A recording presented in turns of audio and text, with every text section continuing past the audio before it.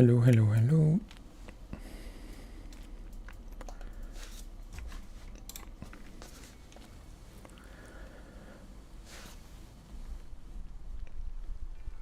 Trying to move the mic without making too much noise.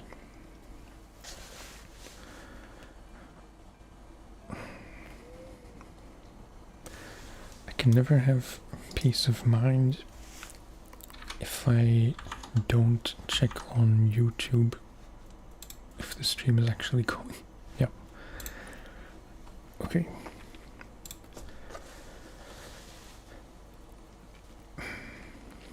We are in Drummond Island. Should be, yeah.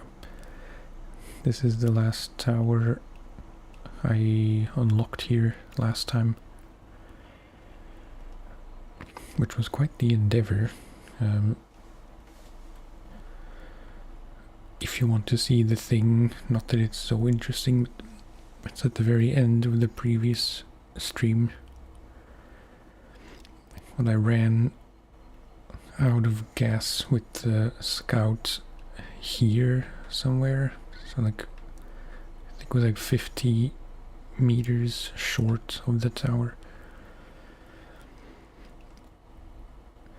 So I drove the P16, which was parked somewhere here by that tree. Yeah.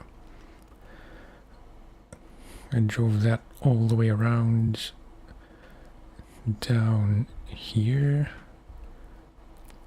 up and around to where the scout was.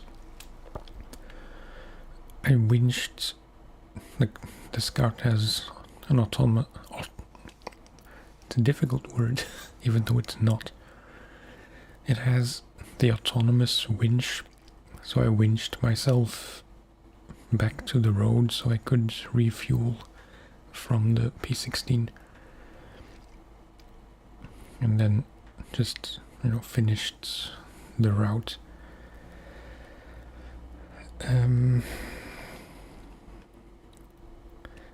There is an upgrade here. I don't know from memory what it is. Excuse me.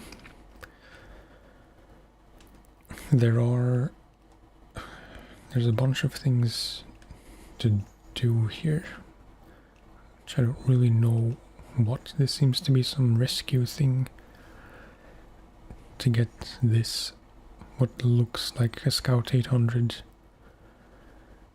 to there.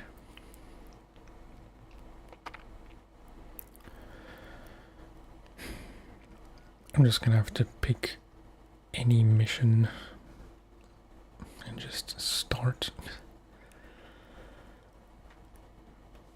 The question is, what do I want to do? What should I do? Because really I should be fixing these two bridges.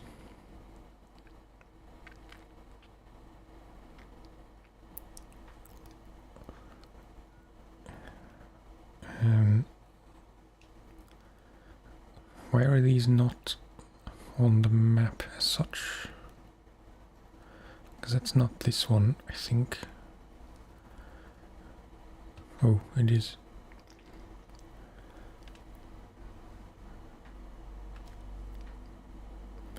Two planks here.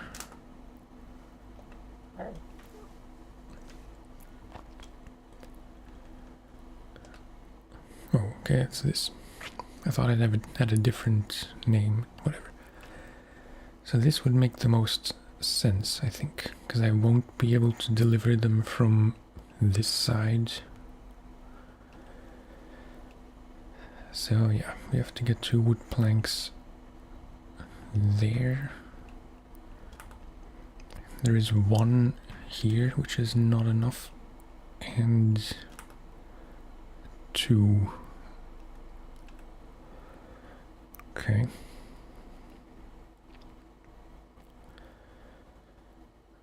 So really, I just need to get a truck here I don't know if it matters which one. And I don't know where all my trucks are.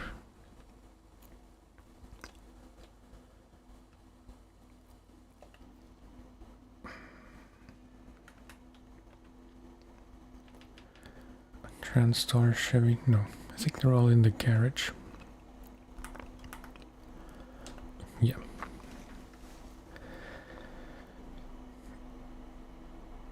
While I'm at the garage, I should check if I have... Wait, am I rank 8?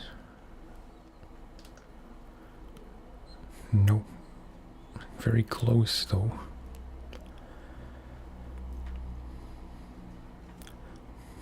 Because at rank 8, just to make sure that I'm not telling lies.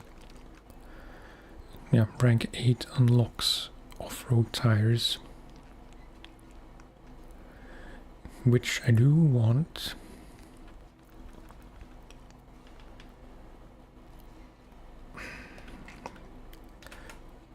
Now I'm thinking if I should just do something small first.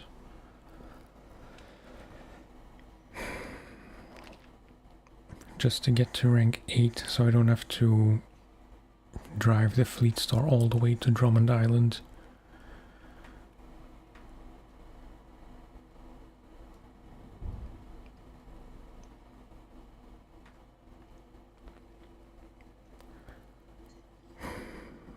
The question is, from here, this is very confusing, all these maps. In Drummond Island, you can go through here, probably, definitely through here, although this is a bit steep.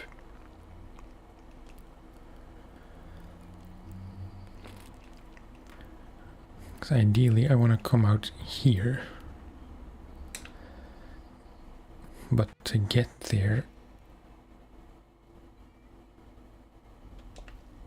I would have to go...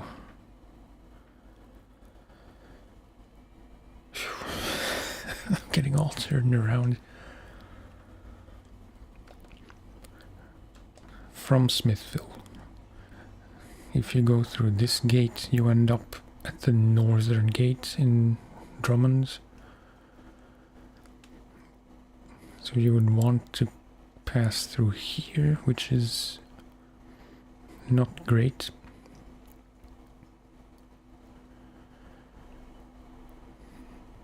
I guess you could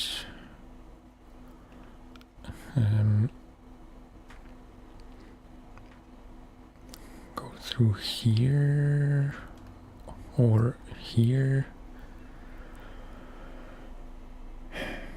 I think I should really just focus a bit more on the other maps for now. These three things we can't really do. Food delivery.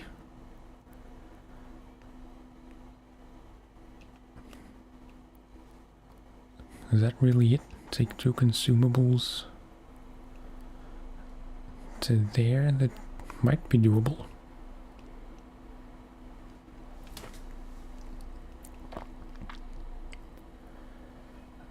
Not really sure how you would want to go, because through the farm is kind of muddy. And through here is kind of not so great. So I think it would be better to go through here, past the mill, and cross there. I think I want to try that. So, wait. Apologies that this is taking forever.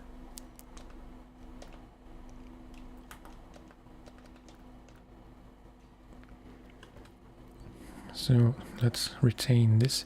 By the way, yeah, okay, nice.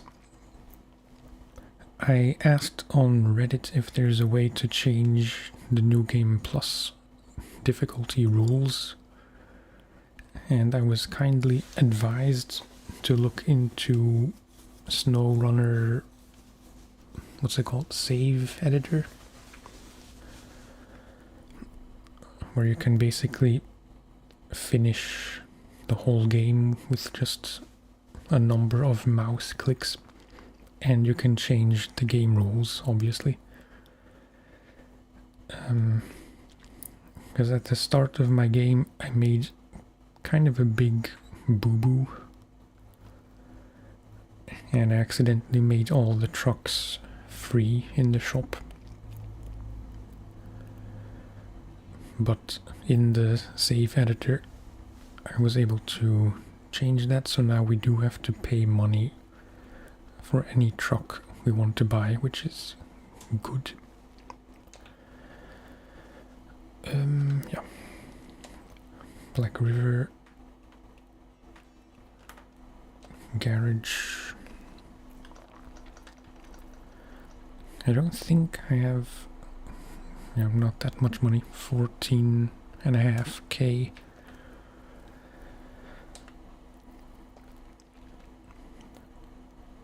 I'd say we don't need anything else other than a flatbed, I hope.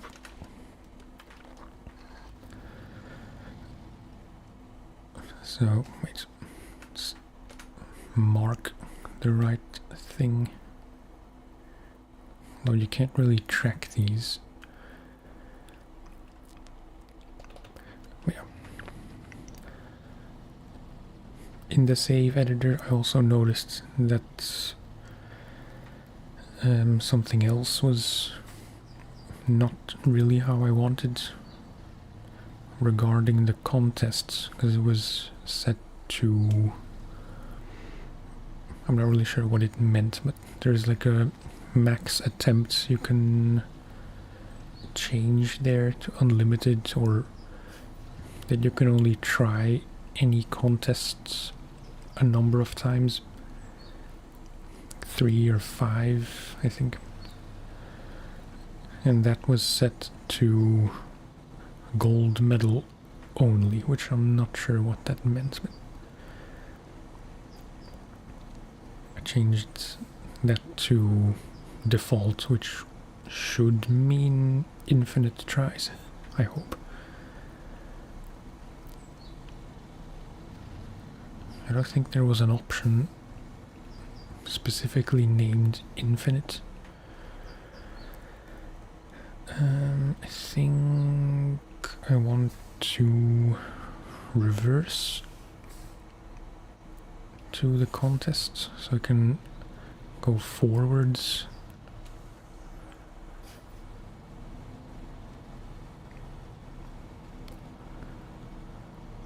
This can get a bit sticky if you're not careful.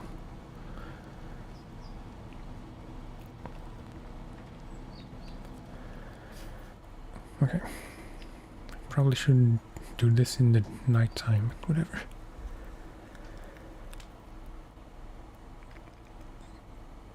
Yeah, okay. 6 minutes for gold. I don't really know where you have to pick up the consumables.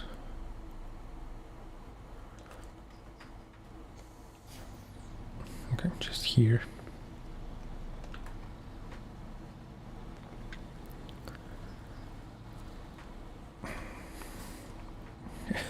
Not the most promising start.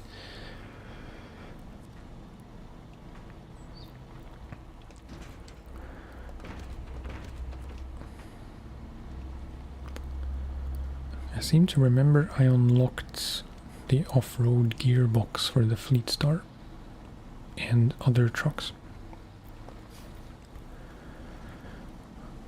I'll have to check that.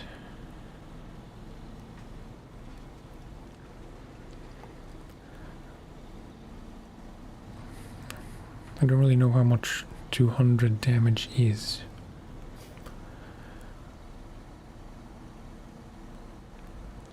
Doesn't sound like much.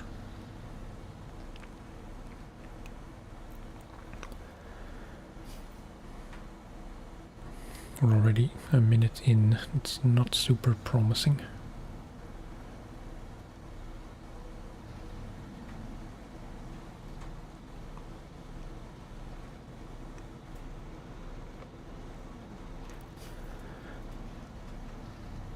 But I do think that this is the smarter way to do it.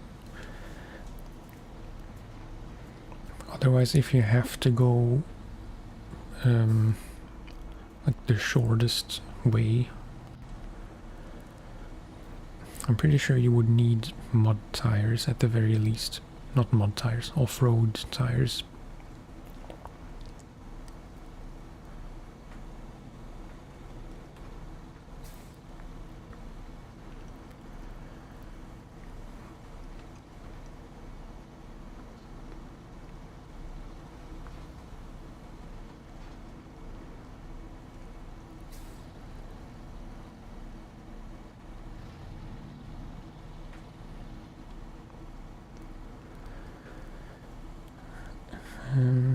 And then just through here.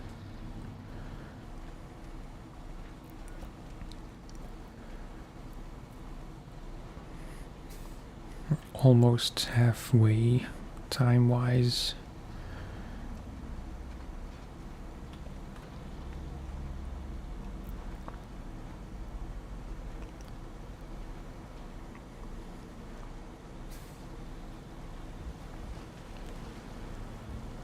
We're not struggling too much.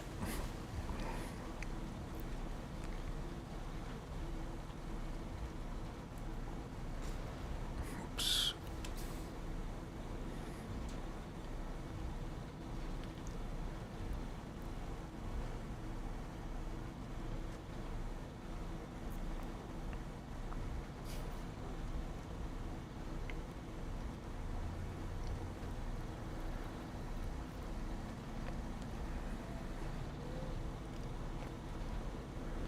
We're still good. My throat isn't, by the sounds of it. Yeah, around here. We have 2 minutes 20 left.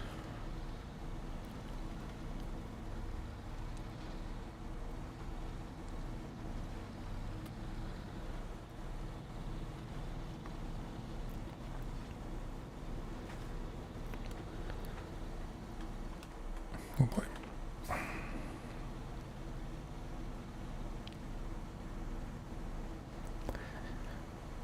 I somewhat underestimated how difficult this would be. Specifically, how much time you really have, because 6 minutes sounds like oodles of time.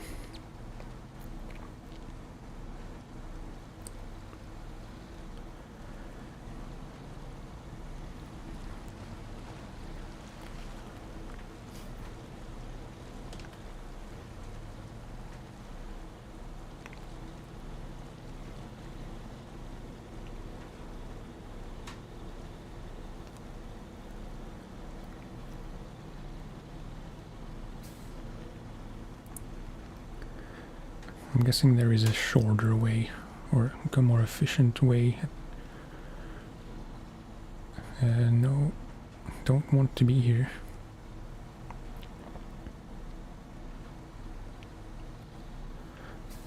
Should be fine. Famous last words.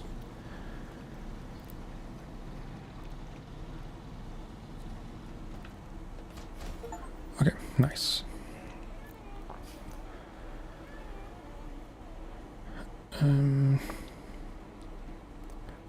340 XP, so we should have rank 8. I do hope. Yes, nice. Okay.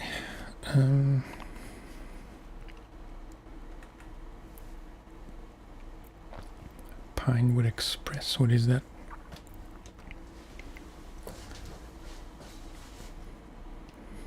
Oh, I thought I tried this already. I know I made a plan, at least, on how I would do that. Namely, wait.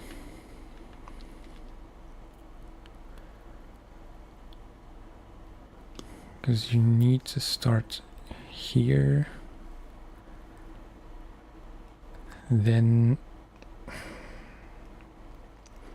I don't know what order would make the most sense, but I would probably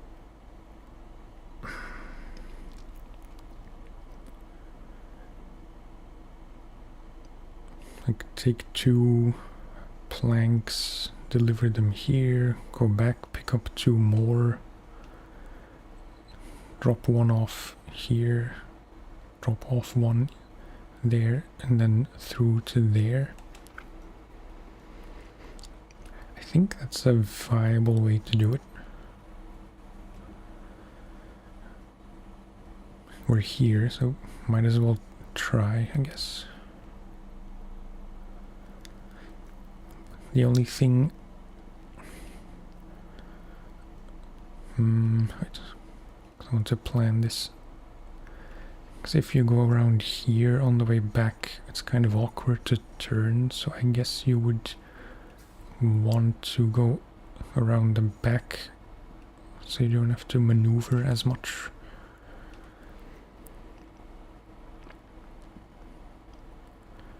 Yeah, I think that doesn't sound too difficult. Can this refuel?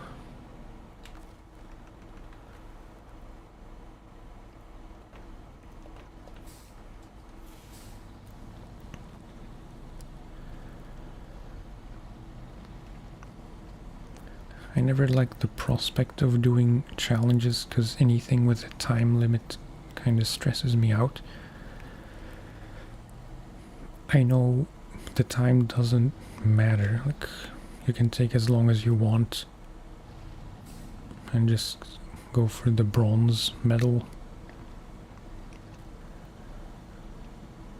or less. I don't know if you can not get any medal or if you always get bronze.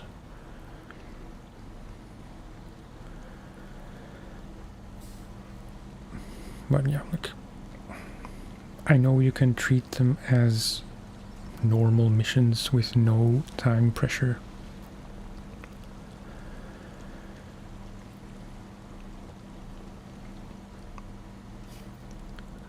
The difference in rewards is kind of significant, though.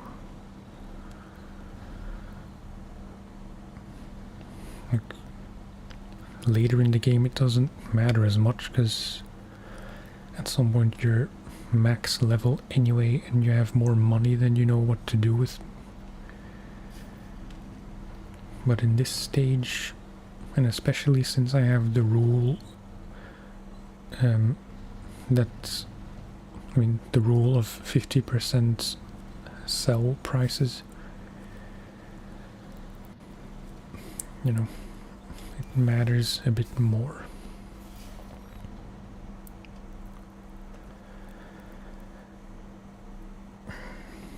Yeah, like 3,300 versus 950. And you do get bronze either way, it's 920 plus.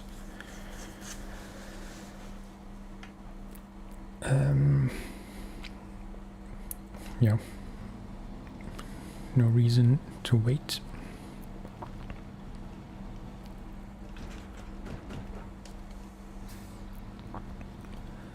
I must remember to go around the back of the hangar.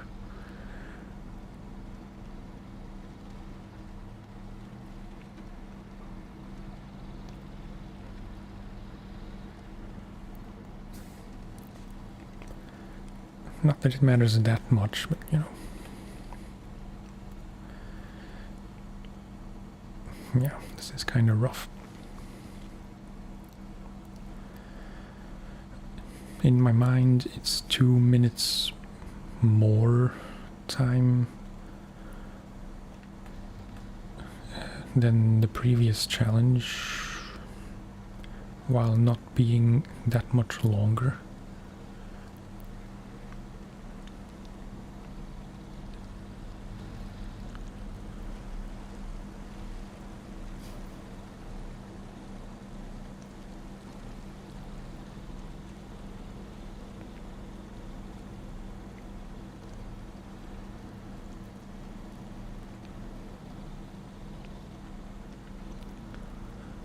I was looking earlier if there's a way through here on the left, but I don't know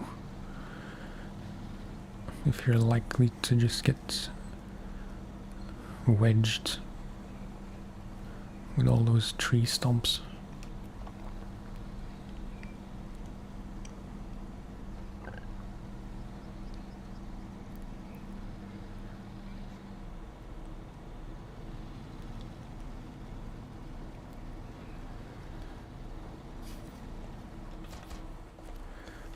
Okay, I was thinking to drive around to keep going forwards, but it doesn't matter that much. In fact, this might be slightly faster.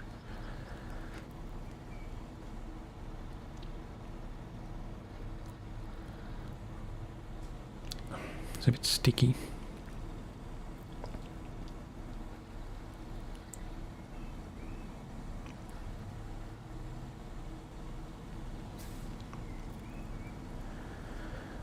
Okay, 2 minutes 37.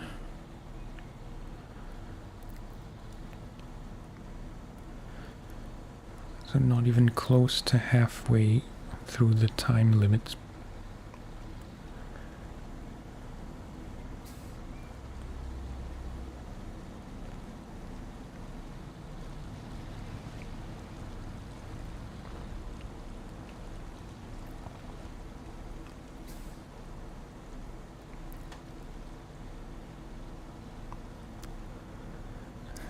Should I go around or not?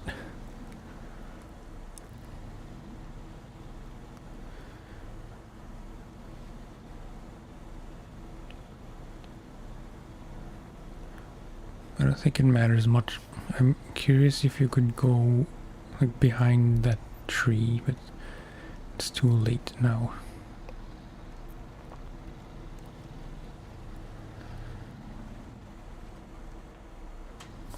Just take this corner as tightly as I can.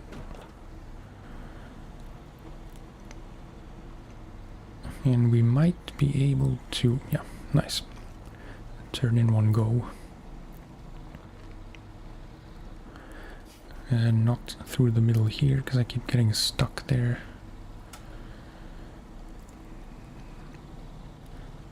Just over 4 minutes in.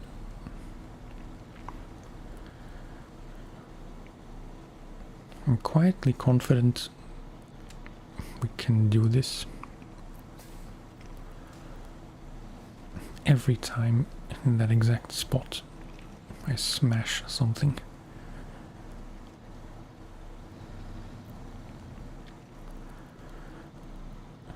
I'm not sure where that first drop point is.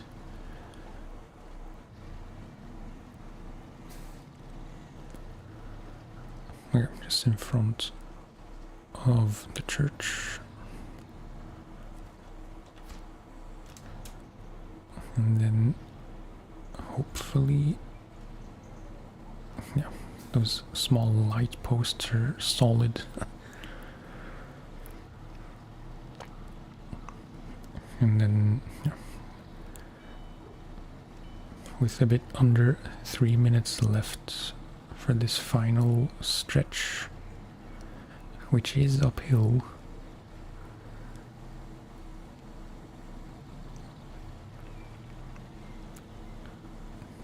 Not very difficultly so.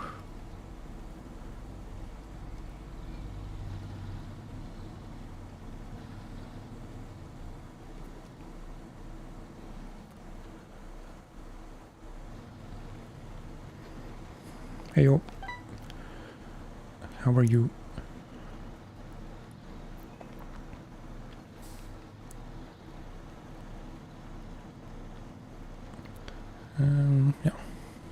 I should make it in 2 minutes to this drop-off point. Nice.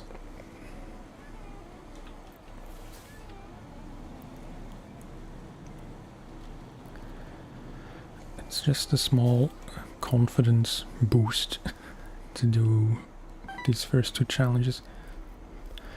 I'm fine. Kinda tired, honestly. I went to visit a friend who lives... I don't even know in distance how far it is, but an hour away by train. And the way back was kind of exhausting because it seems that everyone... I'm over-explaining. I think I have to change trains in a big city. And it seems that all the Saturday shoppers were heading home on the same train that I was on the way back home. But yeah, it was fine.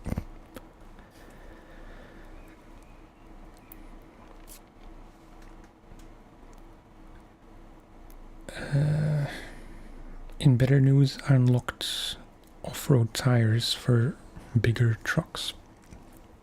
And I fixed the shop. I don't know if you've heard of it, I'm just, sharing the knowledge. But there is something called SnowRunner Save Editor, which is like an app kind of thing where you load in your save. Or you enter the path, your save path, and then you can change all kinds of stuff there, including New Game Plus rules. So I was able to change that all the trucks are free in the shop. What am I doing?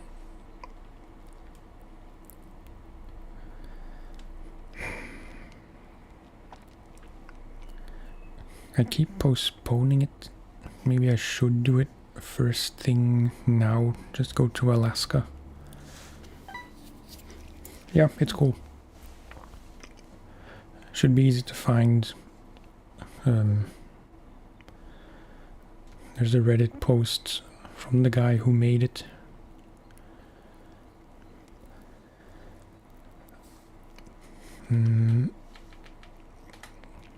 Are there any contracts I could do instead of tasks?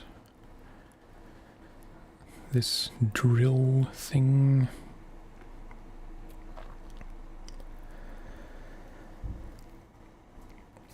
But no. I was a bit tempted to make recoveries paid, but I think that would just be too big of a pain right now.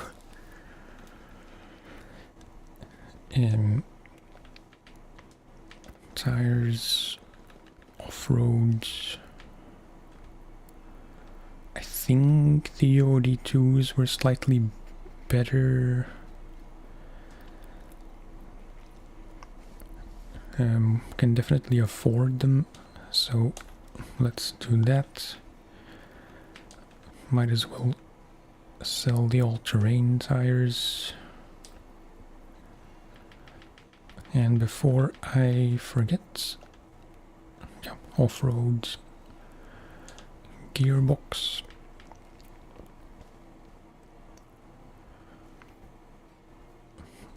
I don't think there's a reason to keep these.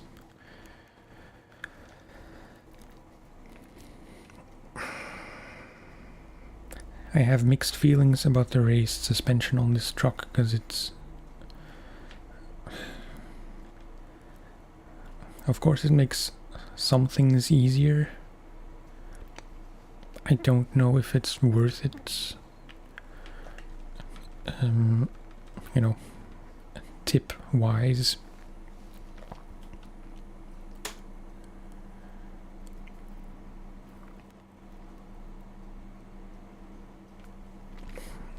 I'm gonna try with the normal suspension first. There are more stable trucks with raised suspension, so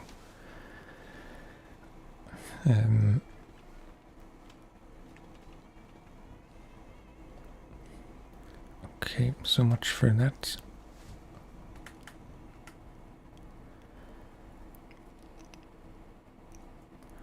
So now I think I want to retain this, switch to Smithville.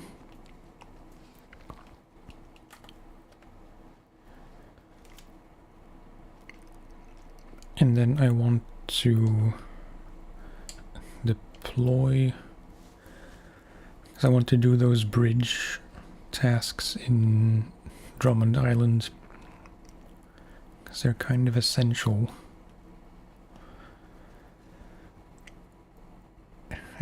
Do I need a crane for this? Probably not. It's hard to say.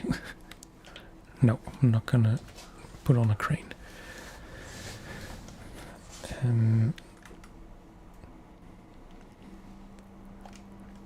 Track the right thing. So let's support local rangers first. Ideally, I should pick up 1 wood planks on the way somewhere, because there are 2 wood planks here, or there should be.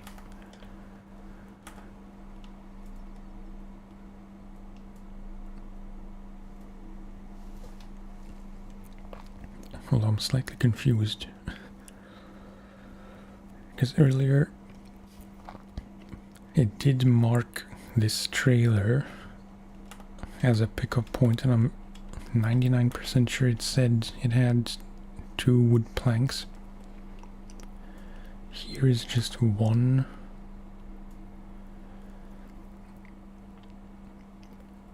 But it is a log station, so don't they have infinite wood planks? I wish I knew for sure. I don't think there's any, yeah, like all the way here.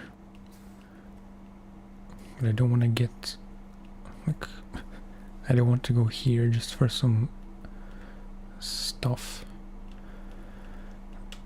Here is 1 wood planks. I guess I could use that.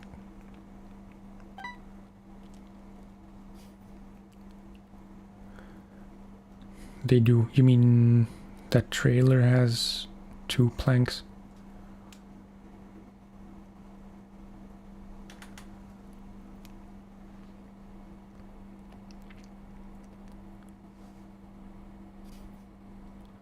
The number is the slots. Oh, really? Oh, right. Yeah, I see what you mean.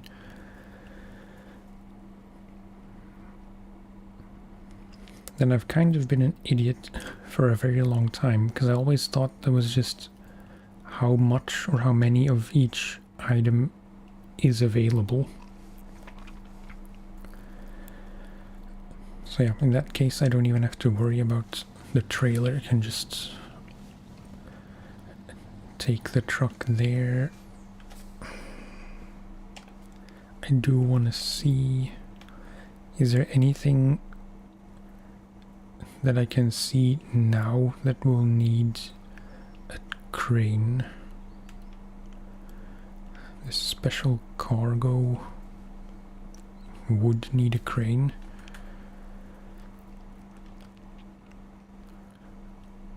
Oil barrels. From where? Oh. Yeah, but that will require some kind of long crane, I think. If the numbers are in brackets. Right, yeah. Makes total sense. I knew that in the back of my head, but Yeah, thank you for the clarification.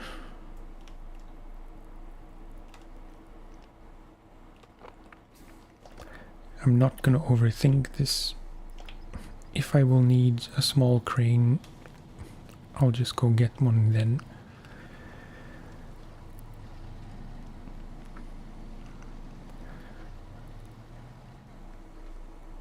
I'm thinking... I'm getting so sidetracked. Should I try to get the White Western out?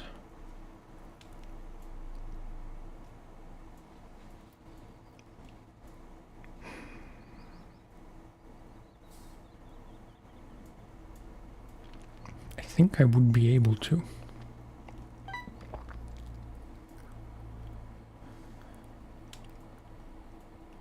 But I forget what you need, like how many parts and stuff.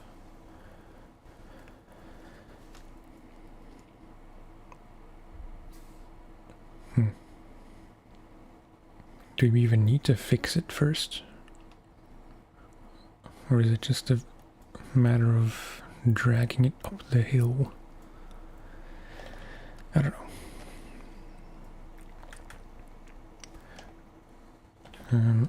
I don't need to track the right thing. I know where I need to go.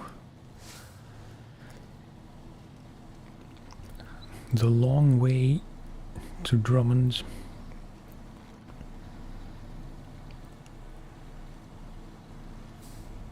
Although no. Oh.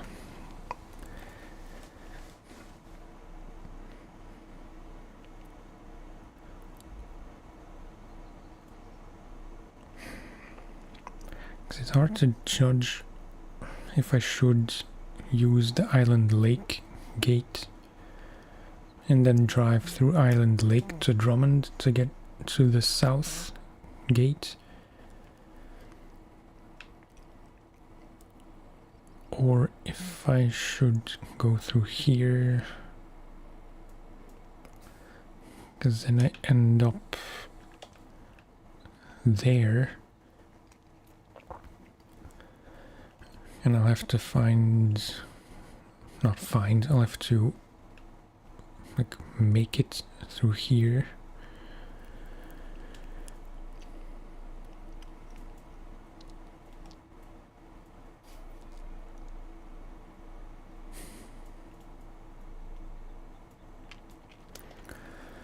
Let's just do the long way. Oops.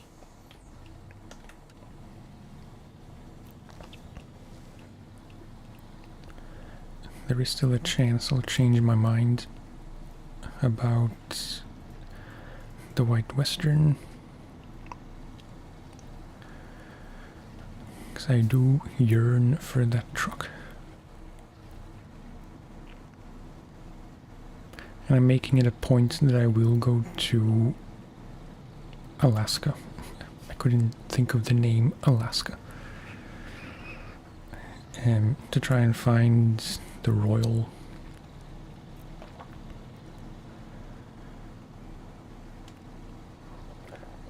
Because if we have the Royal, we should be able to do those last few tasks in Black River, which allegedly require an off-road truck.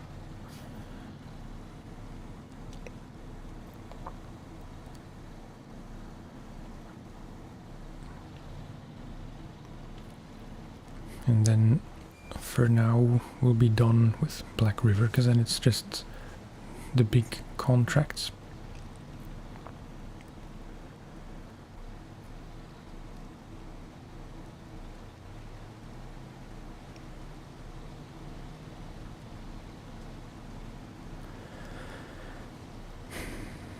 This will be a very long drive.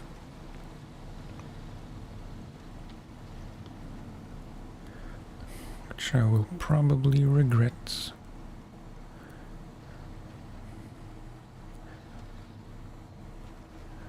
It is kind of a nice drive, like the winding road up the mountain. It just takes forever.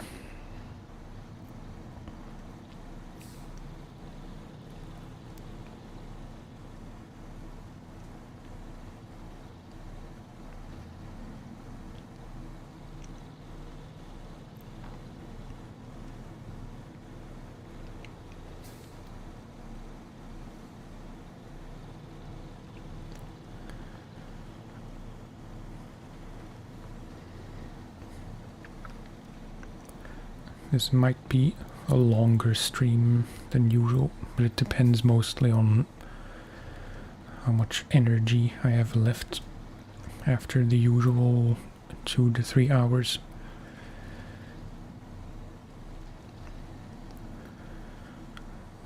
Because my wife is out doing a wedding shoot,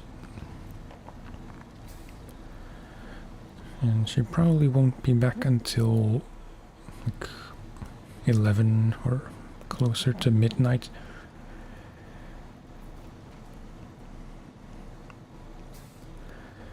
So in theory I have another 4 hours. I doubt it's gonna last that long.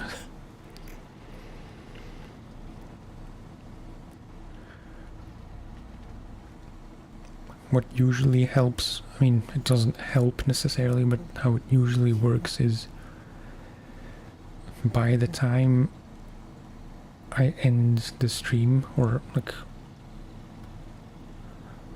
when I'm about to end the stream, that's when I get the most motivated to keep doing things. Because there's always one more thing to do.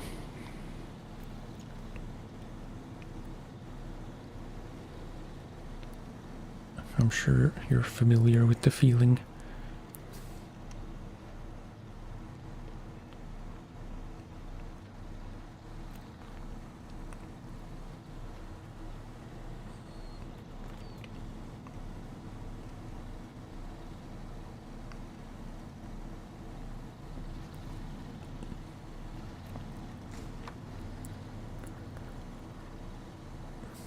Are you still in Alaska, by the way? I try to keep up with your videos. It doesn't always work out. Or are you in Tamir already?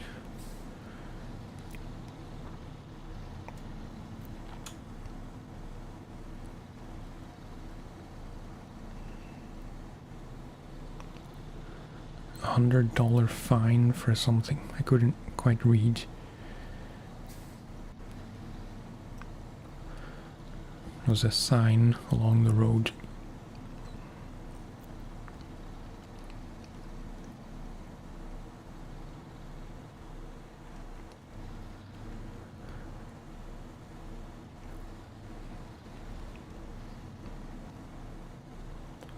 Kinda smashing my truck.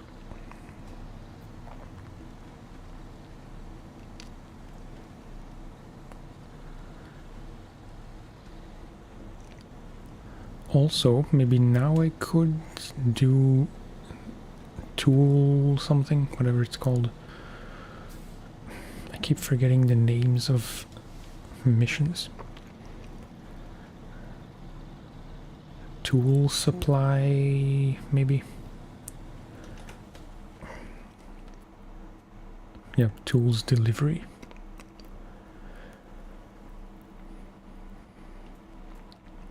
Although I'm still not sure if I want to take that trailer this way, which I can't really do now. Maybe I could do it in the raised Fleet Star. Or if I want to try and drag it up the road to here and just the typical way.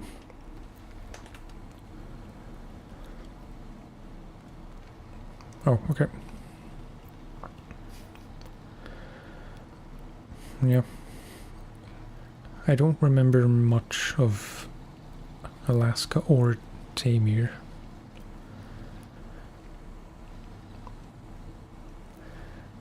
I think in those days I was very much addicted and just, you know, plowing through the game.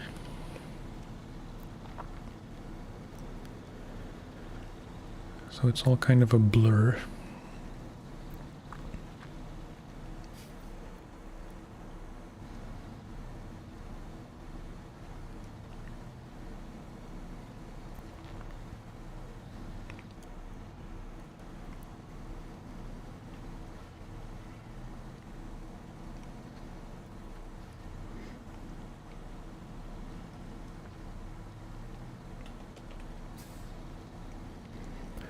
could have installed a different...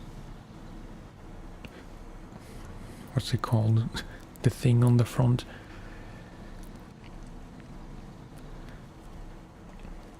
I don't think it's a bumper, but a grill kind of thing.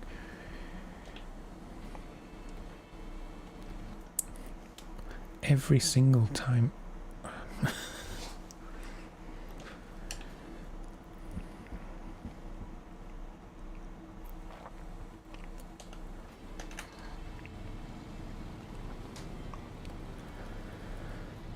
Yeah, okay, so now we have to find a way to cross the river.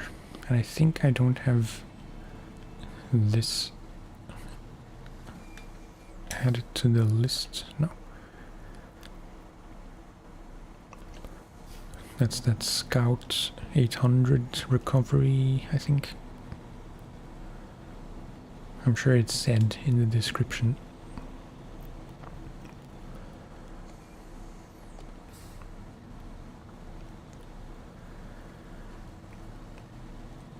If I were smart, which clearly I'm not, I could have probably taken a fuel tanker and just park it somewhere convenient, because this, especially this half of the map, the upper half is kind of not so great for fuel.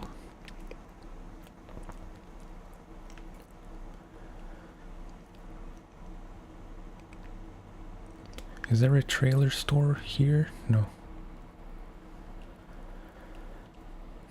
I suppose I could go back, because there was a trailer store just like close to the gate in Smithville.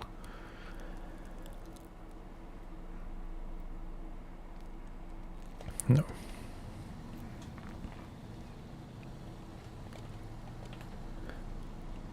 I'm making all kinds of rational arguments in favor of doing something, and then I just throw them in the wind, if that's how you say it.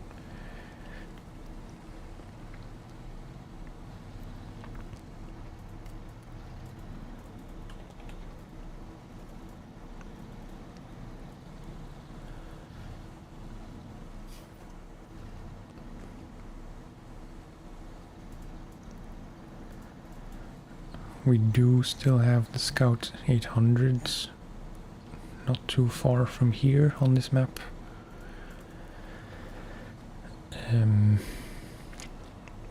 I don't think there's much fuel left, so I'm gonna have to be careful either way.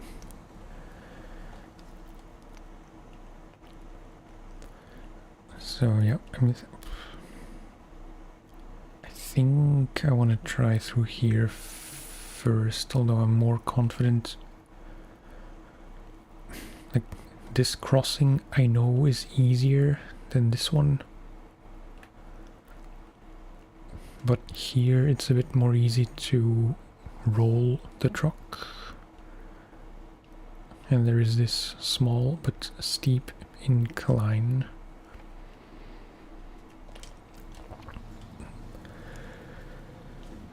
Scary eyes in the bushes.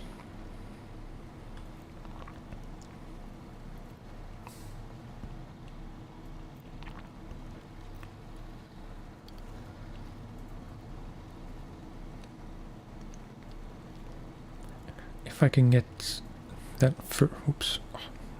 if I can get that first bridge fixed before I run out of fuel, then there is easy access to the fuel station.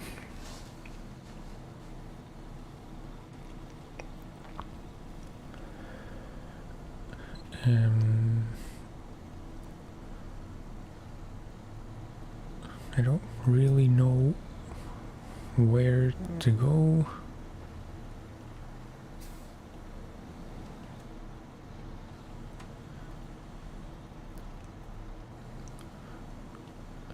It was right, I think, yeah.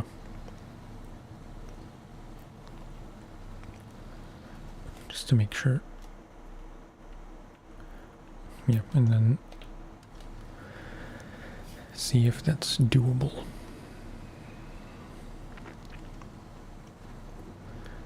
The depth might be a problem.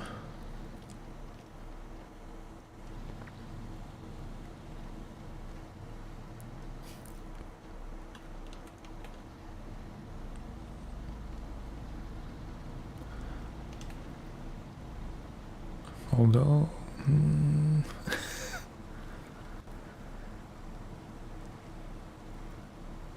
it's getting a bit bogged down. Please don't get flushed away.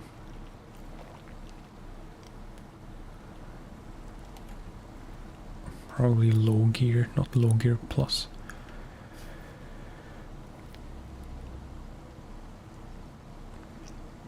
Okay.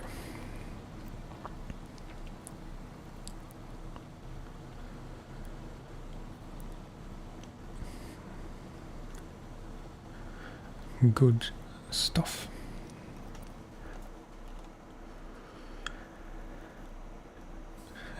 So now this track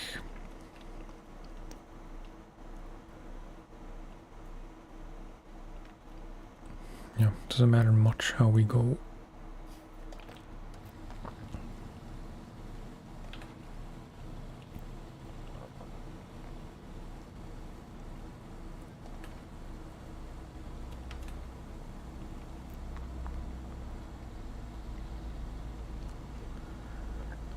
I think I should make it in terms of fuel.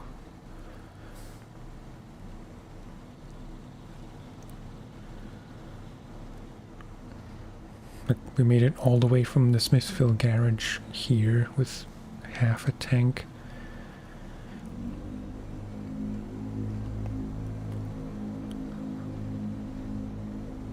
Scooter outside.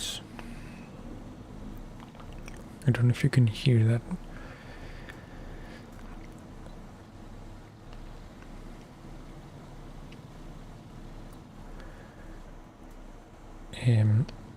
Yeah.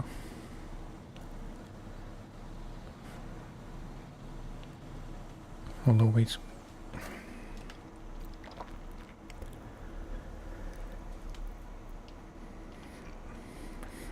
Is there anything on here? No.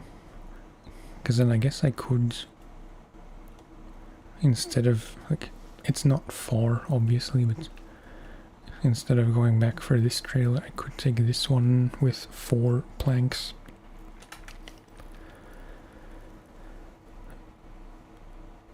So I have enough for both bridges in one trip.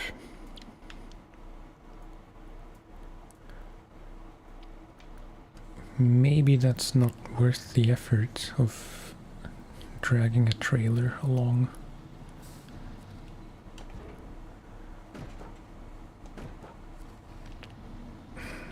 I'm conflicted.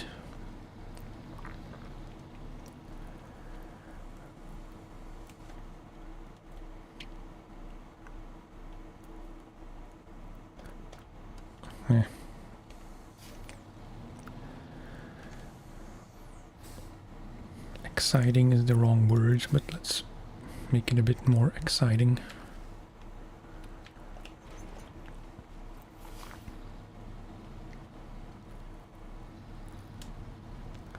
Although then I'm not sure I want to take the shortcut.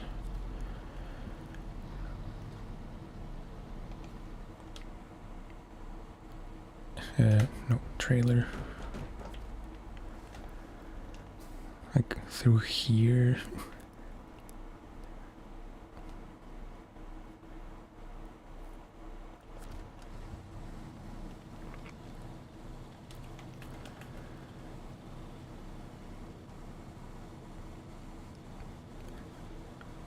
I guess I'm committing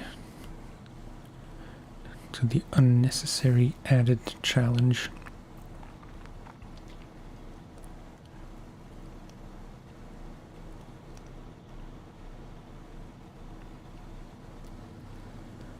This is a stupid idea. I'm calling it now.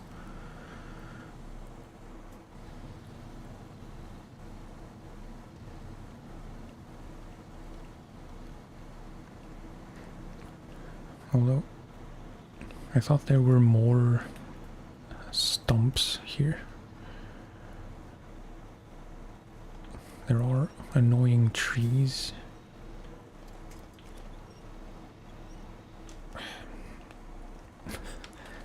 How am I stuck on this?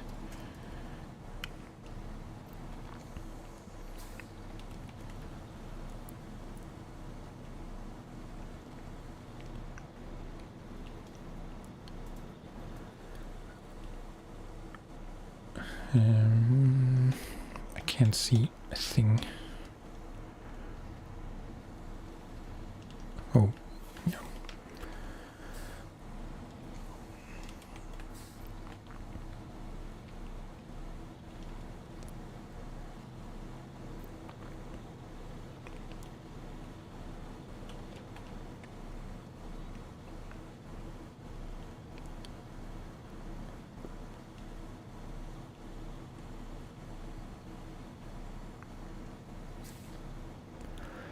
Tis a small but mighty beast.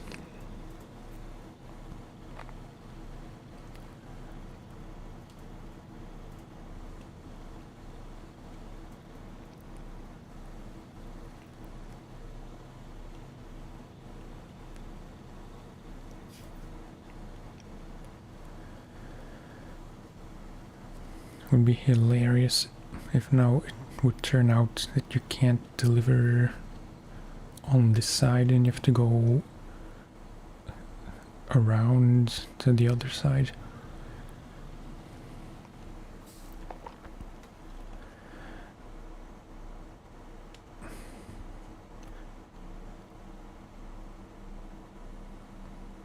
Can you not choose which one you deliver from first?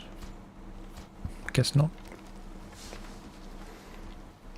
As in, I wanted to use the cargo from the trailer if I could, but it didn't let me.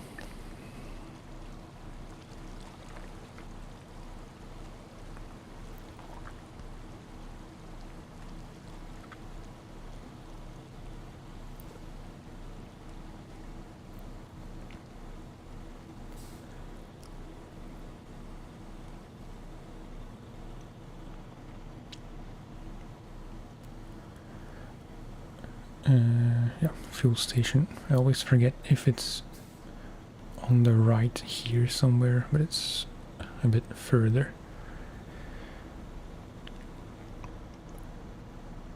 It's tempting not to stop, but we're basically going through it anyway.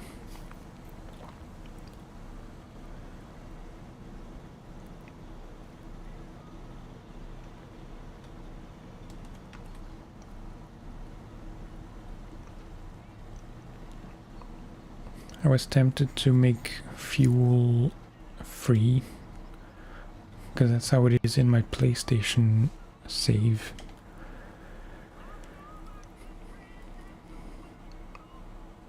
Oh, maybe I did make it free. Yeah. Oh well. It's one less thing to stress about. And then no, right.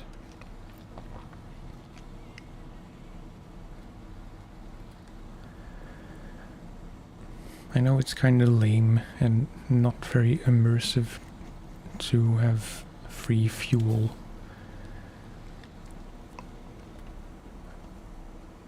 But you have free fuel anyway in the garage.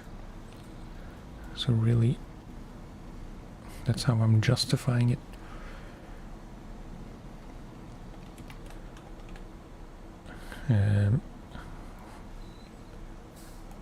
Jeepers.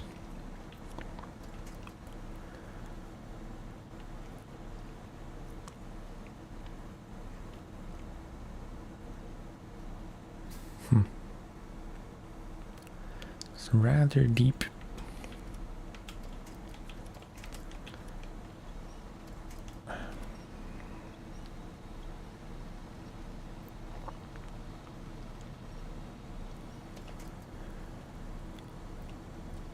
Okay, and then, whoops, diff locks.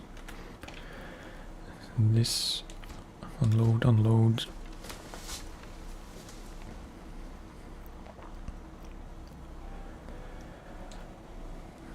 A measly 1,000.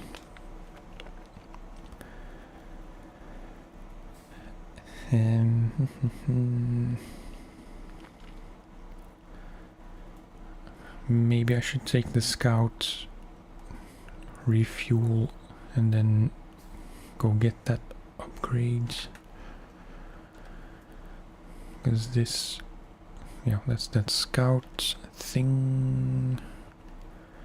Special cargo, which I need a crane for. Cousin Cletus, also crane.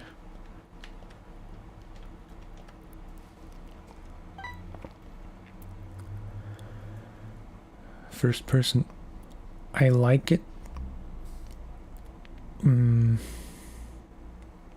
Like, I don't have a strong opinion for or against it.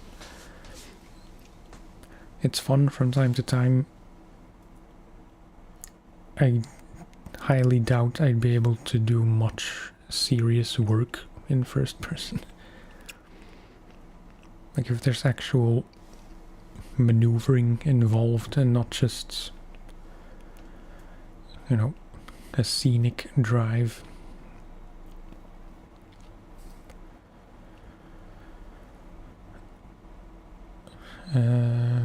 Yeah. Let's not think ahead too much. This is enough out of the way.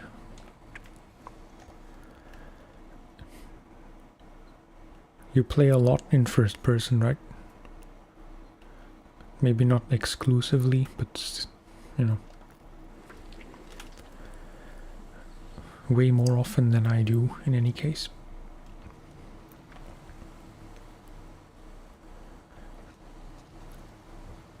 Not much fuel left, I will say.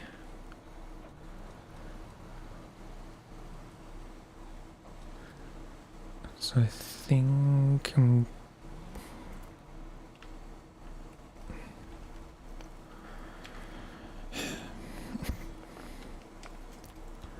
it's fine, it's fine.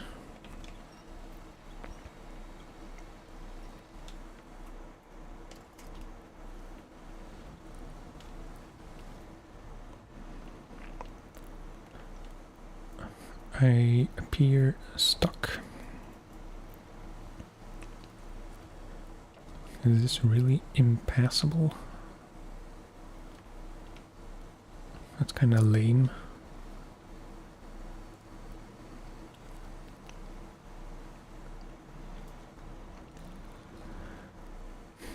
How can you get through this?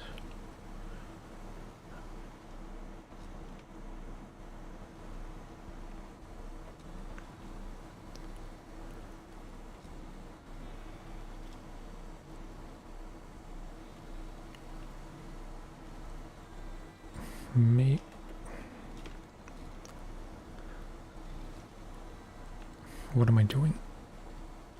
And why is it so on the verge of tipping over? Like, here I can see how first person would actually be easier.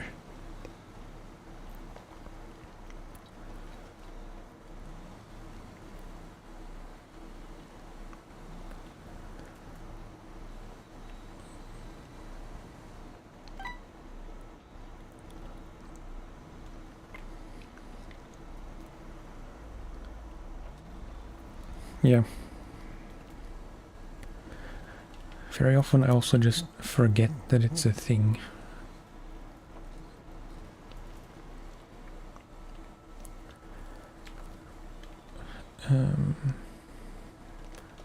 refuel just a bit. Should be enough. Although I'm pretty much here, so let's take one more drink. I think you had left the last time, and I mentioned it at the start of this. I mentioned it at the start of the stream, but I ran out. Wait. I took the scout. I wanted to unlock this tower as the final thing in last time's stream, but I ran out somewhere here in those bushes because I got stuck, similarly to how I got stuck now. So I drove the P16 out here to refuel, and then I had to autonomously winch myself out from the trees to the P16 to refuel.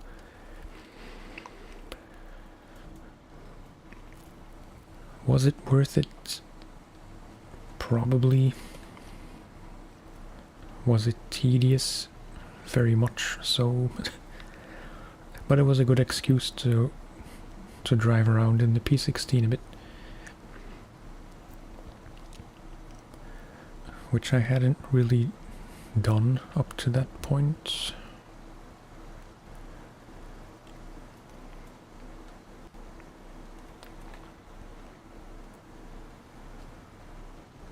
You. And yeah, I mean, now we might as well just go straight for the upgrade and not refuel first.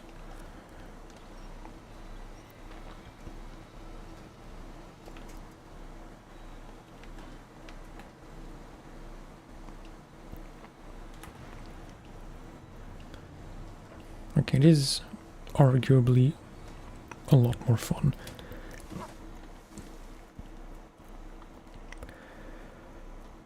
I think I mostly, if I play first person, it's mostly just in scouts for fun and not really with any kind of purpose.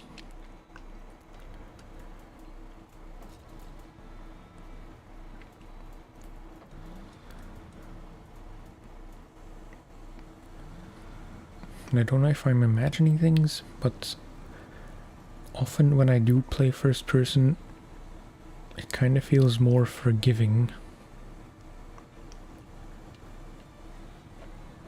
Like I can drive a bit more aggressively than I normally would, and nothing really happens.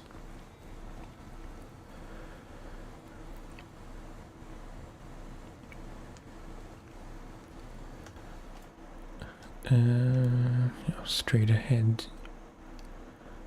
Although maybe I should go down here.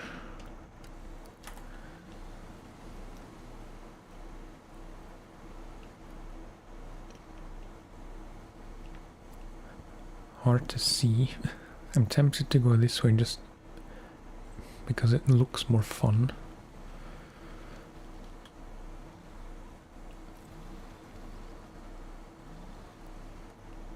Might be a huge mistake.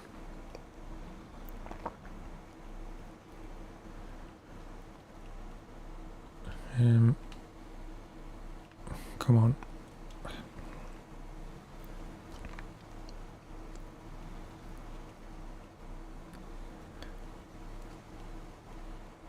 Safe to say I wouldn't be able to do this without the crawler suspension.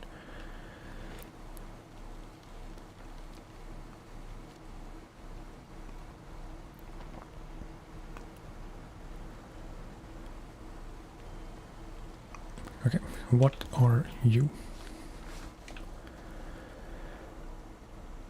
Oh, engine upgrade for the P16. ANKs, which I don't have yet. Okay, Nice. Oh, achievement, find all upgrades in Michigan. That's good to know. I'm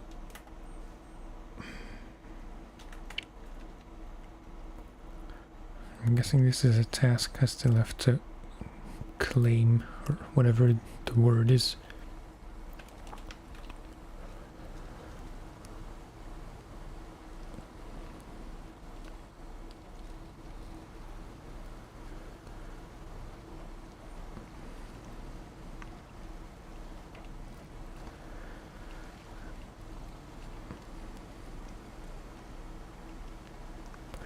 But yeah, this was much easier.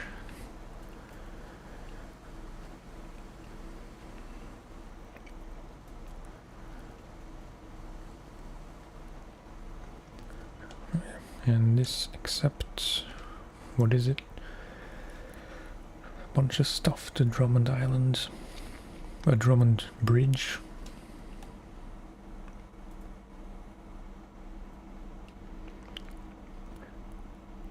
Well, that's deceptively easy.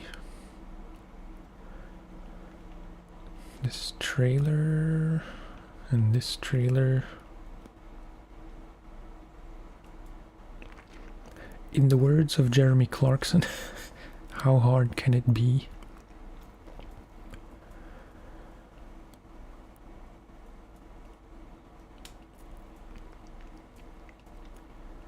I can see how this one would be a bit difficult because it's, you know, some of these or some parts of this road are a bit muddy.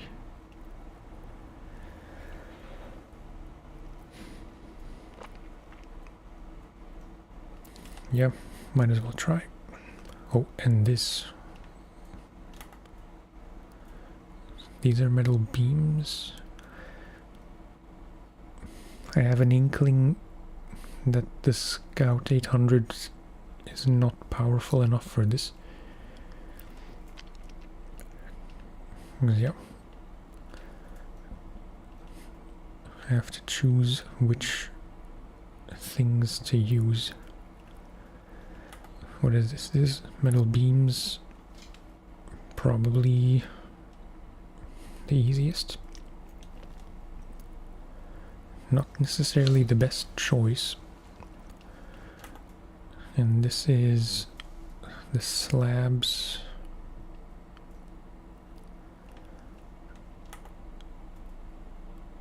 These are slabs and beams.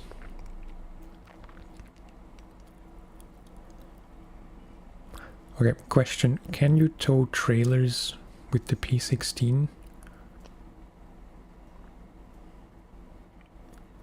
If so, it seems like the obvious choice to just... I mean, since it's right here already. But I have a feeling you can't. This is beams, this is slabs.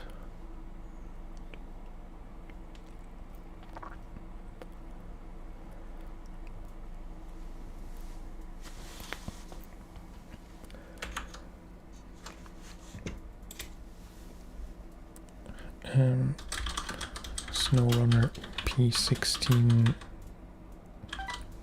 trailer. Yeah.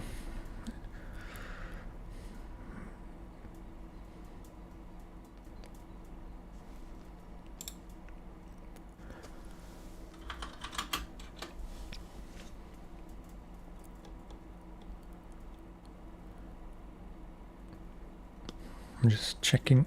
I don't even know how to Google it effectively.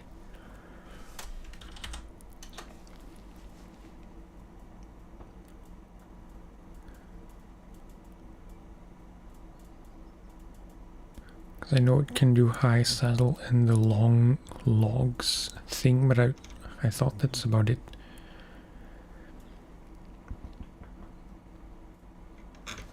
I can't really find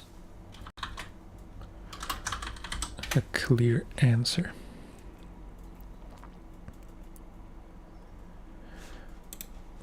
So when in doubt, just try.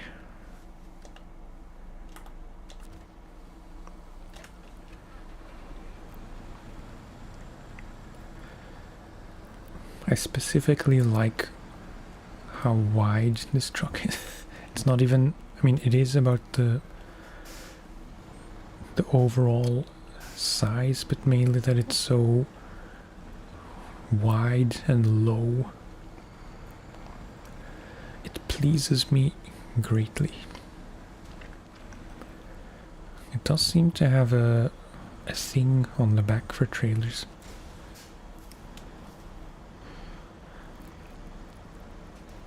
I don't seem to have a thing in my head for not hitting things.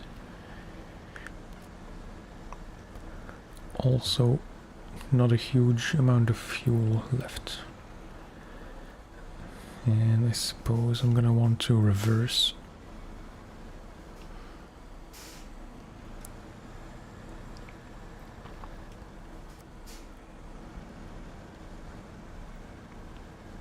This very likely isn't the smartest thing to do, because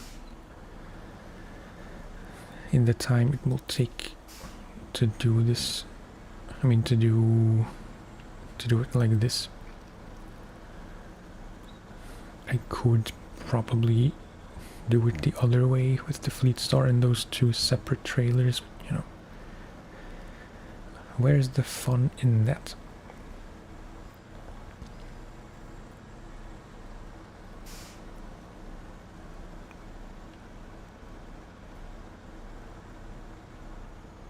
Now, moment of truth. Nice.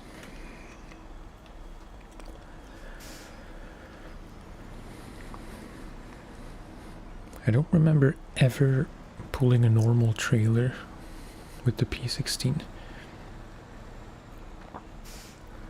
It's always just the really big stuff. Ooh. Kinda struggling.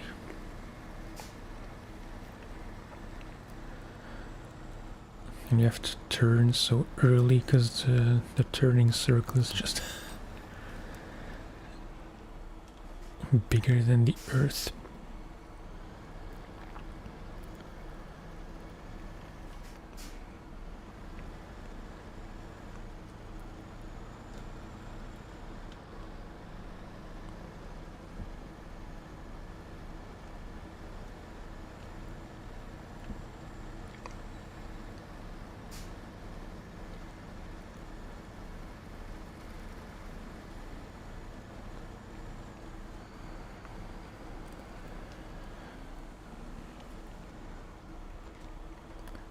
I wanted to say if there's ever a moment to play like America music with some kind of,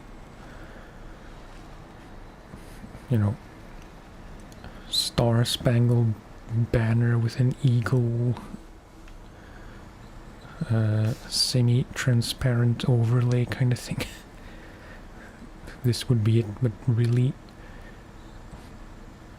that's more of a thing with the huge construction rigs, which I will have to do at some point. I'm kind of dreading it.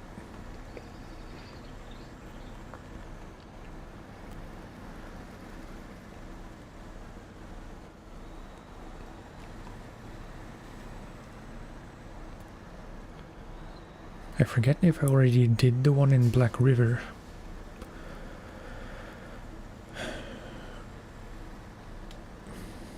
I don't think so. I don't know. Doesn't matter. I like that it has a wood roof. I never noticed that.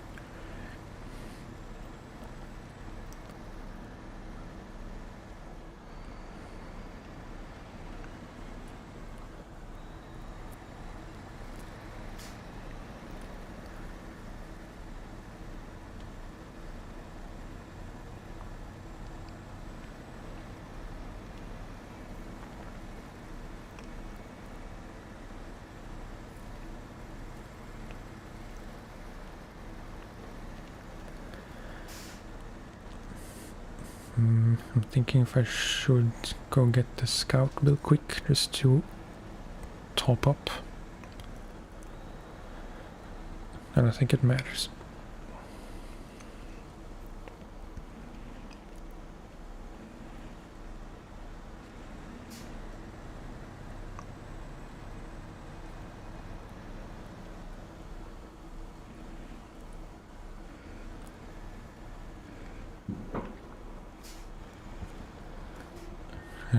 What is this? No.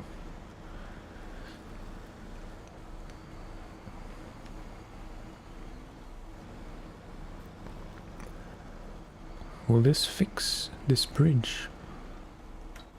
Or is this not a bridge that can be fixed? Must be. Okay, sweet.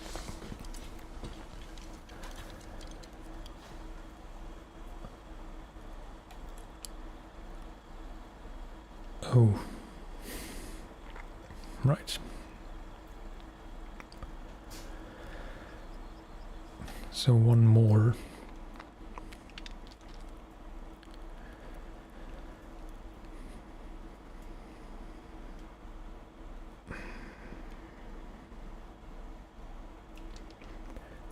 I don't want to assume that there will be a trailer store here.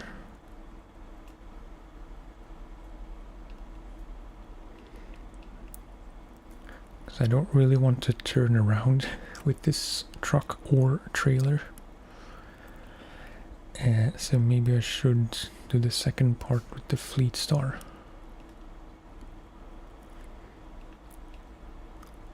So we could get the slabs from here still.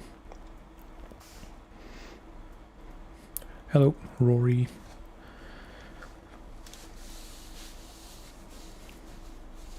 Oh, nice. Yeah, those are pretty old by now, I think. But yeah.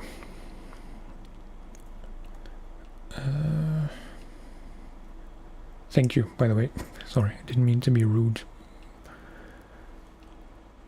I appreciate the... You know, I appreciate that you like them.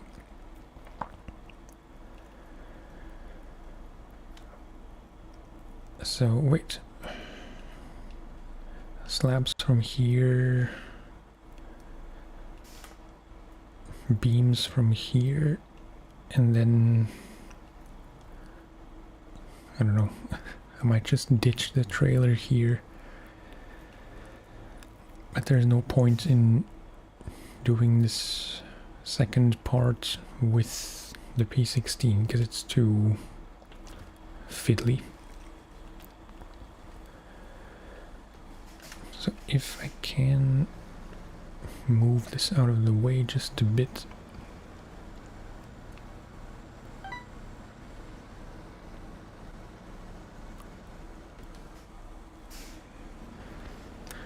You're making me blush, dude. Nope. And you're making me... It's not your fault. In my flatteredness, I almost drove onto the... whatever it's called, guards rail thing.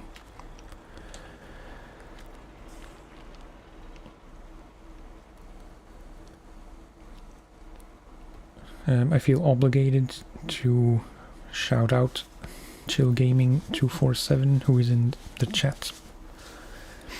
He also makes, I mean, he makes excellent SnowRunner and satisfactory videos. I forget. Is it Factorio or Satisfactory? He makes nice ASMR gaming videos, so I urge you to check him out.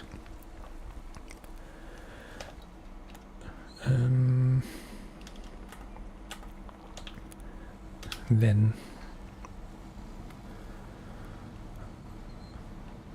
yeah, thank you again. It's very nice to hear I think I have some kind of pathological thing with accepting compliments. I always find a way to unintentionally undermine compliments, which is not really cool.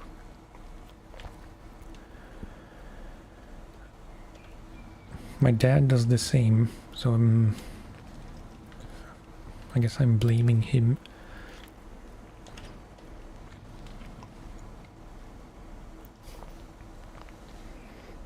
Oh, nice. Completed today for the first time.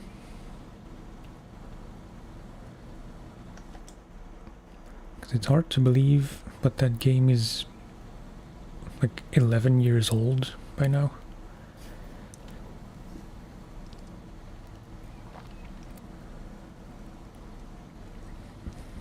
Even so, like, I finished the main game, well, not long after it was released, so 2017 maybe. Took a while for sure, because it's so huge.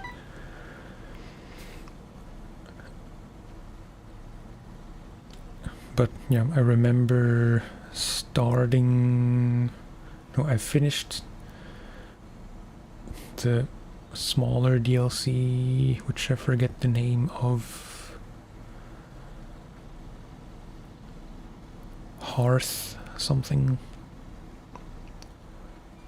Hearts of Stone? I don't know. That one. The one with the ginger guy.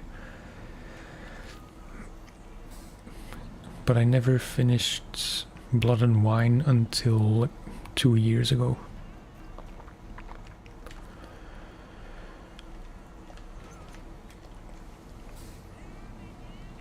Hard and Stone, yeah. Hearts of Stone was close enough, maybe, but yeah.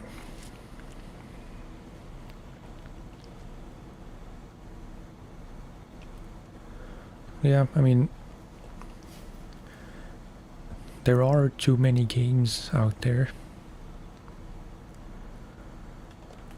I'm sure if I think for a minute, I could name a few games that I should have at least played by now, but I still haven't.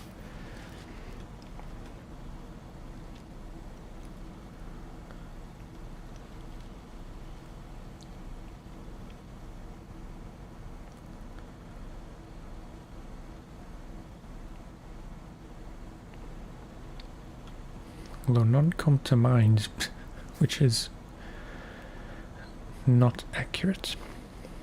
I just can't think of games. I'm sure if I go through my Steam list, like even there are a few games that I have and that I maybe have had for a number of years, but I never started.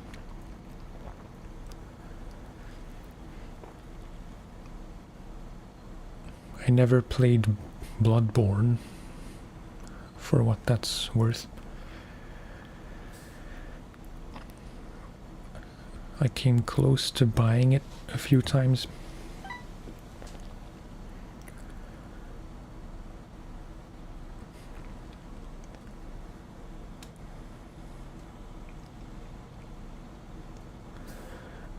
Yet to complete Bottle and Wine.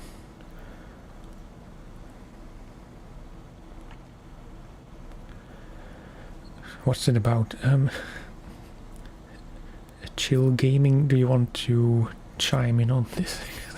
It's a hard game to, like, it's not a hard game to explain, but it's a hard game kind of to explain why it's so much fun.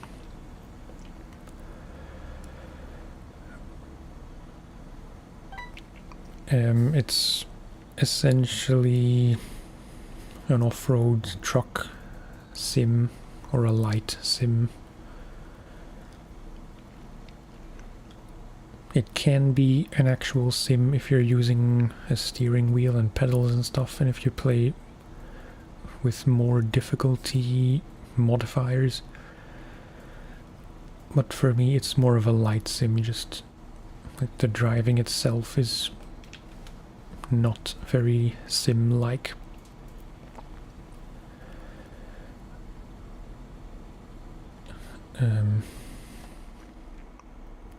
Just to make sure I'm going the right way.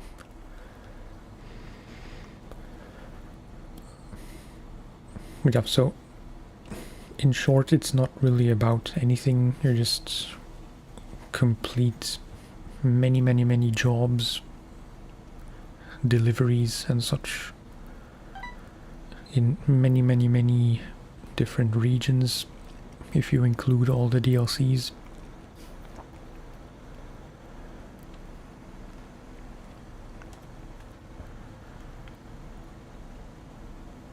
This is only the first one. I don't know from memory how many regions there are, but I want to say like 15, maybe more.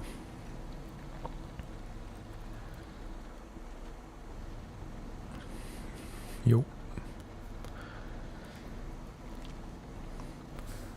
But my favorite game, that's a very tough one, because I have kind of varying taste in games. This is definitely one of them.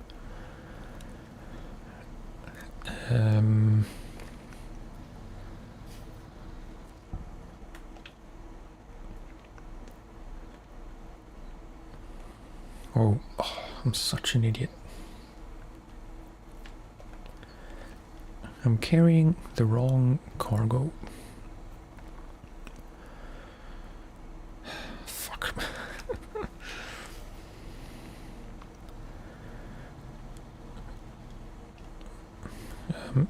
Now wait, just to round off my list.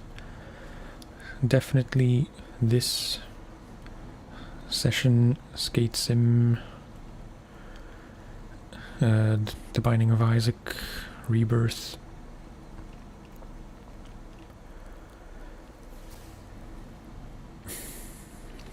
The Witcher 3's up there, although it's like, it's been too long since I played it, so it's kind of not fresh in my memory.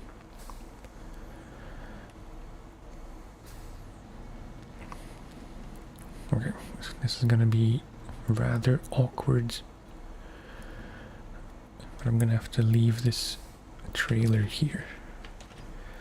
And no, sorry I'm late to respond, but I don't stream every day. Generally it's once a week, mostly on the weekends, Saturday or Sunday.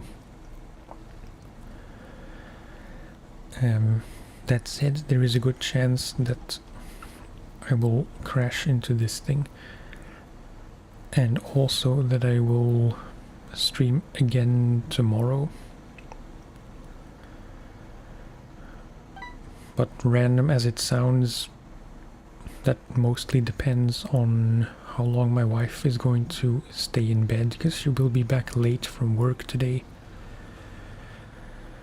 And my desk is in our bedroom, so if she's in bed sleeping, I can't really stream. Or record, for that matter.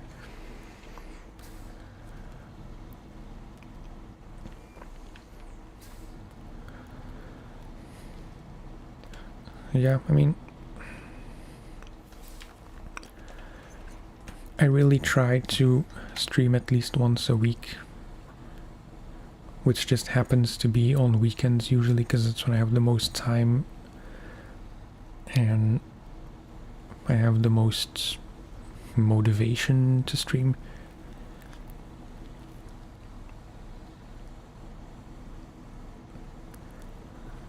Wait, I have to think for a sec.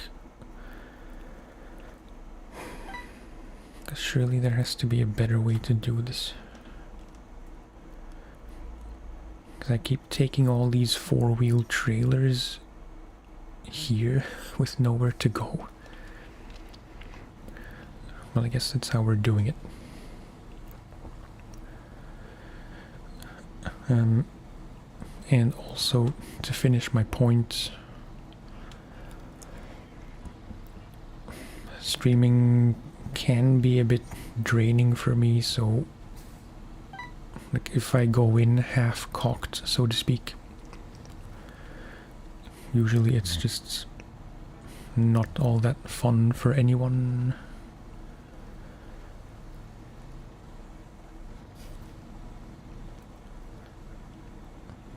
In short, I try to stream once a week. I would stream more often if I could, but it's just kind of difficult practically.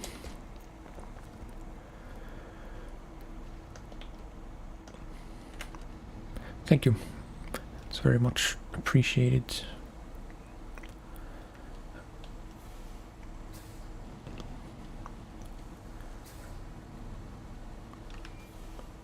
Is there a trailer store anywhere on this map?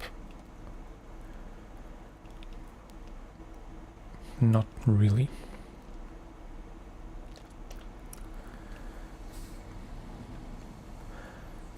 Also, one game that's like, I'm still in the middle of it, but it's a very strong contender to become an all-time favorite game, is Cairn, which I also have a series of going.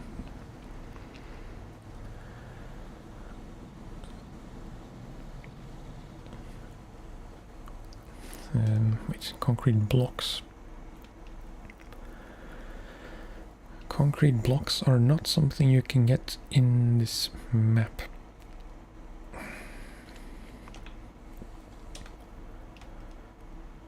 You can get it here, which is rather convenient.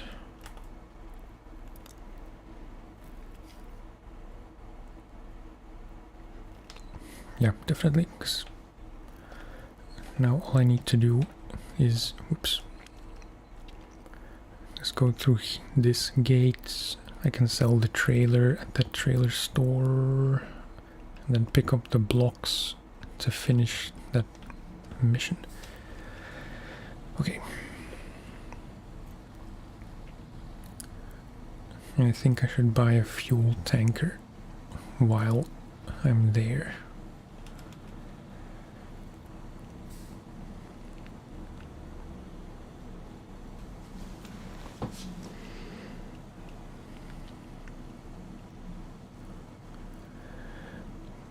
ASMR is kind of weird if you think about it.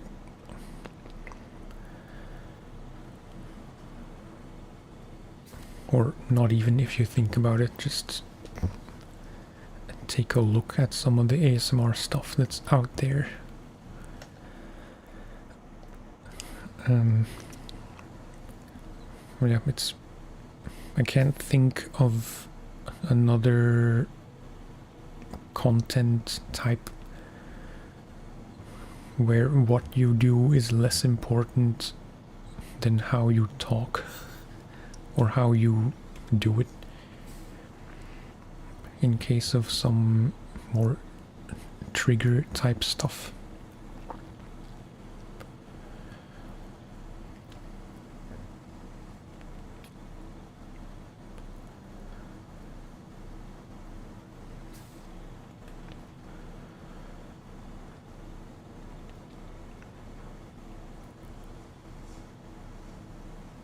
I don't know where I'm going with that thought.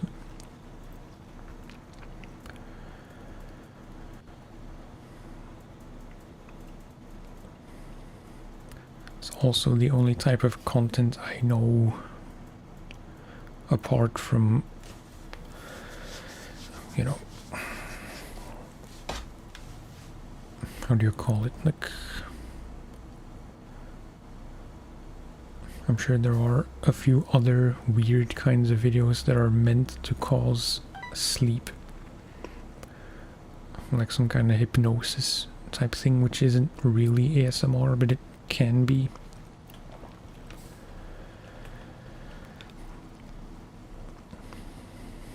But it's the only type of content I know off the top of my head.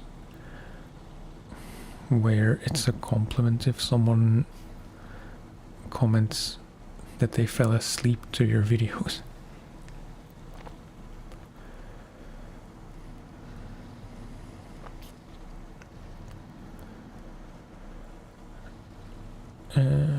Favorite ASMR YouTuber?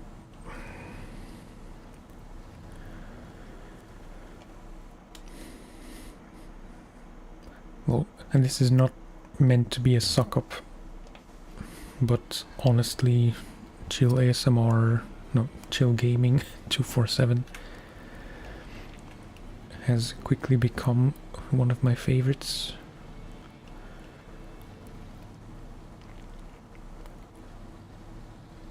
But there isn't, like,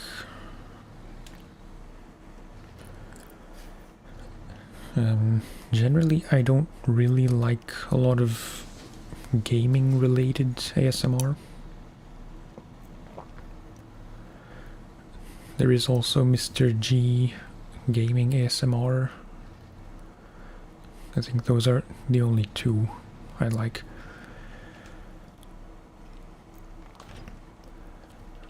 Okay. Then, depending on how much cash I have,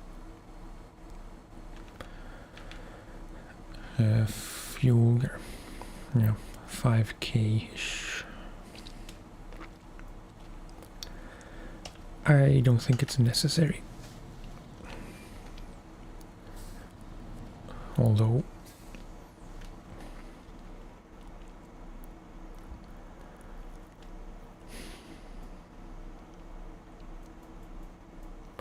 fine. I didn't want to do this, but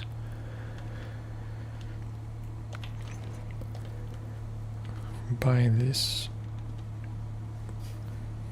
refuel, and then, well, I might as well take it now that I have it.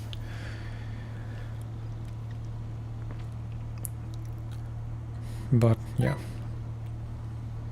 favorite non-gaming ASMR, like general ASMR, would be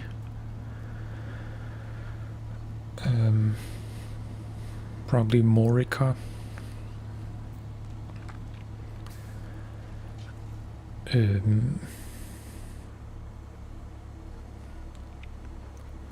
Struggling to think of any. Wait, since we're being all spontaneous,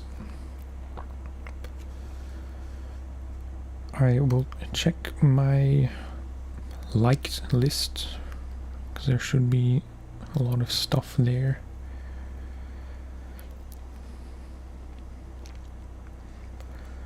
Yeah, Morica.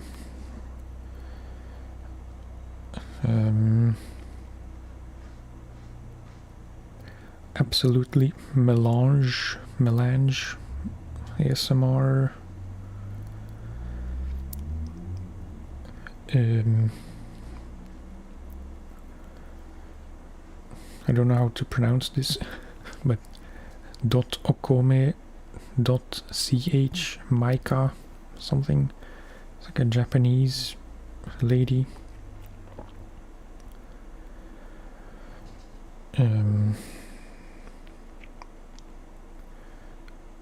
Eliza also. Violet. I think those are probably the main ones. No. Where am I going?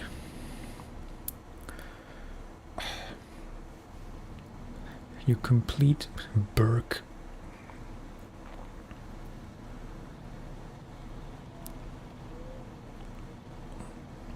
Forgot to pick up my concrete blocks.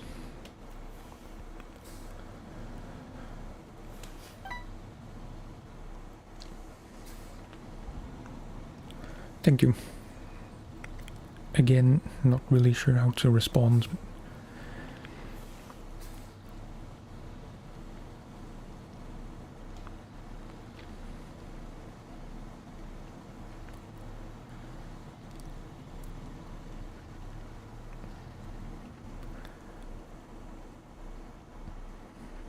It's a bit counterintuitive, but I get quiet when people compliment me. So if it's a compliment on how I talk, that's kind of backwards.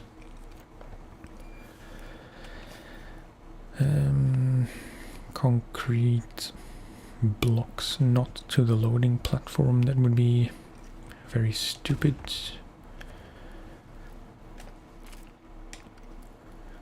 We just need the one, right?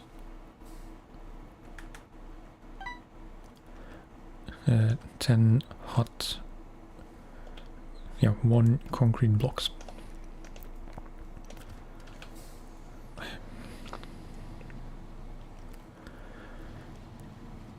Am I an introvert?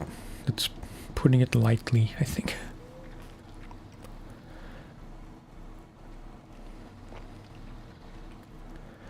But yes, I am very much so.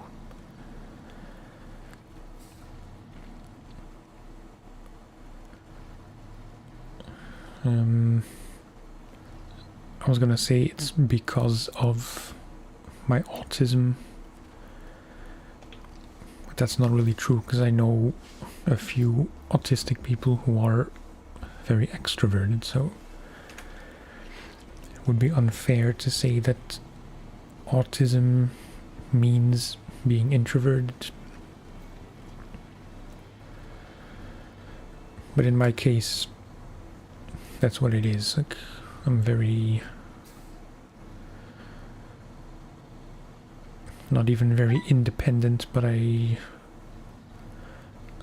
like my alone time very much.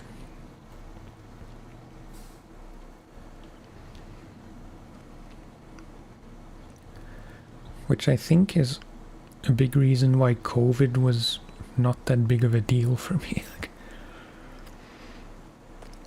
If you hear about all the people who were very much struggling with not being allowed outside, or,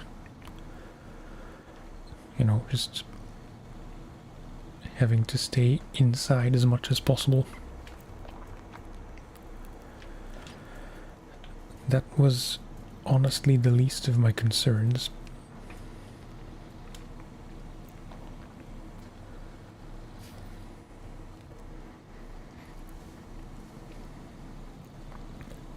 You're so positive. The internet is supposed to be a mean and cruel place, in case you missed the memo.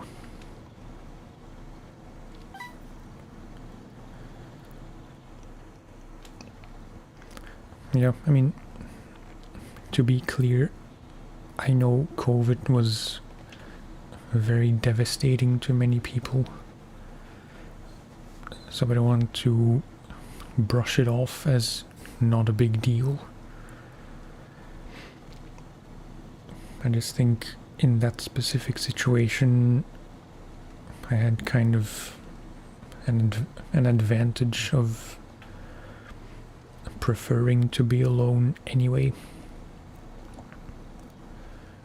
or preferring to be at home at the very least. Like even on our most fun and exciting holidays, no matter how fun it is, or no matter where we are, rather, I will never not be, what am I saying? I will never not be happy to be home afterwards. And in most cases, like, a small part of me at least is kinda looking forward to going home, which can get in the way of enjoying the holiday sometimes.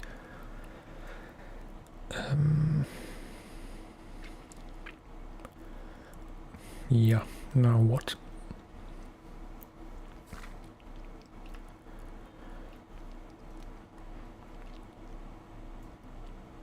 What do you like to play? Like, I'm just reflecting all your questions back at you. Your favorite games, favorite ASMR makers. I don't like the word ASMR artist, so I'm not using that term because it sounds kind of dumb to me.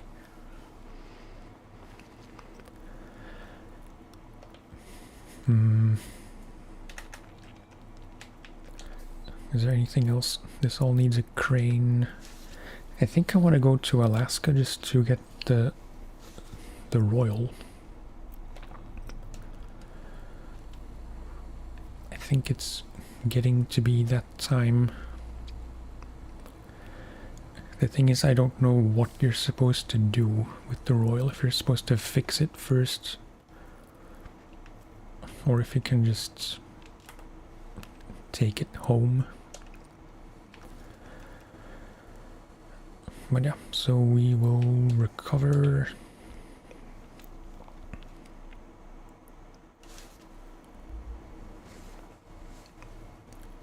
Retain.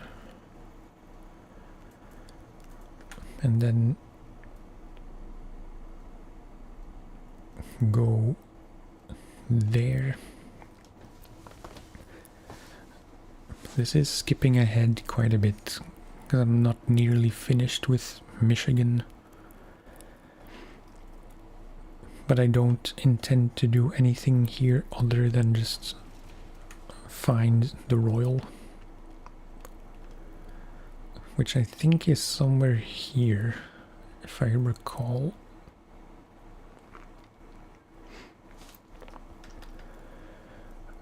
RDR2, I will never say RDR2 is overrated.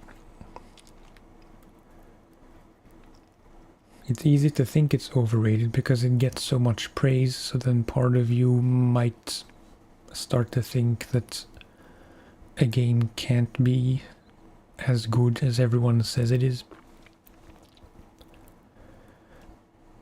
But yeah, I should also definitely include that in my top list.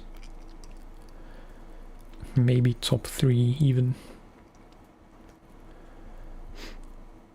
Which would mean The Binding of Isaac, RDR2, and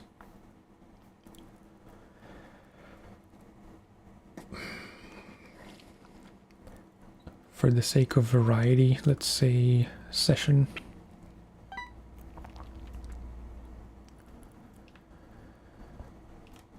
The thing is, I might have to do some things just to be able to go to where the Royal is.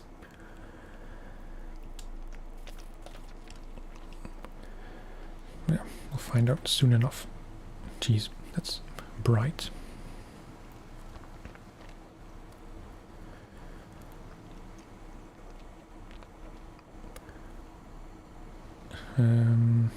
Alright, you mentioned a few, and I don't know any of them.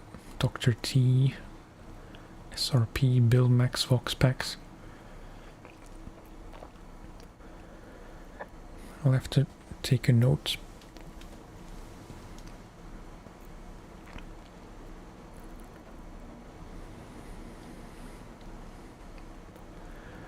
The reason why I'm doing this is because the Royal, I forget the exact name, BM17. That's, I think, I'm pretty sure, the first off-road truck you can get for free.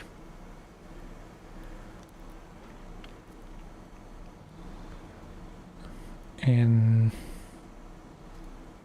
on my PlayStation save, I never used it much because it's hindered in some ways.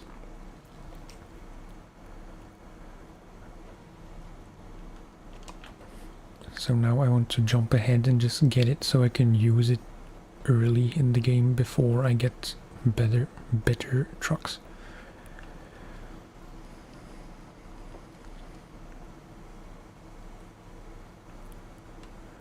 Whoops.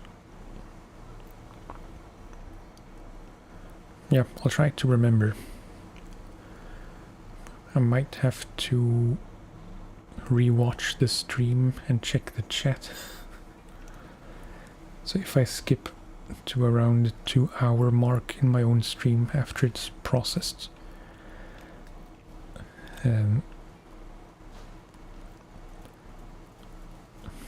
I should be able to find them.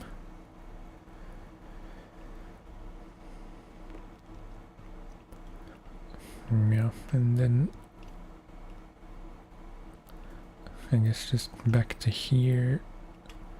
Let's follow the road to there and then see if I can get to that tower.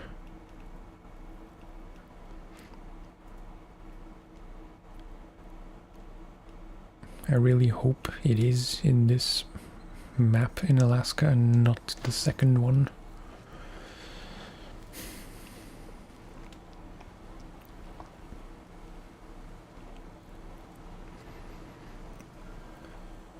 For the record, since you seem to like my videos, and my reading videos specifically, I did a bunch of them on RDR2 as well.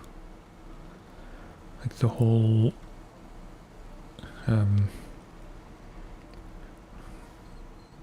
what's it called? The whole codex. Because I went very much out of my way to find all the animals in the game, with a few exceptions rather. I didn't get all the horse types. I'm pretty sure I did get all the animal species. And like a bunch of, or all the notes and letters I could find.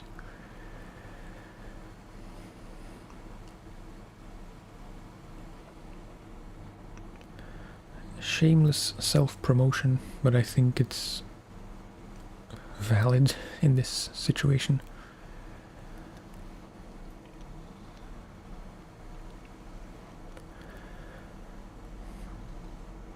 I like doing reading videos, it's just...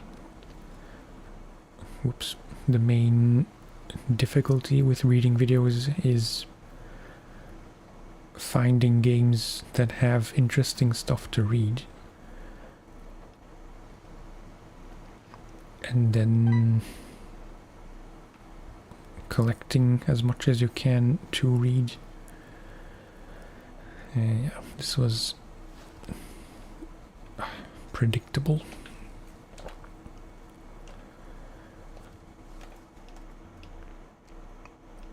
Metal beams, which I can't really get anywhere. It's rather annoying.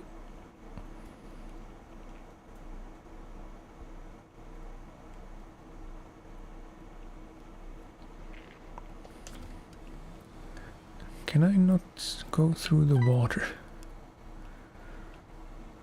No, looks a bit too deep.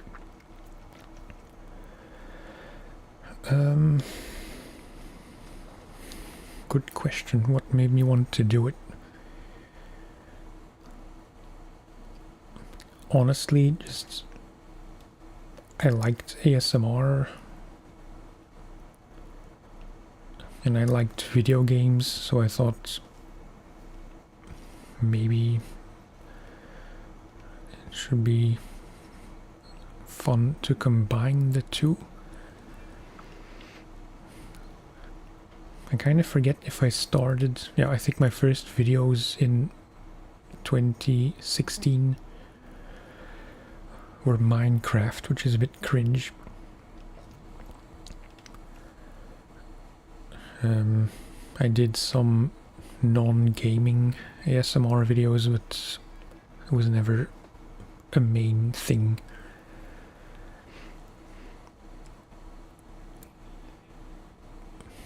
And I think it also helped that... wait, I have to decide what I want to do, because...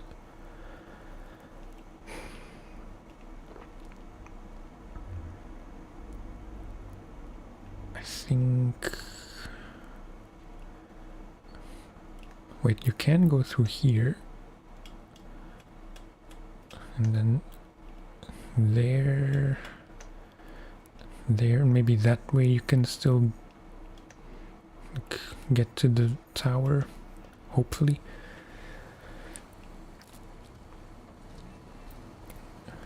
What was I saying?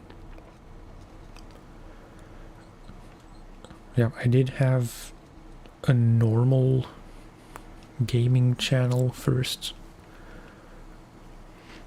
I think that was in 2014 or 15-ish.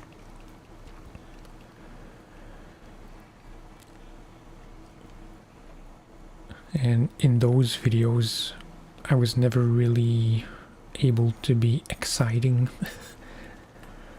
in the way that a gaming YouTuber is kind of supposed to be exciting.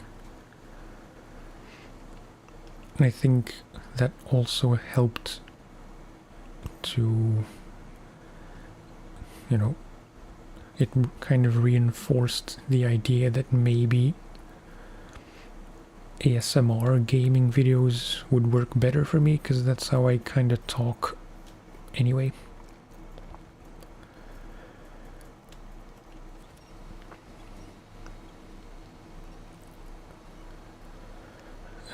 And yeah, Skyrim, I did a few videos of Skyrim, but not any reading videos as far as I remember. This is very sticky. Should probably need mud tires for this instead of off-road tires.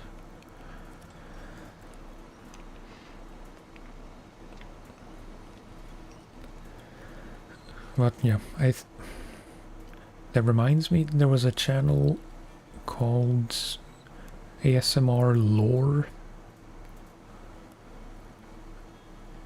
which I'm pretty sure is like the first channel I saw do reading videos, because he was reading books in Skyrim. Not exclusively in Skyrim, but from memory, mainly in Skyrim.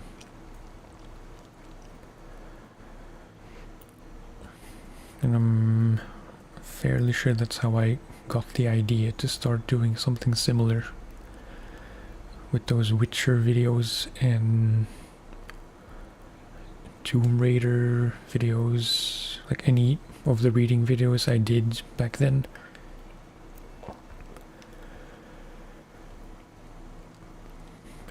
It's safe to say those were all heavily inspired by ASMR Lore. The channel, not the lore of ASMR. And yeah, goes fast.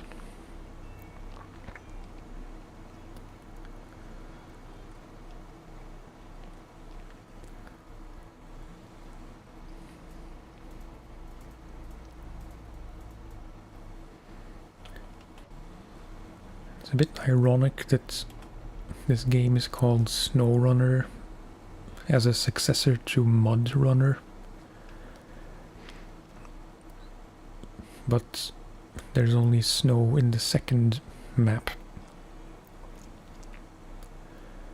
Region, rather.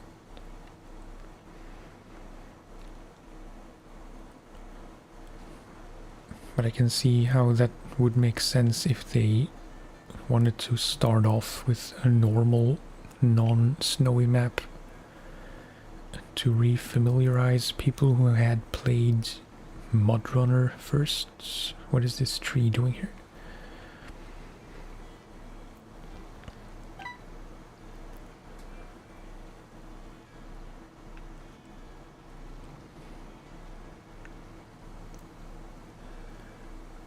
What is that truck?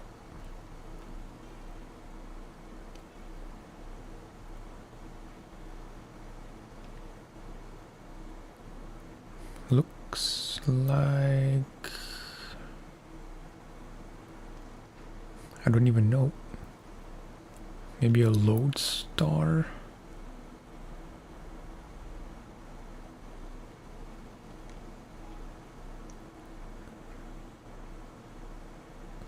Yeah, must be a lodestar.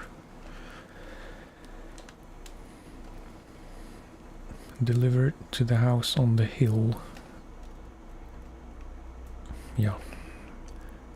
So the way we came, but with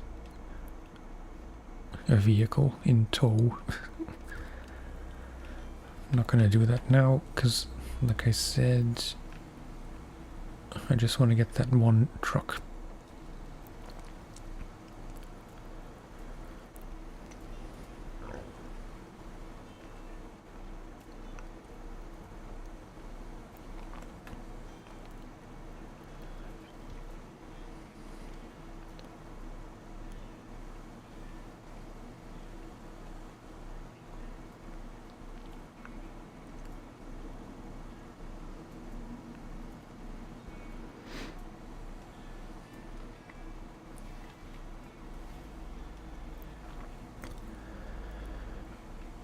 I'll be really disappointed if I can't get that one truck in this stream.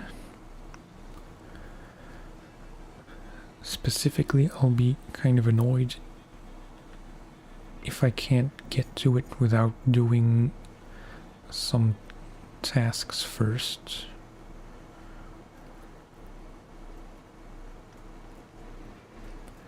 Because I was kind of hoping to be in and out of here rather swiftly.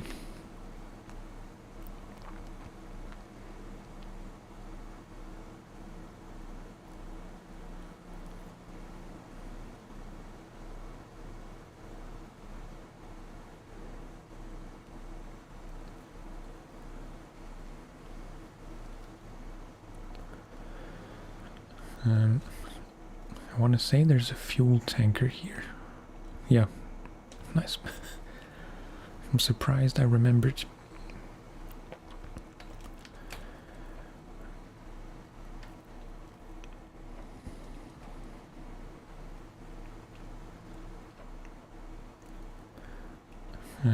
Let's not take any stupid improvised shortcuts.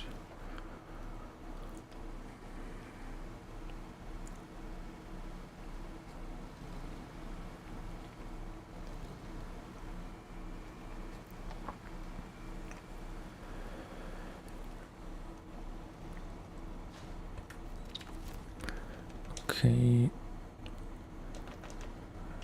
fuel up, make sure that everything else is refueled. Roof rack, expanded trunk. Yeah. Okay.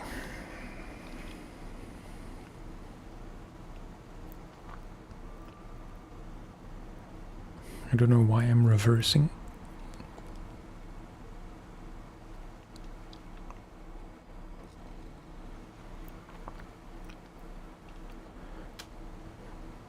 I feel like these might be mud tires. Not sure if they're mud tires or off-road tires.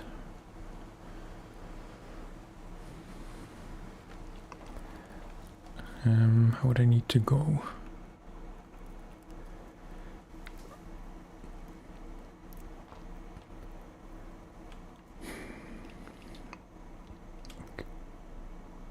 In there, up here.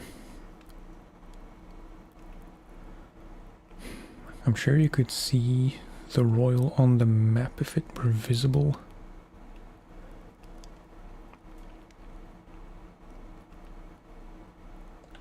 I don't know. I'm like 80% sure it's in this corner of the map.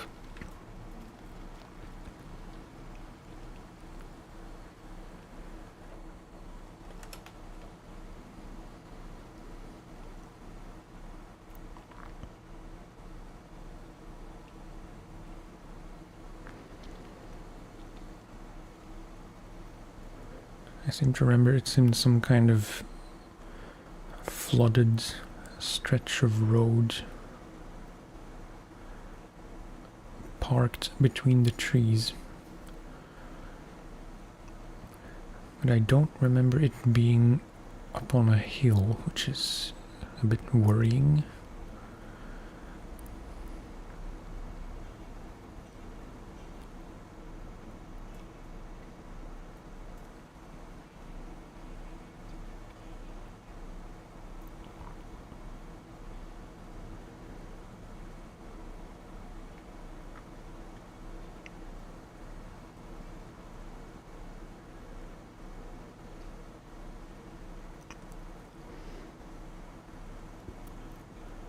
Detour.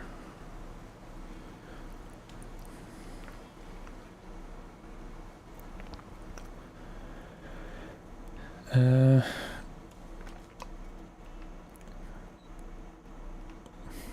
wait. Because I should really try to do the tower first, but I think that Royal is somewhere on the left there. Why don't I post shorts? It's a reasonable question. The answer is a bit complicated.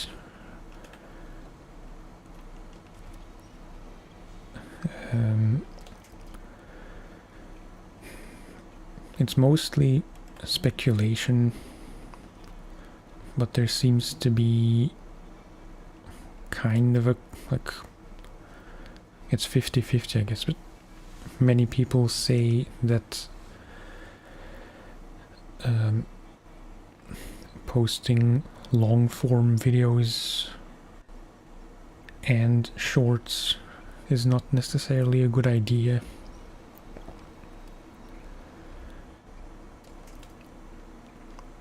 Because many people only prefer to watch either type, especially in terms of subscribers. I can sort of attest to this. Like, I didn't post any shorts. Please don't get stuck here. I didn't post any shorts until pretty late last year. This is terrible.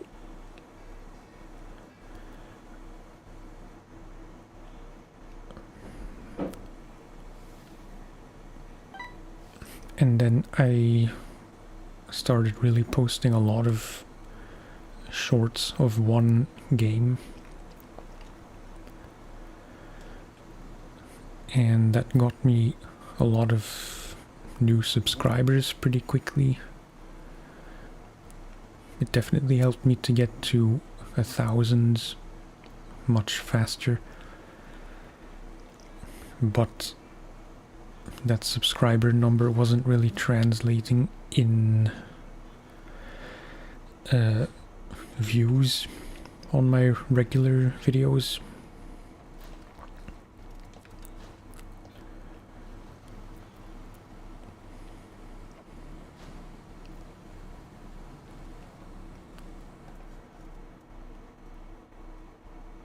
Yeah, there it is.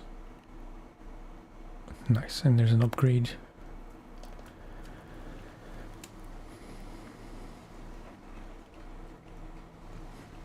Yeah. I know it, like, it can definitely work. I don't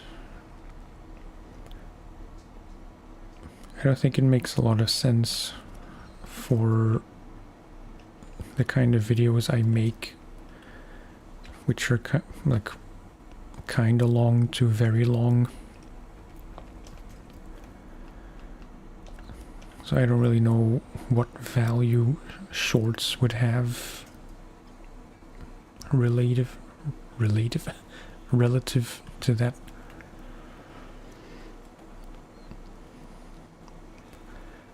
And I kind of despise the format of shorts. Like,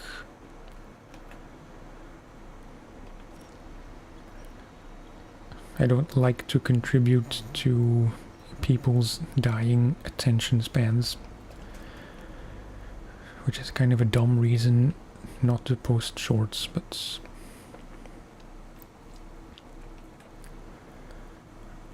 It just feels like busy work, even if it does help with channel growth and whatnot.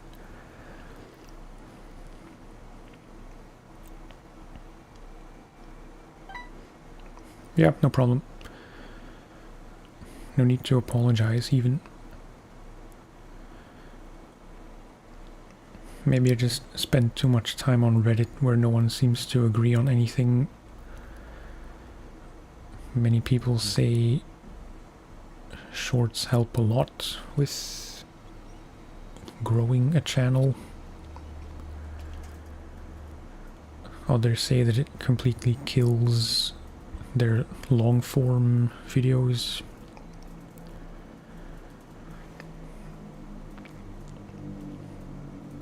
I can't really definitively confirm either theory. Sorry, loud bike. It's not a bike, a scooter outside. Wait. Because it's there, and I want to get that as well.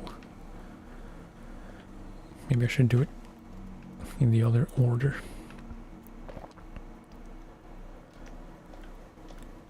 Oops.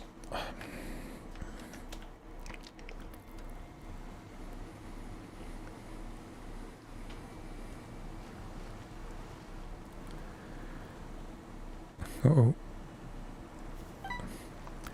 If I'm honest, the main reason why I don't post shorts is because I don't want to. If we're being 100% truthful. It's just more busy work to cut up my long videos into shorts. Which, if I'm honest, is not that much work if you have some kind of workflow.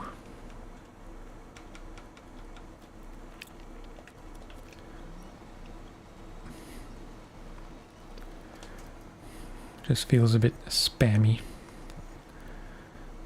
Because I don't know if it would work if you only post, I don't know, 3 shorts per week or something. Because I'm assuming... Oops, slippery. I'm assuming you would have to post like 1 to 3 shorts per day for it to be effective.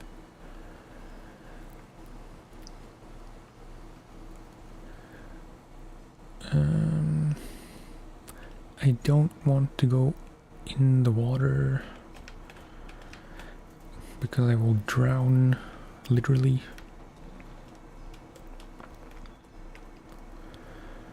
I do, actually. Not as much as I should.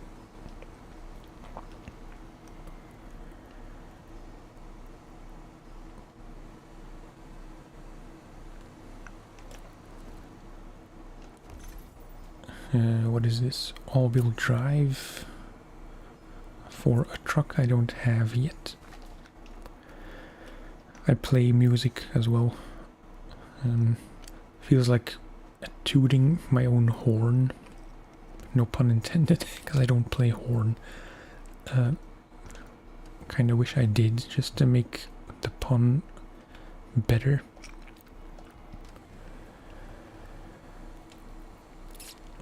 But yeah, I started with classical guitar when I was 7. I had a private teacher for 8 years. And then in my teenage years I got into electric guitar, as you do.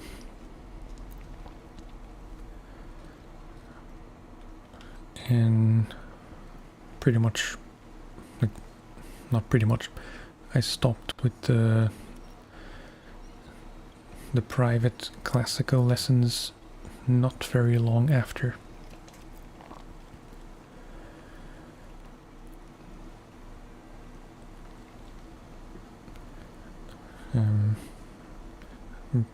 Yeah, still playing guitar ever since. And in what is happening? In 2011 I picked up bass as well. Electric bass.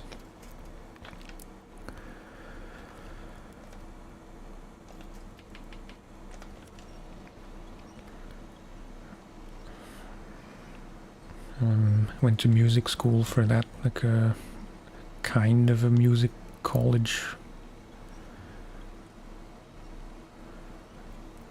with bass as my main instrument. Did that for 4 years.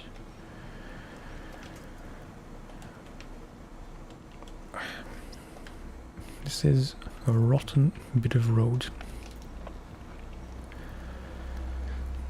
My sister used to play piano. I mean, she still does, but I don't think she does it as much as when she was a teenager.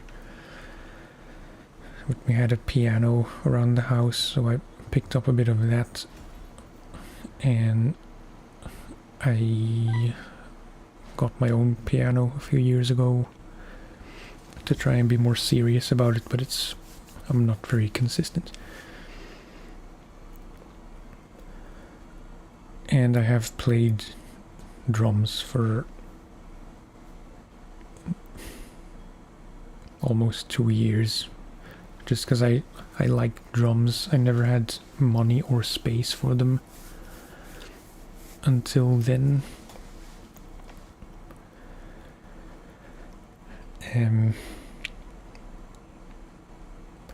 But then some money came along, so I got an electric drum kit. It just wasn't very practical, and I think if I would ever get into drums again, I would want an acoustic kit with like a soundproof room, so I don't have to worry about disturbing anyone, which is kind of difficult where we live. And just in general, anywhere you live in my country is probably close to people. So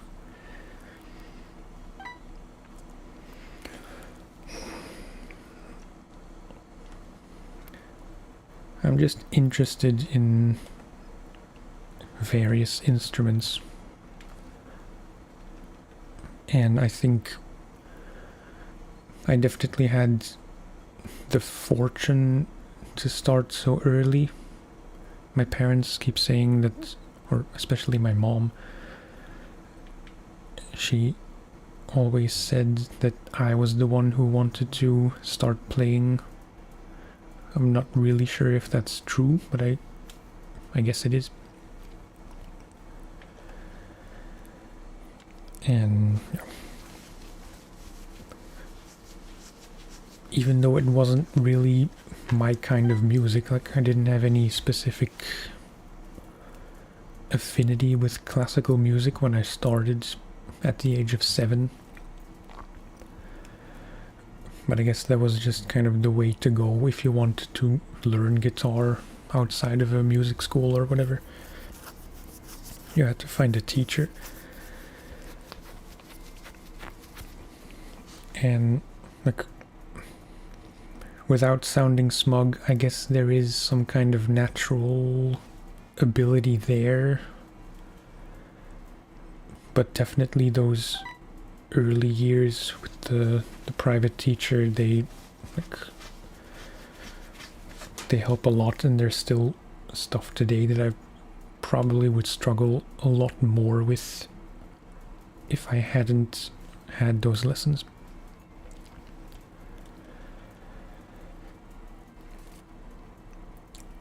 I like to sing. I don't have any kind of technique. Some people who do sing have told me that I can sing, but I don't have the attitude of a singer, I think. I don't like to be in the center of the attention. Wait, what am I doing? Okay, sweet. But first I should try to fix this up a bit. I could just recover both trucks to the garage, but might as well take it for a brief spin, I suppose.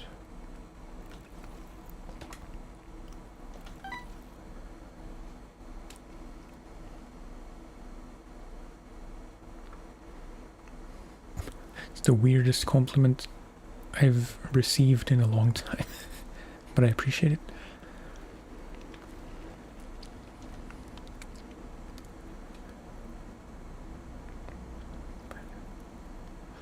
I can't sing loudly. That's my main struggle. Like, generally, as an actual singer, you have to be able to project, even if it's not, like, even if you don't have to do it all the time, or if your style of singing is not all that loud or forward or whatever you want to call it. It helps to be able to project, and I just, you know, I'm too shy. I am gonna cover that one, but I am taking this one just to see what it can do.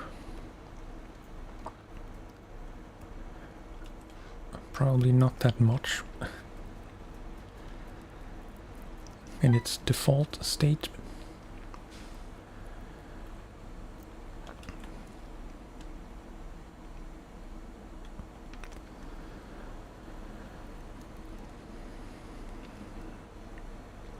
Yeah, definitely need an off-road gearbox, which I have. I don't know if it works for this truck, but it should, I hope.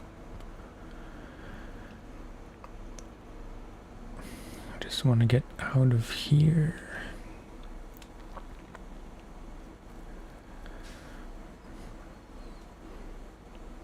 It's really, like, my relationship with singing is kind of a problem in the sense that,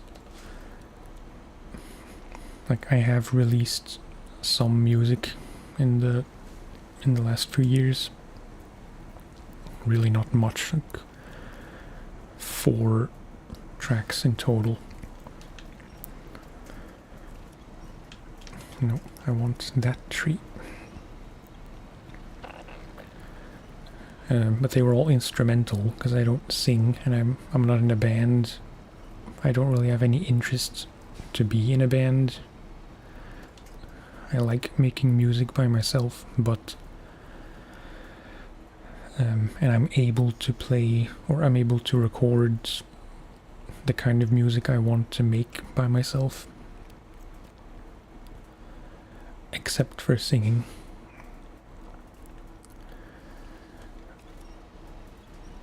Yeah, gonna recover this as well.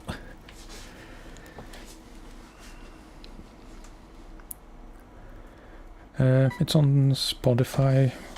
Wait.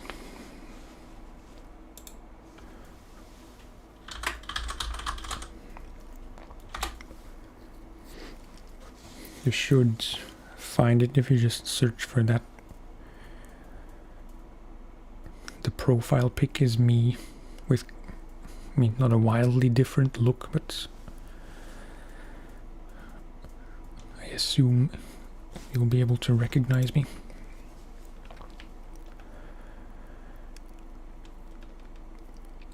This is all locked.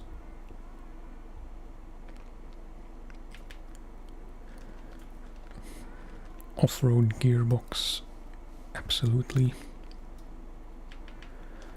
sell this just to make up for the money a bit. Yeah, thank you. This is locked. Yeah, the raised thing is in Alaska, but I'm not gonna try and find that now, I think.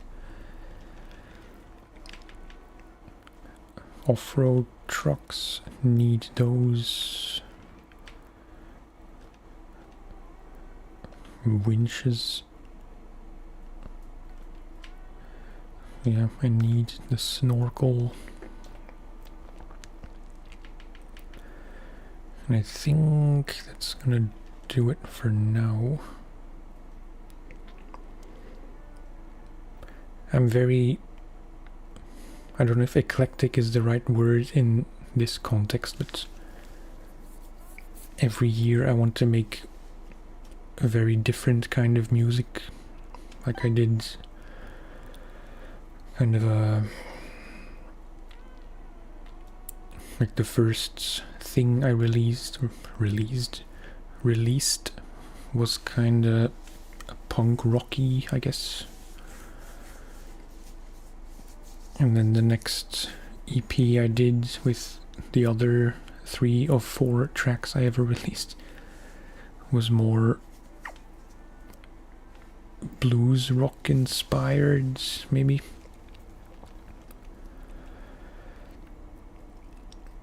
But in the course of last year, I started making more electronic music, heavily synthwave inspired, but not necessarily synthwave. Some of it was synthwave, other stuff was more, I don't know how to classify it, general electronic music. But not techno, like not EDM, but I don't know. But I haven't finished those yet. It's like, I think around 10 tracks that I have kind of finished or not really finished or pretty much finished.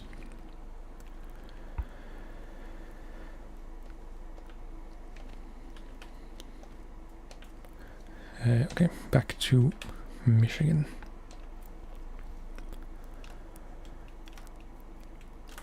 But I still want to release all that stuff as well at some point, hopefully this year, but it's hard to find time, hard to make time.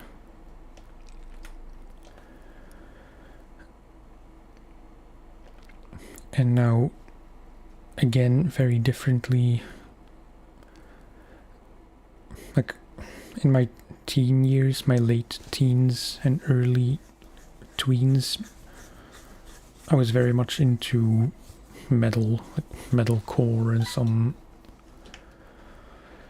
whatever kind of metal subgenres,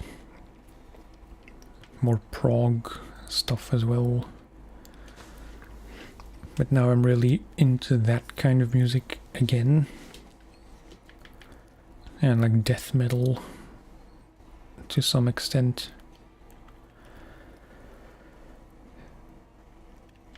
So I've been wanting to play more of that music again and maybe record and release some stuff like that.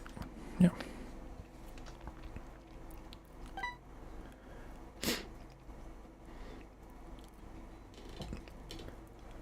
Yeah, thank you. It's not easy to find the motivation because I know I want to do that, but in between my day job and this channel and just general life stuff, it's kind of a juggle. Yeah, I mean, a lot of that music was very formative to me musically, because that's Like, it's not what I started on when I got into electric guitar, but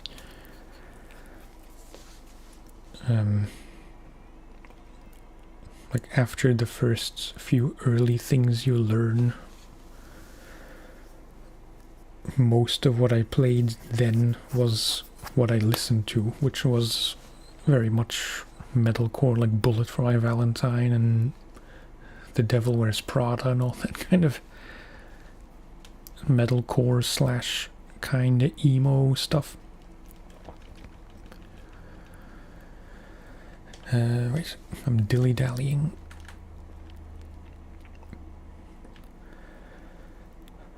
So this thing I think I want to try now, because it says off-road truck recommended, which we have. So yeah, I should know where to go. Is that just a thing to tow? Yeah. So we don't really need any attachments, I think.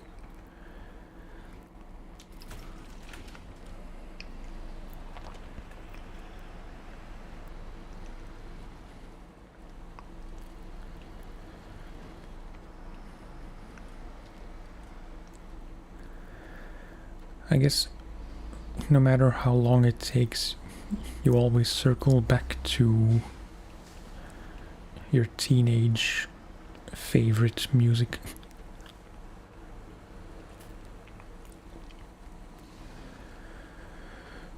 Because you like the stuff you like at that age, and then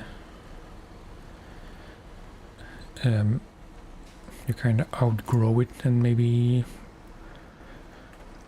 you come to a point where you think that stuff is kind of immature and not very sophisticated or whatever other snobbery.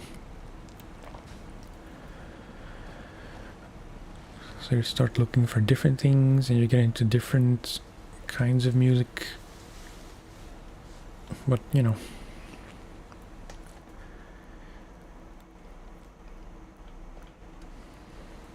in the end,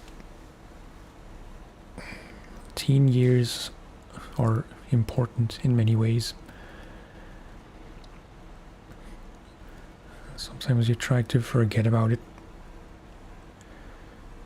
but then when you do listen back to it, it's very, like, it hits very hard.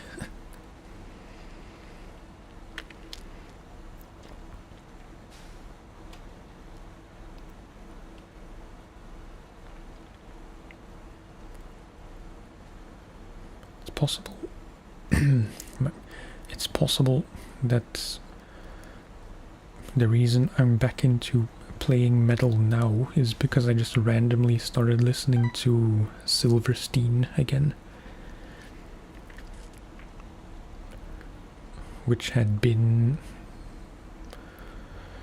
I don't know, like 15 years or so.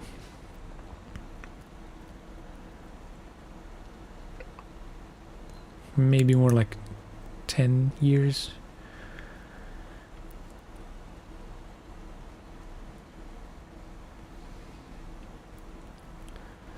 Jesus, that's a loaded question.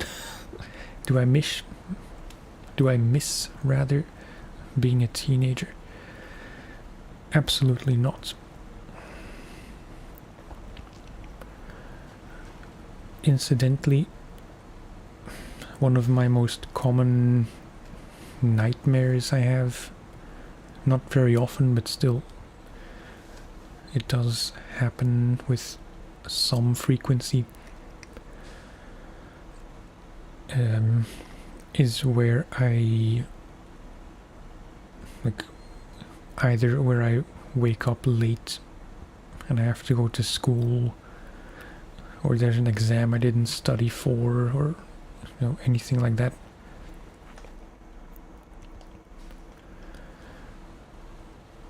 In short, my most common nightmares are all school related. You know, the majority of my teenage years were definitely not happy ones. They weren't pure misery, but like generally I was not a very happy teenager.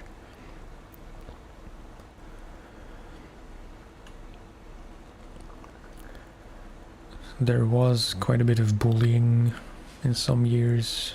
I'm sorry if this is starting to sound like therapy, but you asked, so I respond.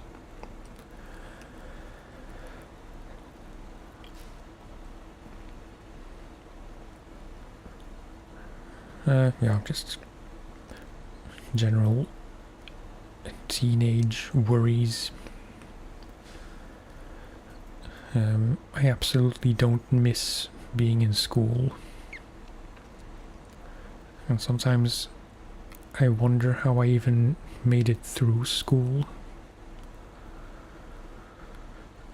Because I was not a bad student, but I just didn't have any kind of system to study. I definitely didn't, or I definitely had to study. But I struggled with studying because I didn't know how to study effectively.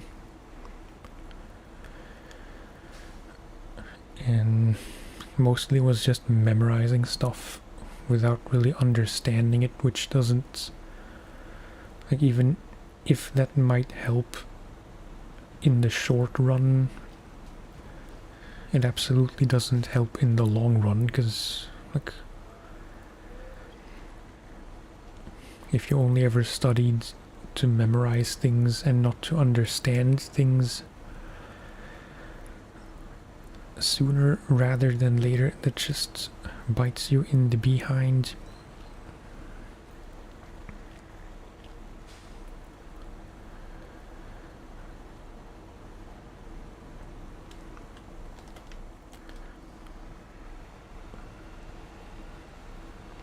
I think I miss my 20s much more than my teens. Even though my 20s were also not necessarily happy, because I was like, my early to mid teens were probably my best years up to that point.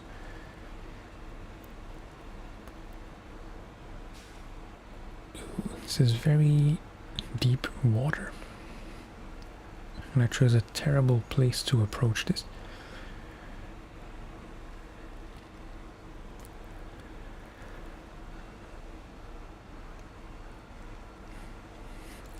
But yeah, like my late 20s were mostly riddled with job-related struggles.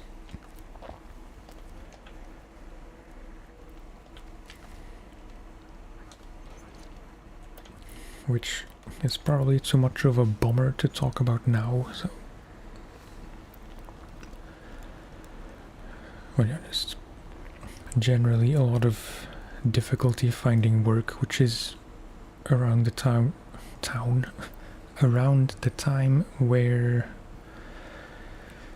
it wasn't even around the time, it was during my first job that I started having the feeling that I might be autistic.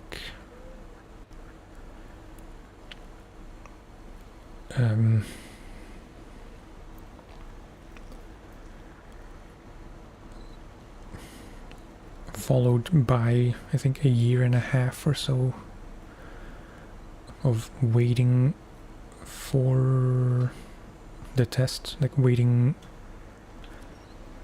to be able to do a diagnostic test for autism.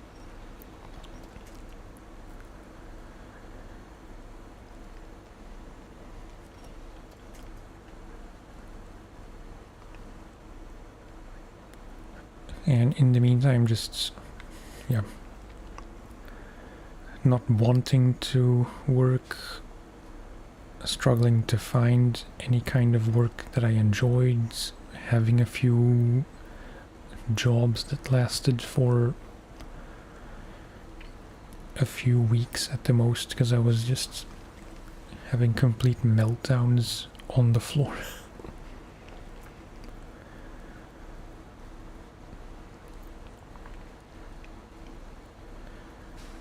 Also just a dumb idea to accept a job in a call center as a person who hates phone calls. That was by far my worst job experience. But yeah. I'm definitely not alone in that. I feel like I went the wrong way.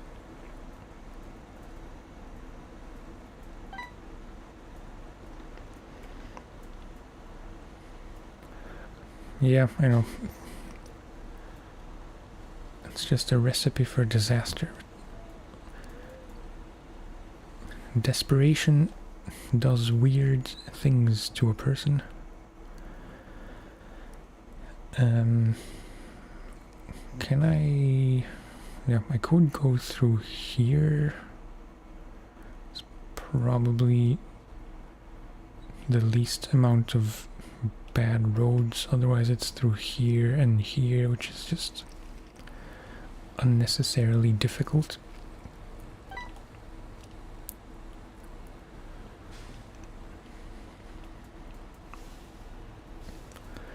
There might be a cat soon, like she's eyeing to jump on my lap and probably bump the mic.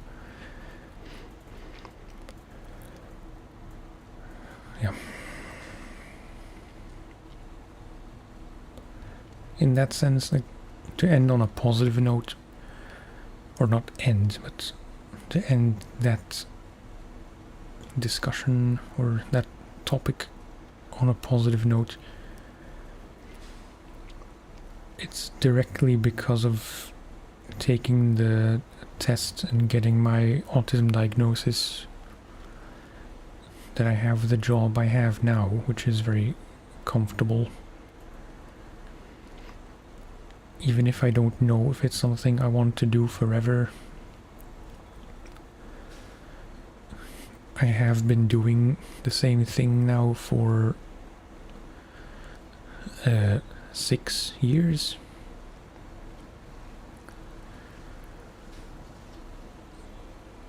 And it's been mostly pretty great.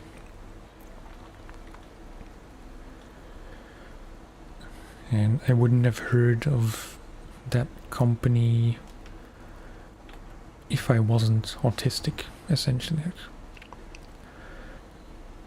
Because it was at my, like, at the evaluation thing where I got my diagnosis,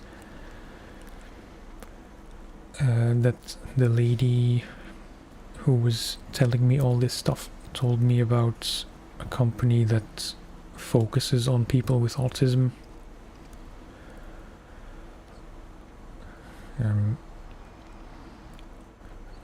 Like, you have to have autism officially, and you have to have a certain, I don't want to say type of autism, but like a certain profile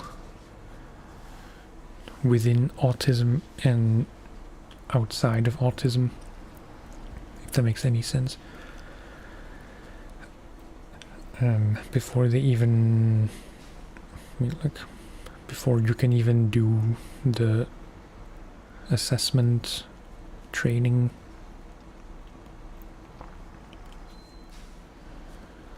which I did, and I was accepted, and oops. And yeah, that's how I got that job, so that wouldn't have happened any other way. Apologies if I'm rambling a lot in a not necessarily interesting way.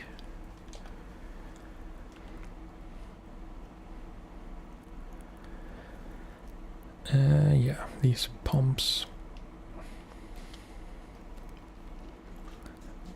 So we just go through there, up here to there.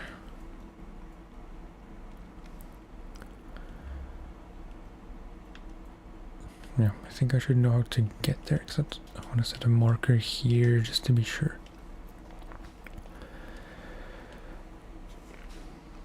Would I quit if it really worked out? Well,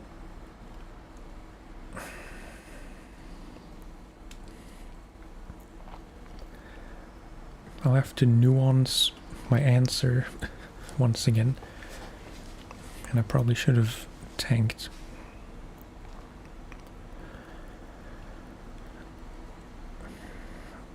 I should be able to make it to that pump and into the garage, and I can recover if necessary.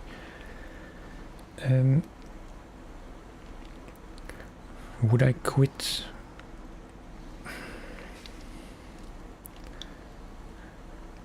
Like, first of all, I have no disillusions that I would ever make anywhere near enough to live from YouTube. I don't make anything now. I have a few membership things which I made as cheap as I could make them, because, like, maybe a stupid answer, but it's an option, so I might as well make use of it, even if no one makes use of it, if that makes sense. And I don't really feel like I have that much to offer, so I didn't want to make the memberships more than they are now, price-wise.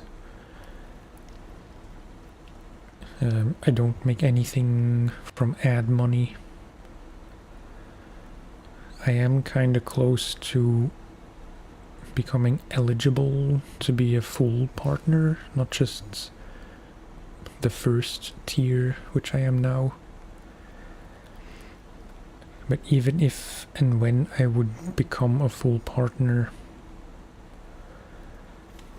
I highly doubt it would be more than like 20 to 50 per month, which is still great.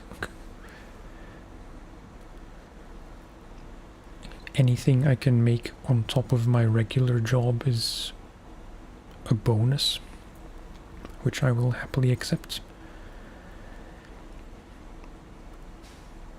But yeah, of course, it's very much a dream to be able to do this as a full-time job, but I don't want to kid myself by believing that will actually happen. Maybe that's pessimistic. I'd say it's more realistic, because, you know, I'm open to the possibility, but I'm not expecting anything like that to ever happen.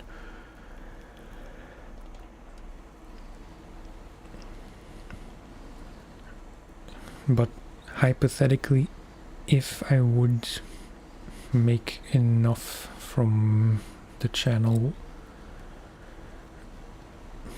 to be able to quit my job, even then I'm not sure I would, because it's a very big risk.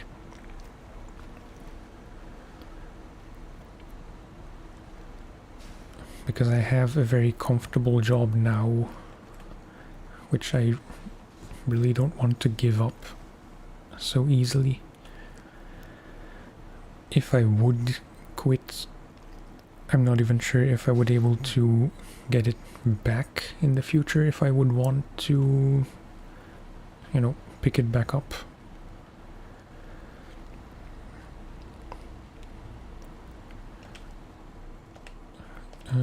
Might as well try this as well. That's that first thing.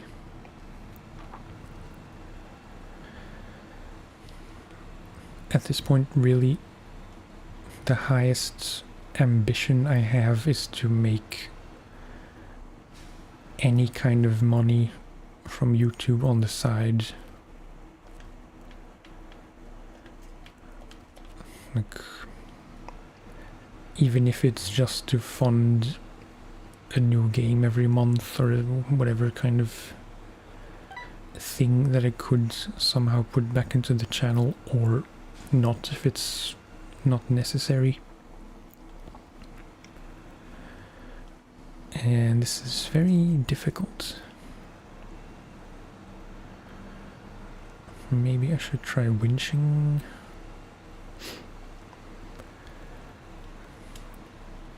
Without getting too far.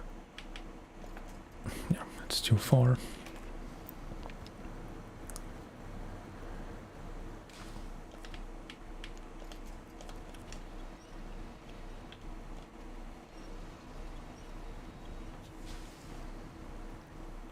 What am I doing?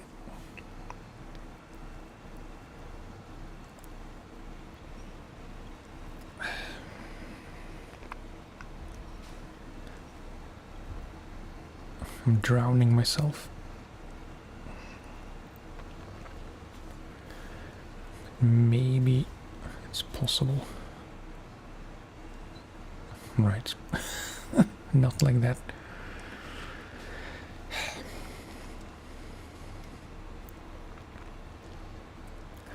Yeah, it's a good point. If dreams were realistic, you could just do it.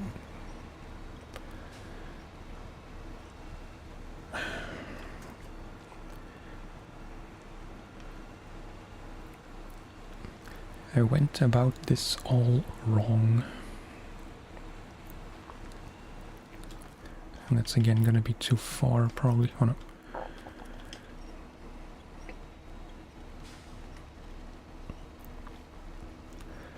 But thank you. I appreciate the support.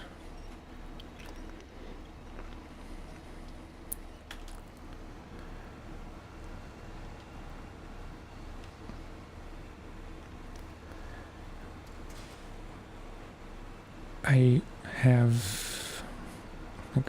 have been known to question if doing this is in any way worth it. It sounds very negative, but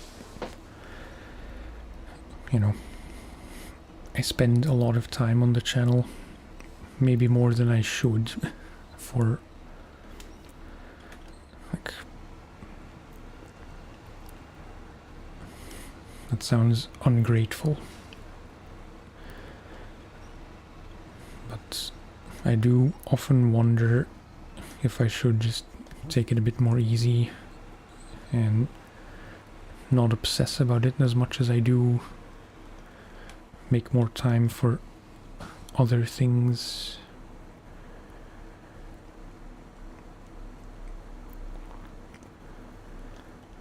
But it's a very difficult thing to let go, especially because,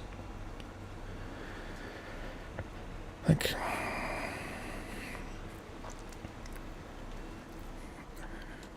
I know I'm still a very small channel in the bigger scheme of things.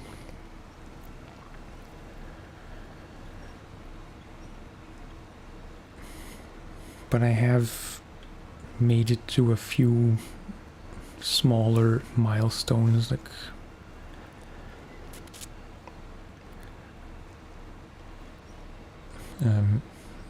not sure how to explain it, but I guess you could compare it to a donkey being led by carrots on a stick. Every time I start having doubts if maybe I should not keep doing this or whatever, or not as much,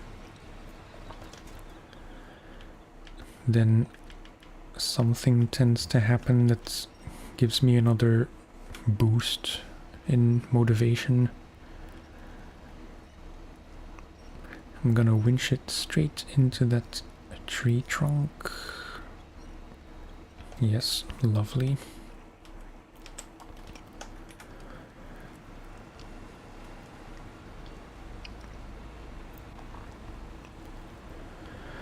Yeah. I know I can. I know maybe I should take more breaks than I do.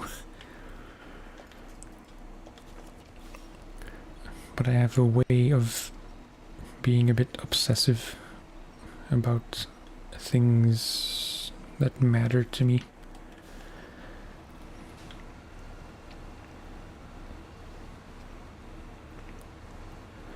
Come on.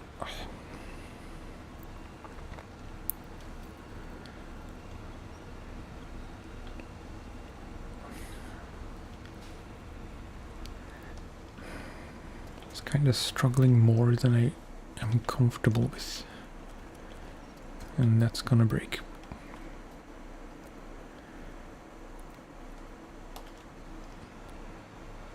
I tend to be kind of all or nothing about certain things, and the channel is one of those things.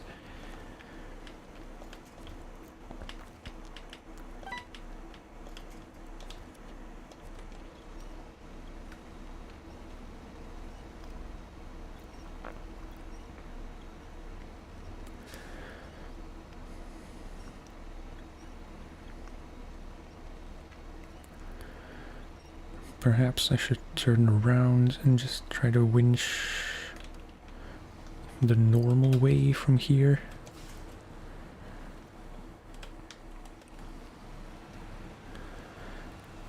Yeah, it's hard for me to think of it as passion because it's like it's just something I do at this point, for better or worse.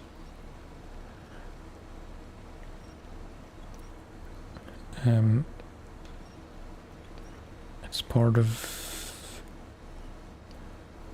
like how I spend my time outside of work.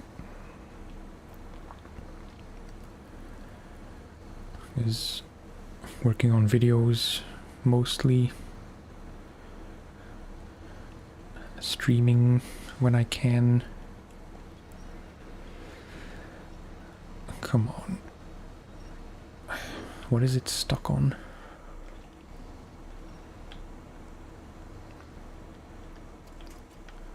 It's kind of unfortunate.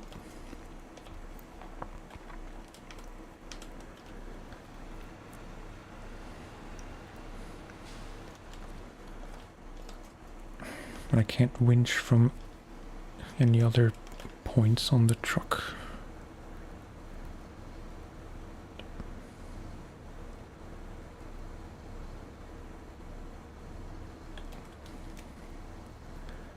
Is it moving?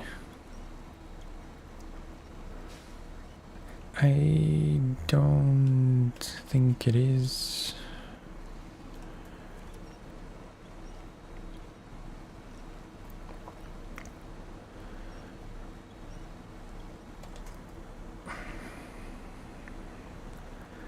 Okay. Get myself unstuck.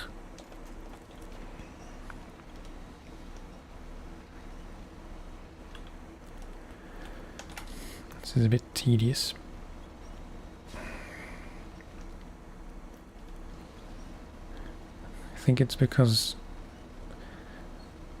the truck I'm towing was damaged too much in the water.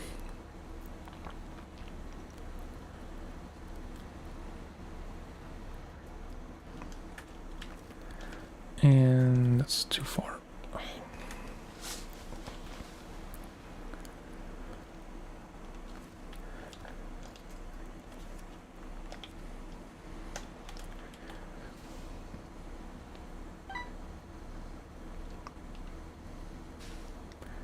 It's definitely also just having the feeling like I spent so much time on it already to get where I am now, even if that's not very far relatively.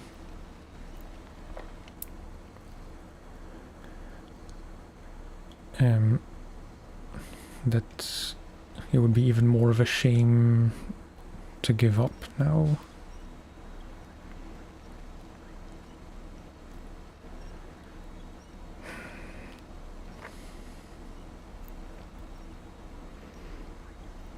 Thank you, man. You're too kind.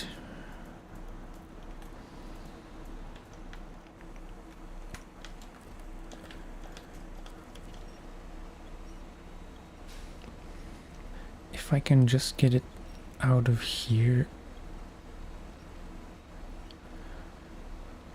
that should be the main obstacle.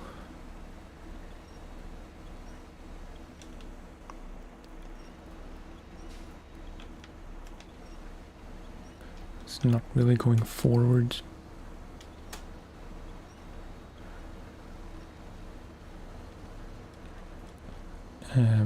Left. Please don't bottom out. Okay. Eesh.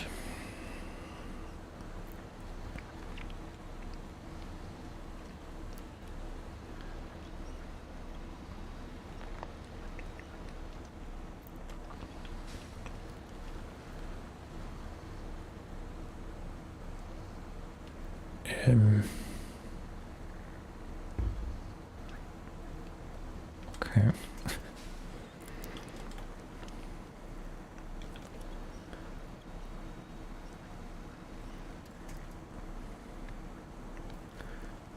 I hope this was the way I'm supposed to go, and I'm not even really sure where I need to drop off this thing. Oh, the farm, right. That I can do.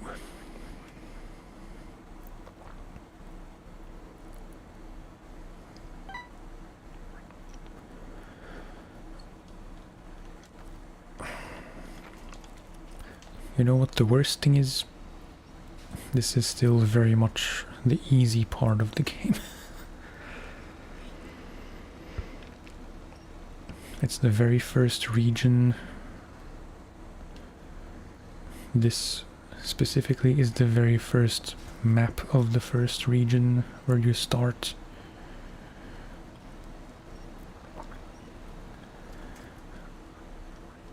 It does get much more difficult. Nope. Where did I?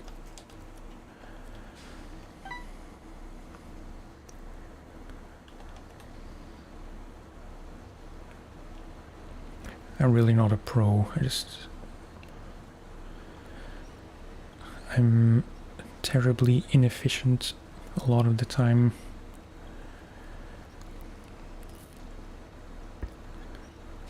I have several hundred hours in the game on PlayStation, but you know, that only means so much.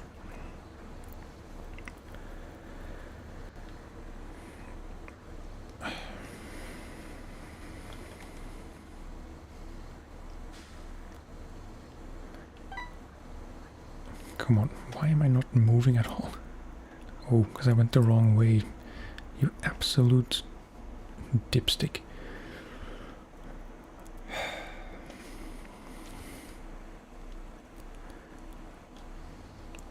I was wondering because I didn't remember going through that creek.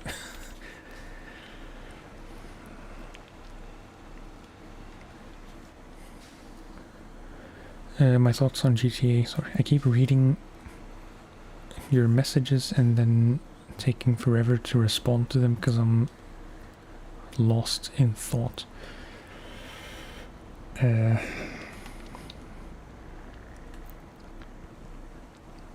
don't really know, really.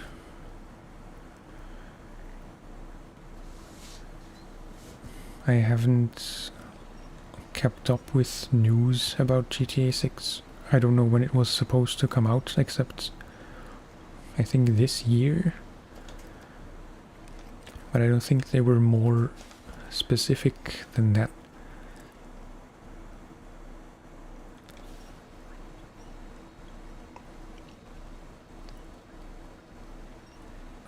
This is gonna suck.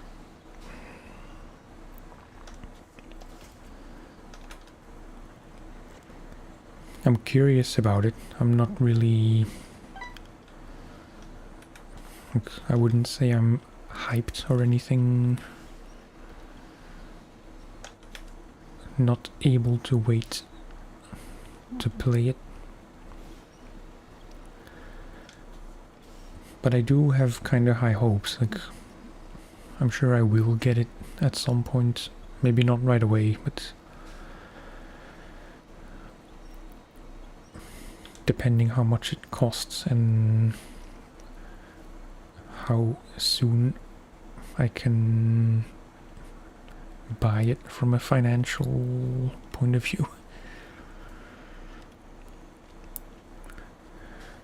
I ran out of fuel. I mean, the towed truck ran out of fuel, but I can't really refuel it with my own fuel because I don't have much left.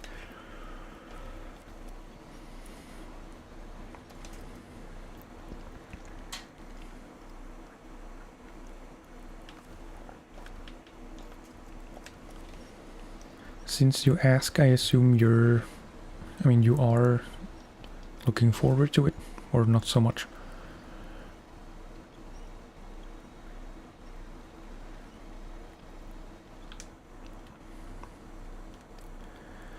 Come on.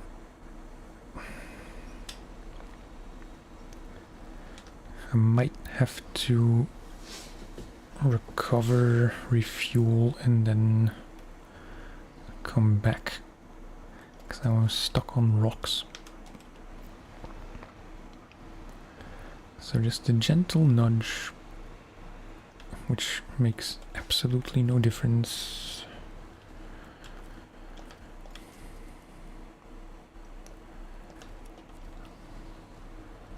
Okay.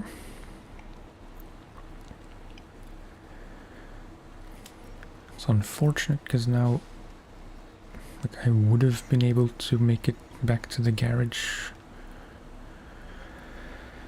before I run out, but now I probably won't. But yeah, it's fine. Not that hyped, but curious, yeah.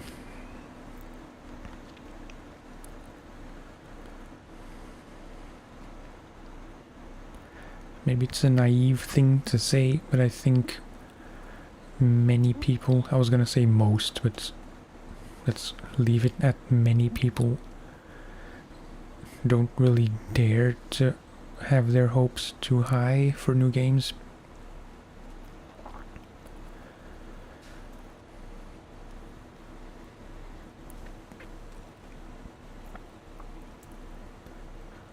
Because, you know, I mean, I don't want to sound like I know what I'm talking about, but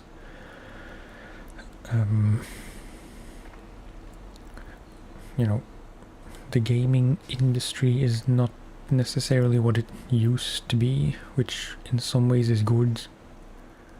I could go down there. I don't know if I should. No. Probably should have.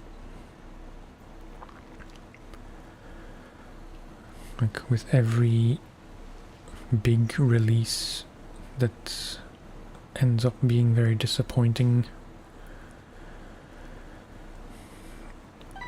you can't blame people for not being as excited about upcoming games, because you know, you want to protect yourself from disappointment.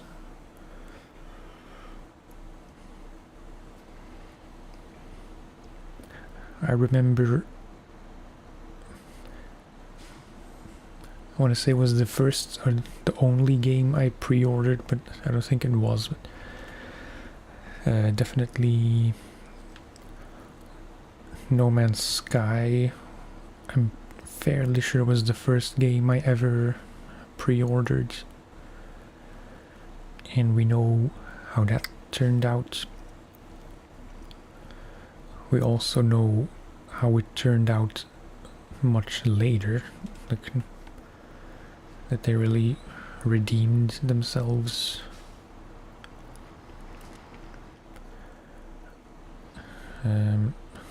Whoa, Jesus.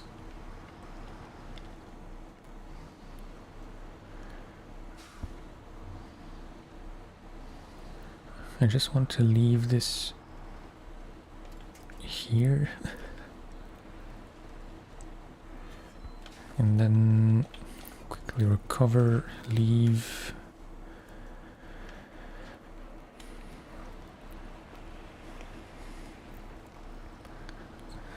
I think it's hard to remember, but I think I only pre-ordered 2 games ever, being No Man's Sky and The Last of Us Part 2.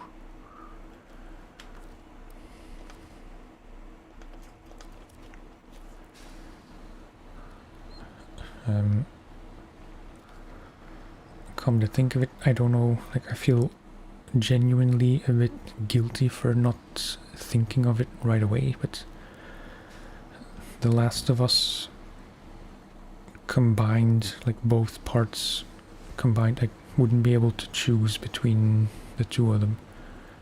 Although maybe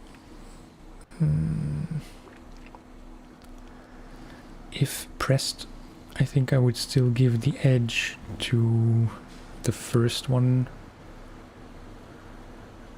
just because it was such a shock of a game in a way. Like at the time, that was definitely one of my top 3 favorite games ever.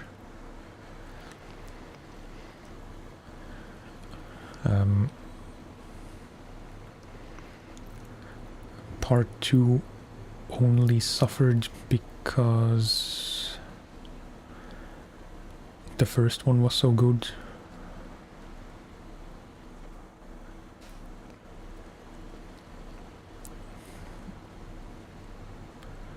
But yeah.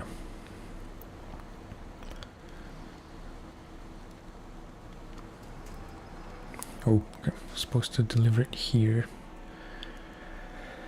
Okay, it's another bit of cash. And then, what was that thing? Drowned Scout.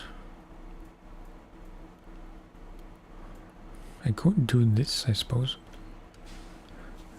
Should be pretty easy.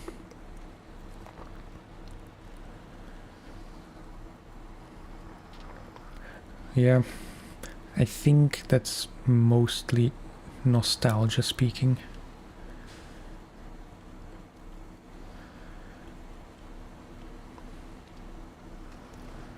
I think it doesn't really make sense, but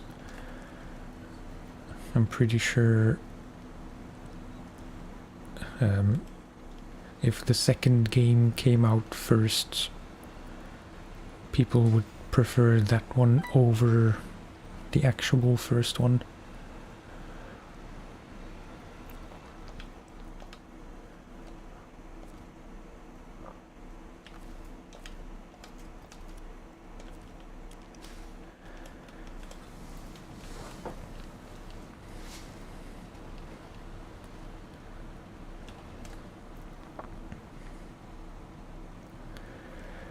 The show, that reminds me, I was watching it. It doesn't happen that often that I can watch things by myself, because like currently we're rewatching The Walking Dead.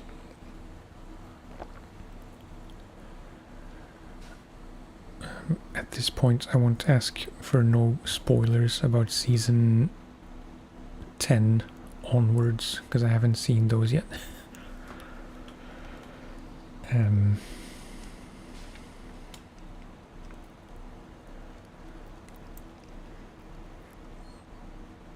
But yeah, we started watching The Walking Dead very recently because we only were able, I mean, we only got HBO Max rather, very recently.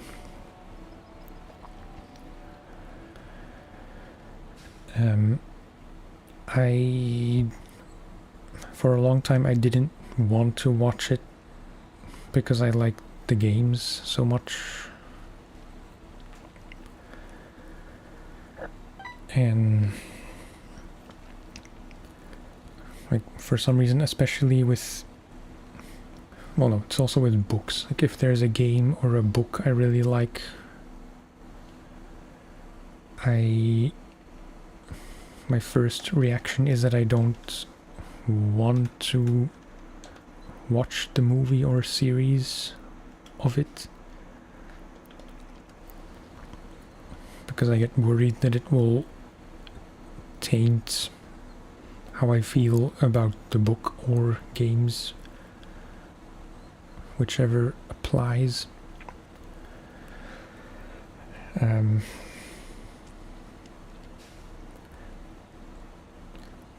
So yeah, but yeah, like I said, we started watching it pretty recently. I think sometime late last year. I want to say we watched at least 2 episodes, but maybe it was just the first one. Why is this not tracked?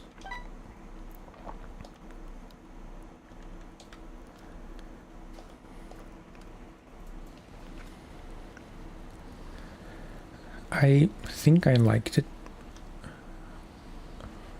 which, like, that's why I said it reminds me that I should watch it, because my wife didn't really want to continue watching it, but I kind of wanted to at least watch a few more episodes. But I lost track of it, and yeah, I haven't seen more of it since then.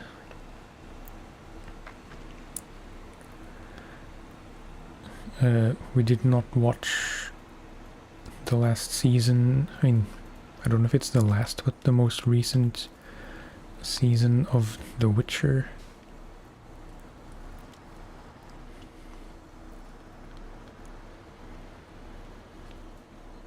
As much as I really like Henry Cavill in kind of a man crush way, I didn't love the series. It was pretty fun, but I don't know, I didn't think it was all that great. And you know, when they changed Geralt from Henry Cavill to Liam Hemsworth, I had no intention of watching it anymore.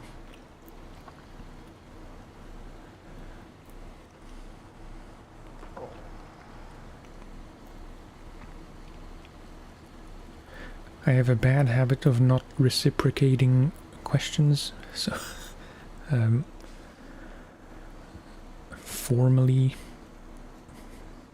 do you or did you like The Last of Us, the series, and or The Witcher?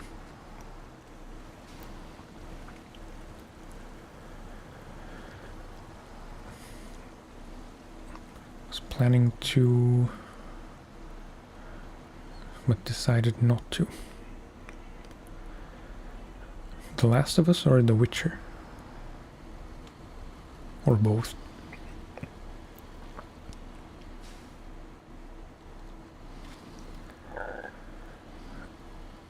I will say about both series, or about either series, I don't know what the correct grammar is.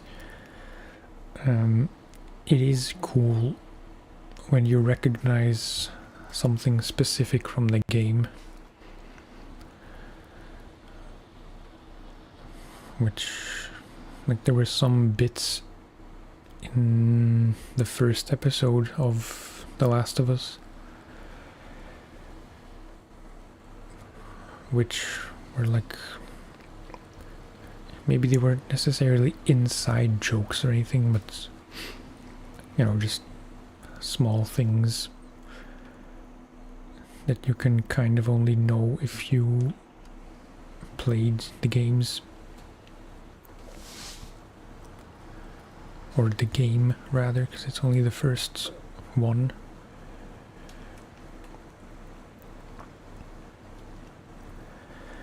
I have to say, the Royal is doing a lot of good work.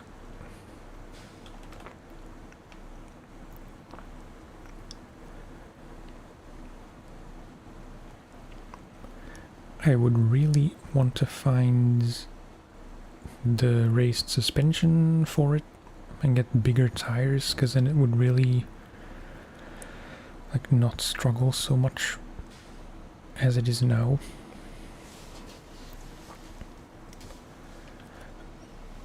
But I'm glad I went to get it, even though it felt a bit like cheating. It's not cheating, just even though it kind of messed up my neuroticness about doing things in order. And for that I didn't, or I ignored the natural order of doing the regions.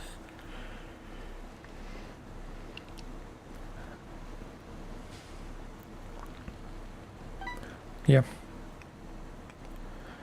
Me too.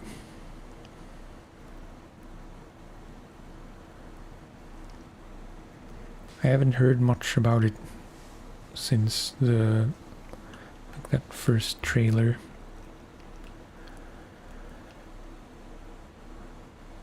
The one where everyone was complaining that Siri looked old and ugly.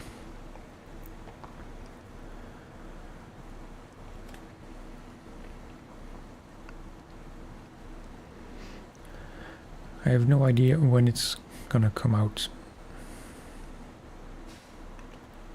I don't know if anyone knows.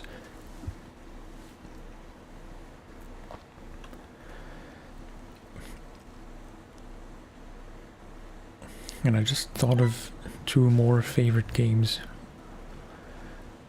Being Kingdom Come Deliverance.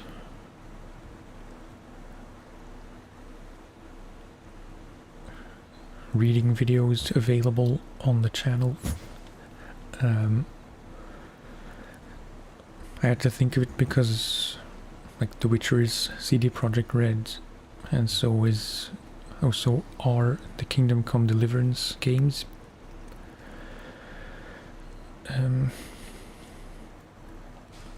When I was getting close to finishing the first one, I was very much intending to buy the second one as soon as it came out,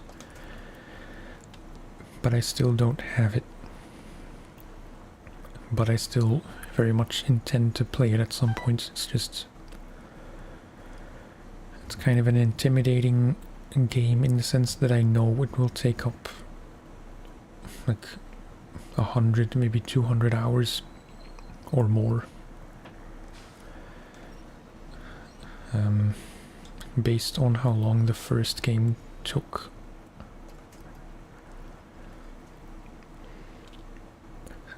The first one didn't really click for me right away. I took a long break from it. But then I did get back into it, and then it was all I played until I finished it.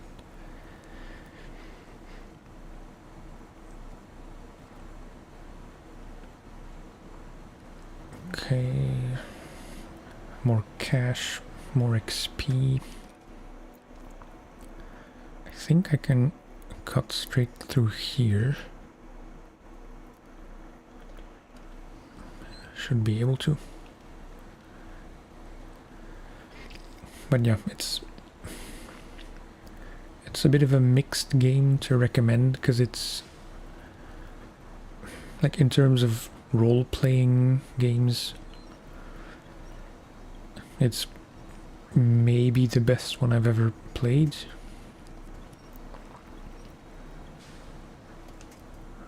Just because of the realism. Like, if you don't like realistic role-playing games,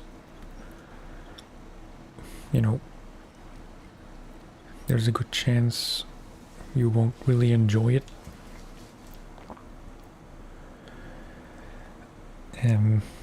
But if you want realism in RPGs, then I can only recommend it.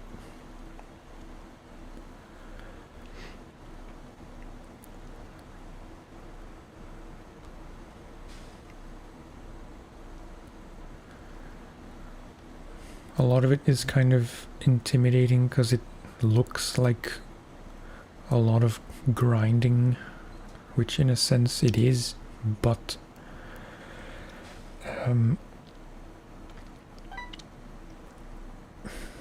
like, I think the point where I started to really enjoy the game the most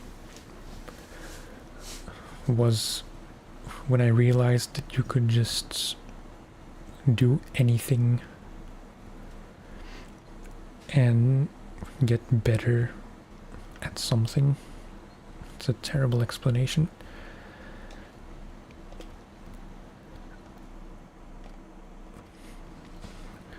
Like, you could just go pick flowers and herbs and stuff if you didn't feel like fighting, or you didn't want to do anything stressful. You could just walk around and pick flowers and make potions,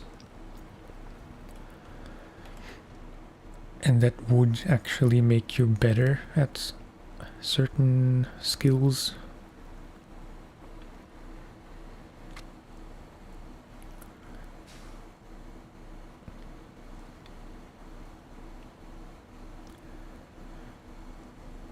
The combat, I think, was, and I think for most people, it's one of the bigger hit or miss things, because it's a bit difficult to get into, and it feels very slow, and like, it doesn't feel very video game like it's not super exciting in the way that combat tends to be exciting in video games. But on the other hand, it is kind of exciting in the way that it's slow, and like, every hit matters.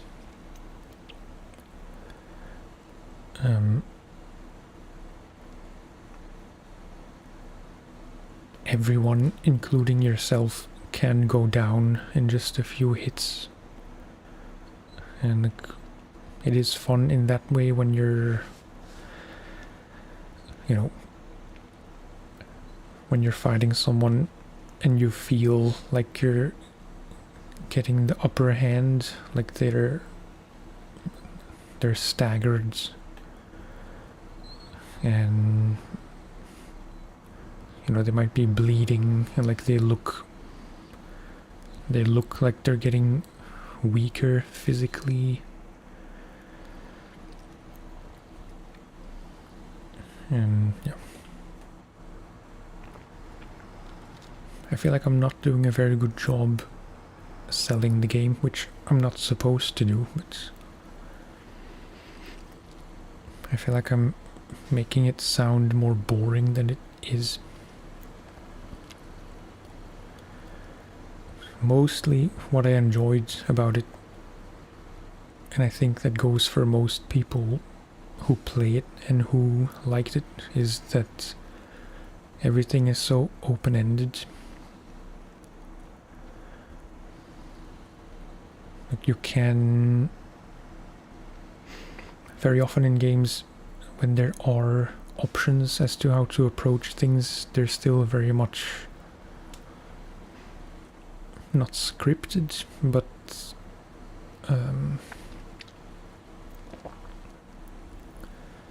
what's the word? like,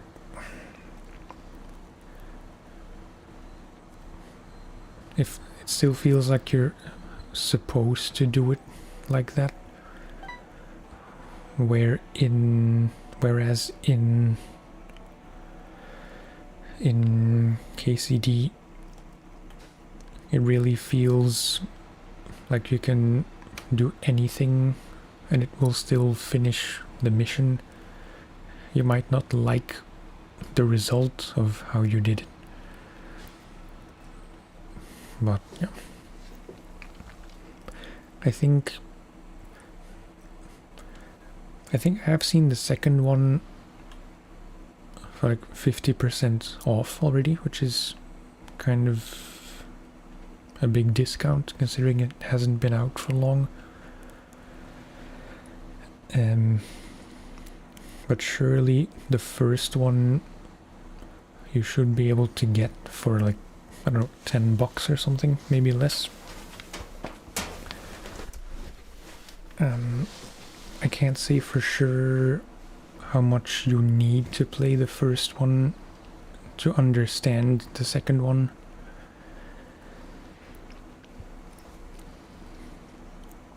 I don't think it's essential,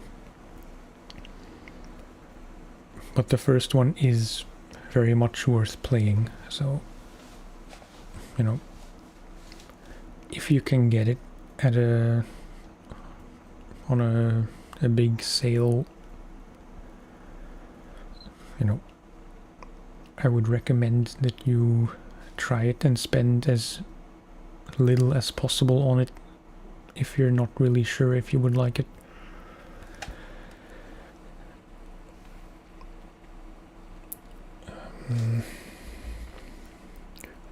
Might have to start thinking about finishing this stream, but there is one thing I would very much like to do. We have no more tasks to do in Black River, which is kind of surprising. But there are still the big contracts.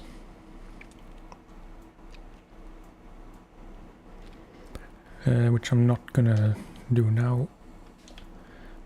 In Smithville, there's still a lot left to do.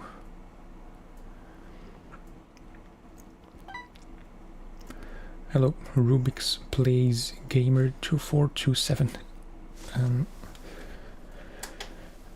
I have not. I've never played co-op at all. And not to blow you off before asking, but I'm not very interested in playing co-op anyway, so if you were going to ask if I wanted to play co-op, I'm afraid I'm gonna have to say no, sorry.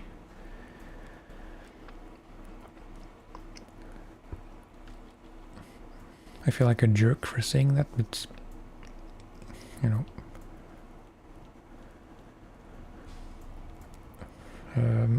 Wait, what was I saying? Right, I want to try maybe the last thing I do today to get the White Western, which would be a pretty big accomplishment because that's maybe my favorite truck in the whole game.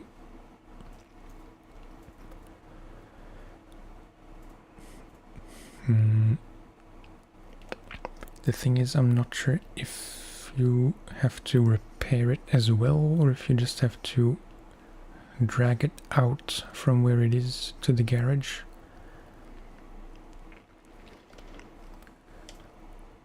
So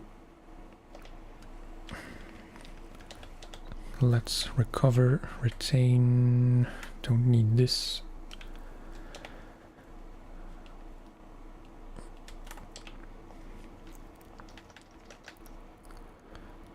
And then if I can put the thing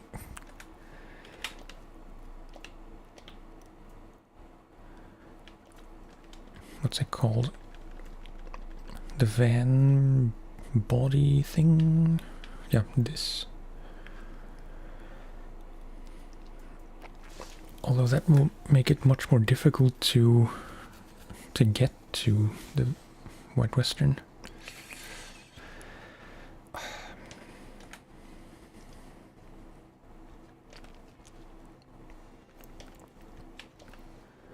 Air conditioner.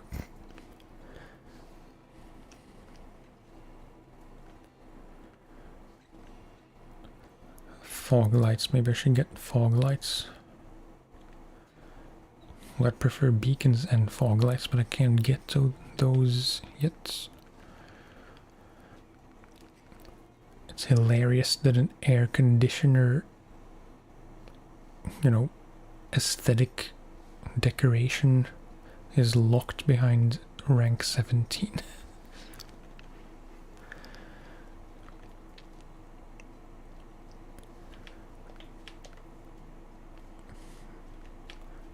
Yeah, there's nothing with more lights.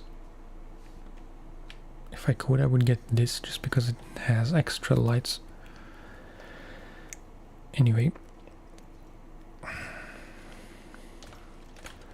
I think the last thing I'm gonna try is this.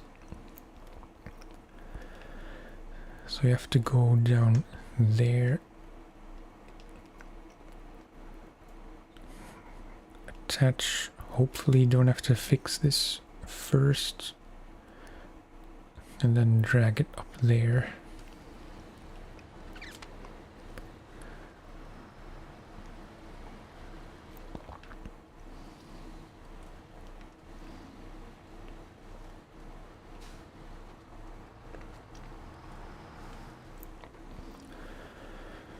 It has been a very long stream, almost 4 hours, probably over 4 hours by the time by the time I'm done with this.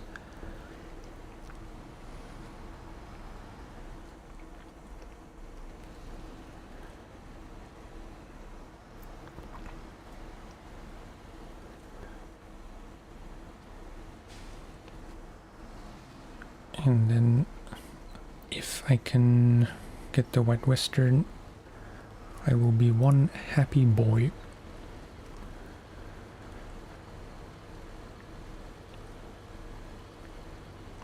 And then, yeah, of course. And then I can end this stream on a very high note.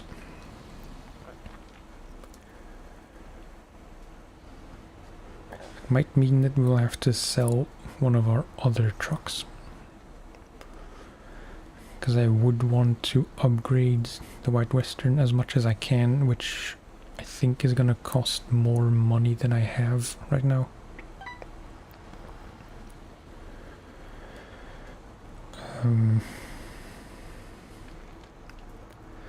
So I might end up selling the White Western, not the White Western, the GMC again.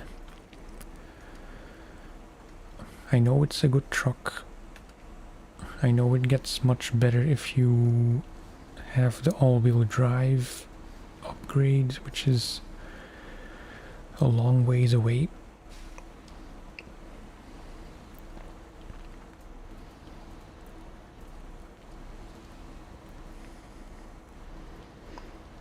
Yeah, no problem. Really, no problem. It was nice hanging out.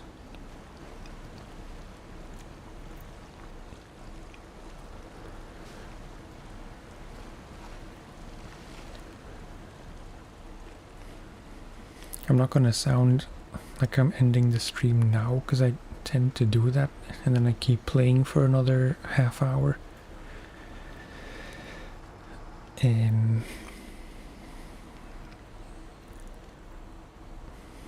A lot of trees in the way.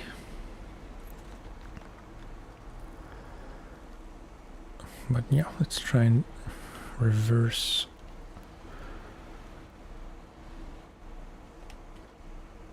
Terrible.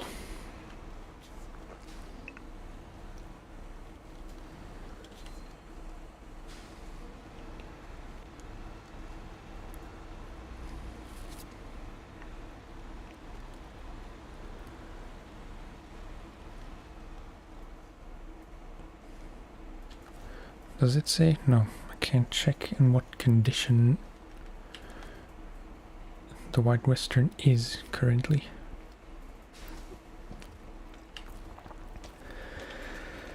So I guess I'm just gonna have to winch it and hope for the best.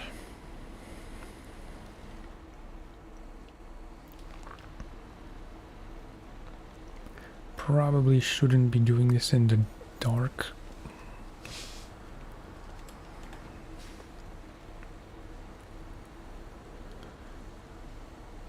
So far it seems like, oh, engine broken, so I can't turn it on. So far it seems to go pretty well. I spoke too soon. Which doesn't bode well for what's coming up next.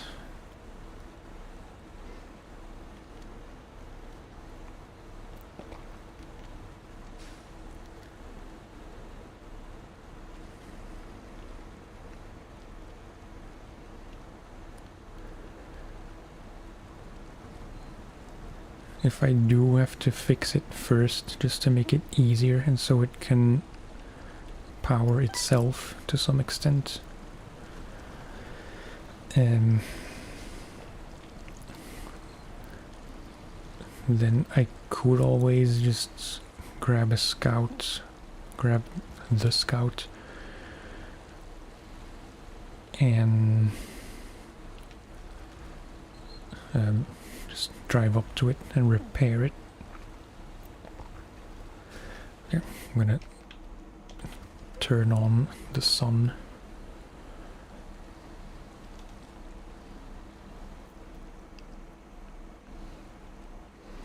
Yeah, no problem.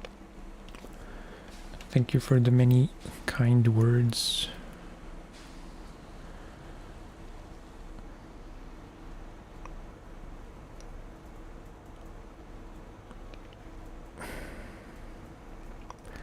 Come on, man.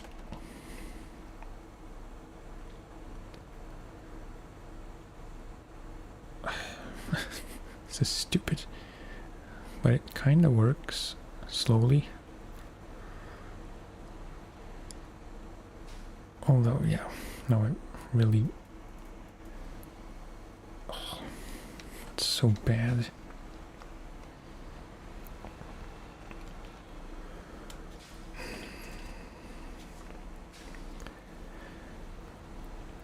I messed up.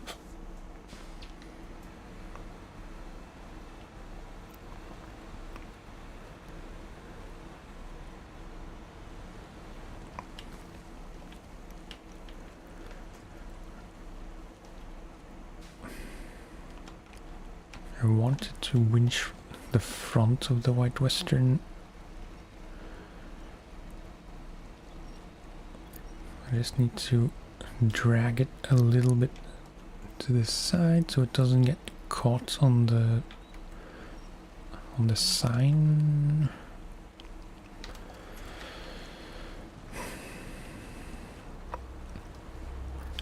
I don't think that's gonna do it.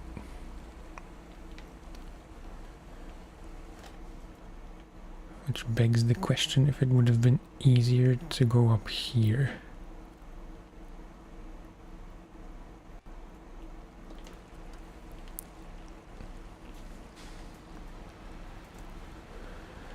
Okay. Plan B.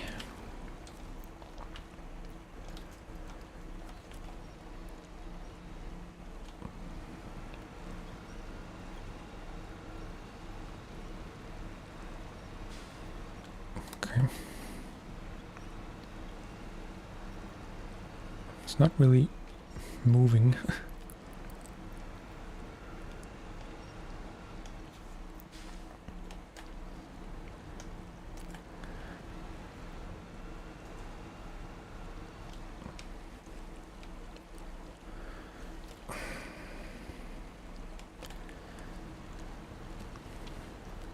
There was so much room on either side of the sign. But you had to just get it stuck.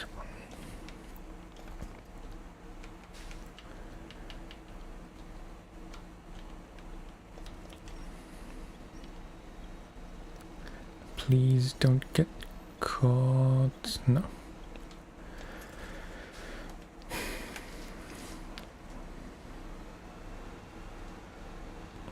A bit more brute force.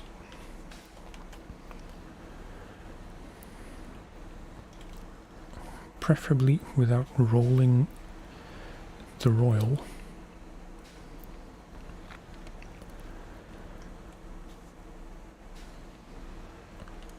I can just nudge it away from the side. No, it's very stuck.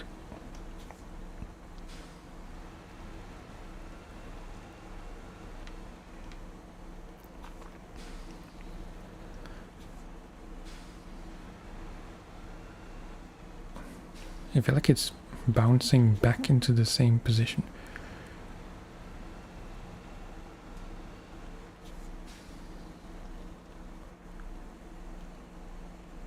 In theory, it should be good now, but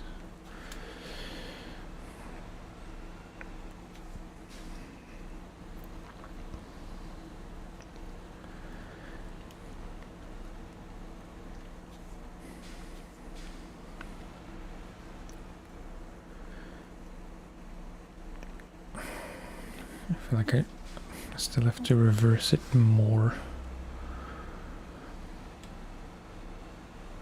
So I can make the turn much wider.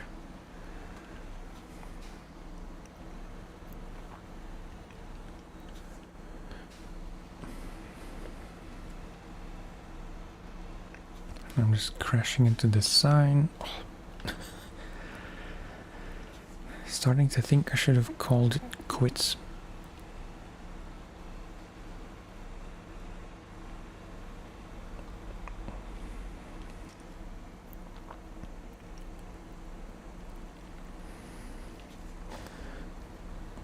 So now, what am I gonna do exactly?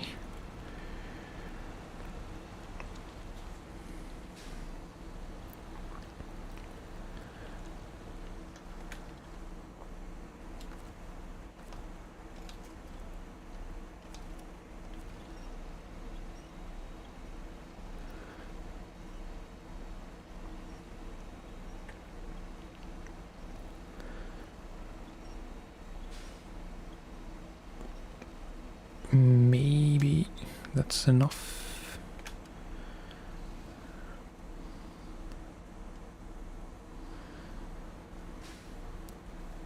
Yeah, okay. Low gear plus.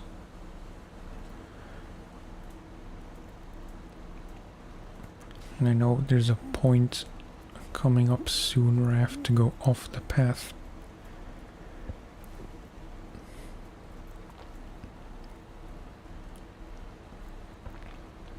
I think it might be here, because yeah, definitely up there that's not really gonna work well.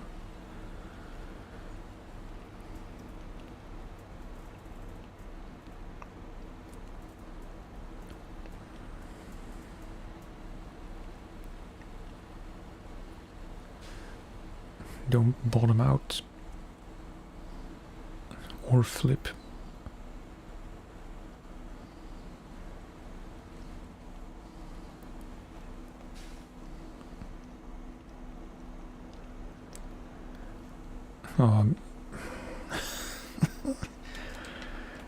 Well,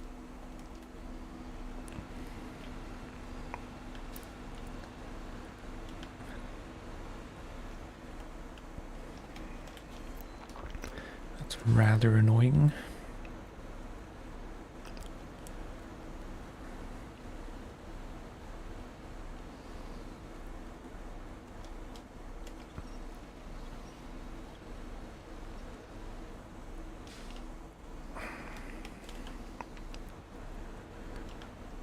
Okay, okay.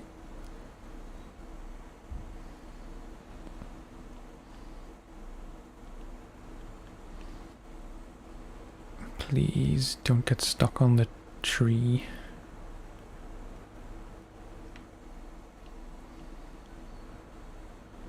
I don't know if it's stuck on the tree or if I'm just not catching any grip.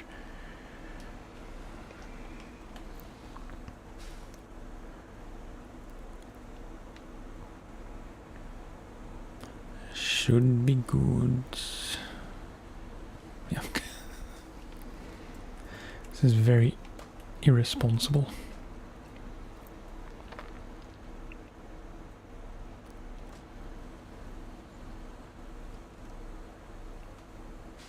And this is not great.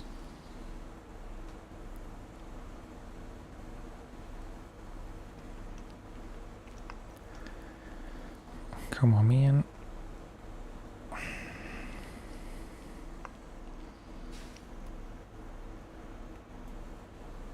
Yes. I really should have fixed it first. Would have practically driven up the hill by itself.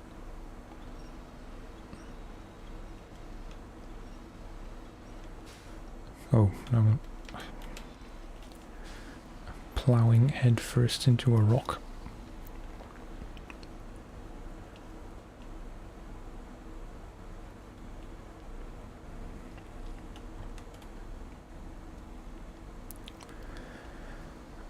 Okay. Get myself over first, if I can. Maybe with a little strategic winching like this. No.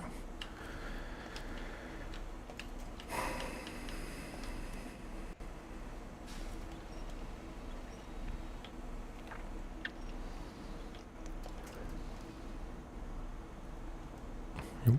Dramatic zoom.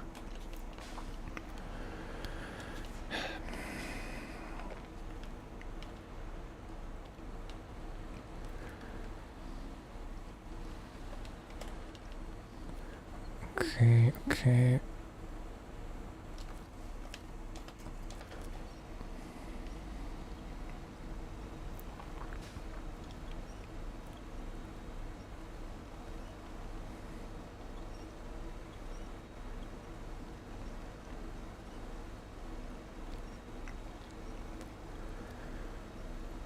Take note and don't do it the way I'm doing it.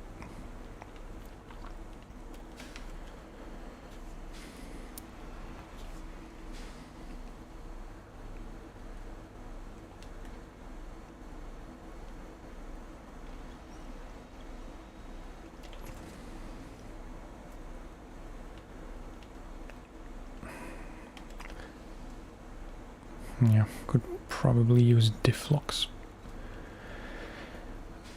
which are not a thing on this truck.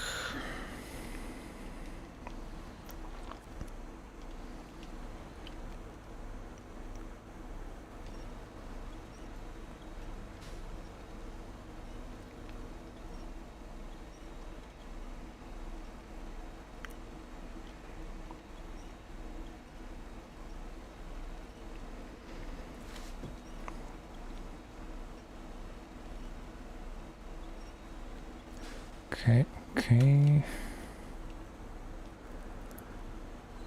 You would think that that was the worst of it, if we can get over these rocks.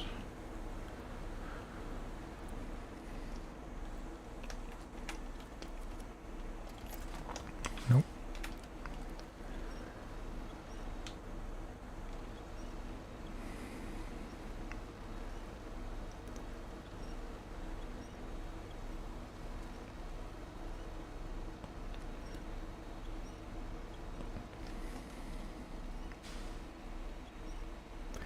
Definitely need a more powerful winch. I don't know what the most powerful one is that I can get right now. I think Well, definitely not the advanced medium. Maybe it's the advanced, or like a normal high power, but still limited in range. I don't know.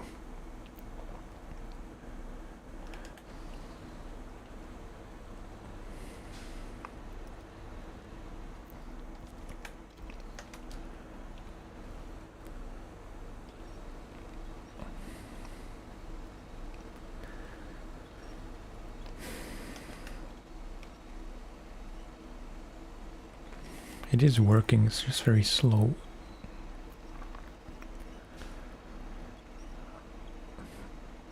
Much like my brain this time of day.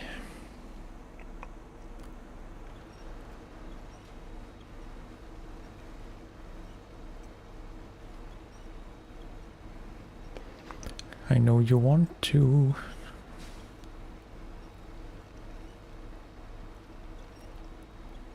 But you're not moving as much as I want you to move. Okay. Rinse and repeat, just drive a bit. Winch a bit.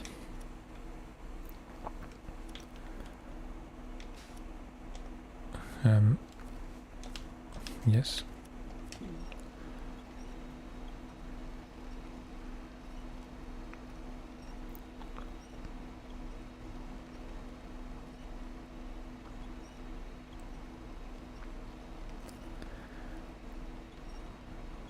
I'd say this is still not as bad as the Kodiak rescue. The one we did earlier.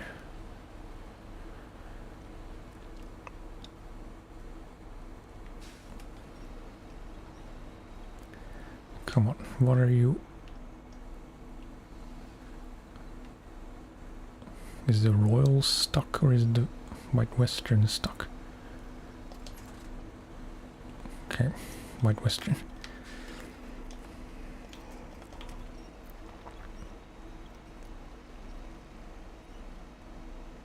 But why is it stuck? Is it stuck because it's a very steep incline, probably?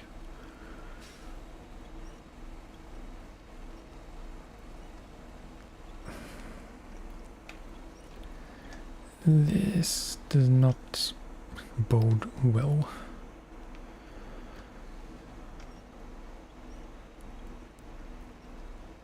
Because now it's actually stuck.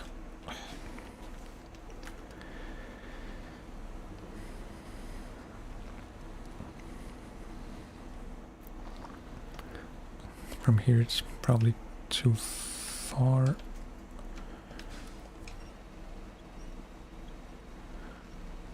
Okay, it's moving, it's moving.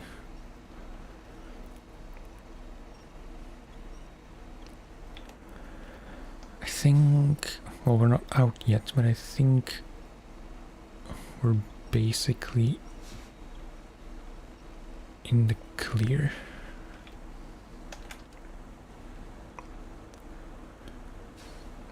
It is a very low truck, the White Western. Like, the front is very low.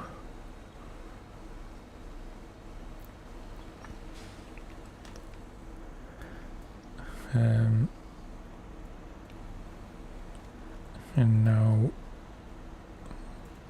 I hope I can fit through here.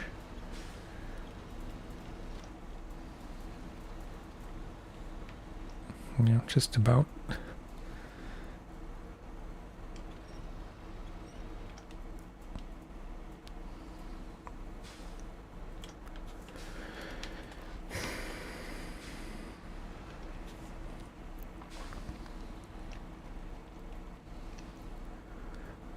Come on, you.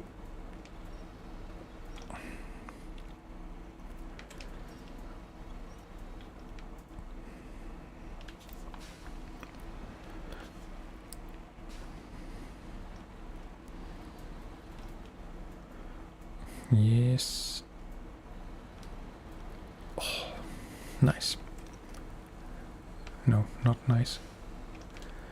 Son of a...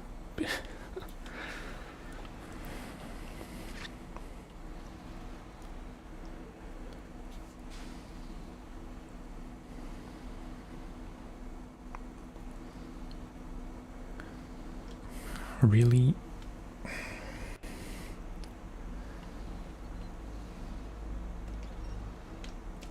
Okay, okay.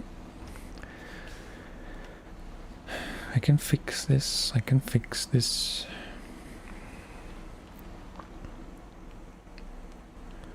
Hello. A little nudge. Can I... No, I can't reach any of the rear or side winch points, which is a pain.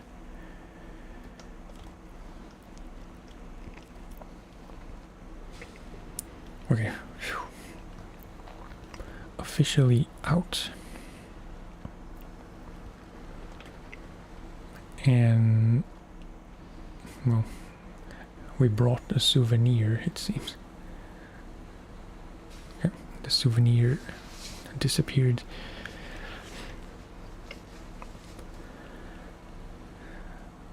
Drag this to the garage parking, which is pretty much the garage.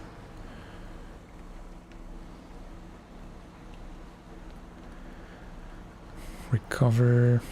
I do want to see which upgrades I can get already for the White Western.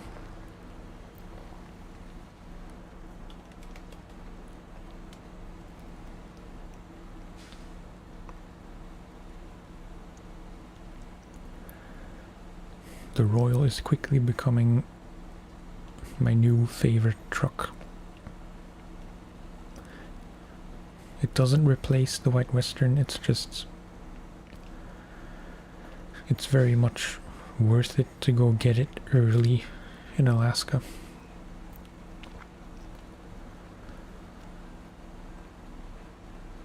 It's free. And, you know, if you're like me, I mean, this is not a sales pitch for a virtual truck, but if you're like me and you never used the Royal much from Alaska onwards, because it doesn't have diff locks, and there are objectively better trucks for sale. But at least in Michigan it can do a lot of work relatively easily.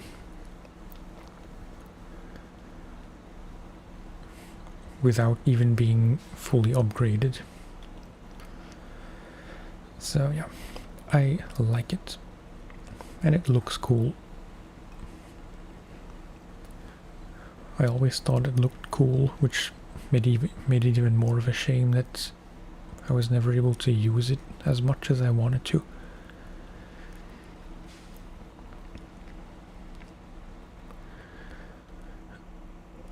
Okay. New truck, White Western. No.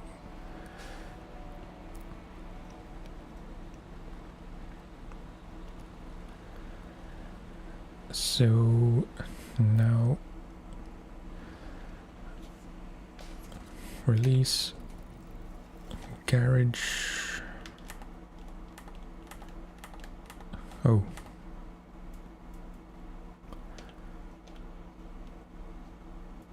Really?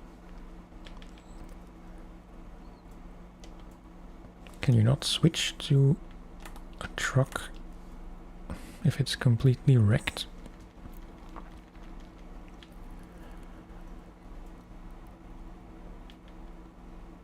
Or how else are you supposed to acquire? Is there a new task? Maybe. No. Repair, that's that one.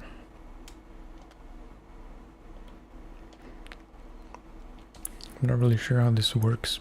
All I can think to do is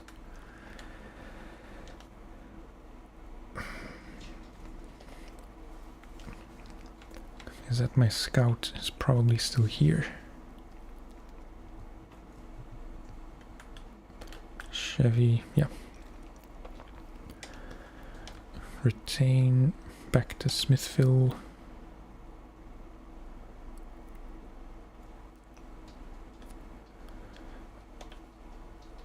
Deploy, and then hopefully I can fix it enough to where I can recover it, ideally.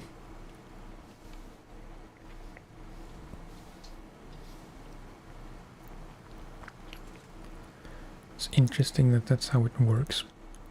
Apparently it does. Change. Oh no, see? Then why was I not able to move to it from the garage, from the map? Anyway.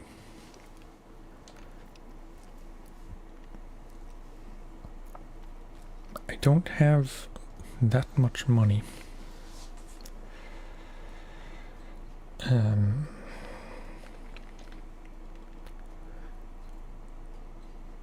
I need this. Sell the balanced one. Engine doesn't seem to do that much. Increased power, reliability, and acceleration.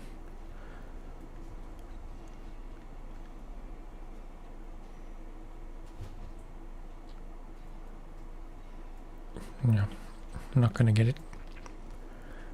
Raised suspension, yes. Sell the stock one. I'm actually making money doing this. Off-road tires.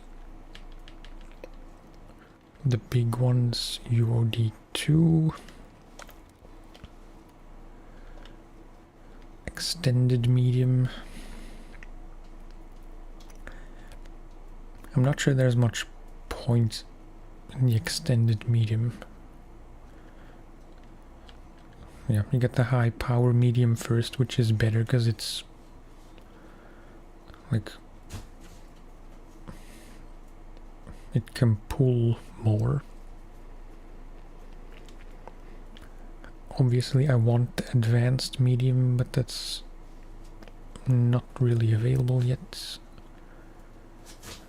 Diff locks, absolutely. Spare wheel, can't have it yet. No snorkel just yet, which is kind of a bummer. Rank 12. All-wheel drive, yes. Maybe I'm cheating because now maybe I won't appreciate as much like how much worse it is without all these upgrades compared to how much better it is with.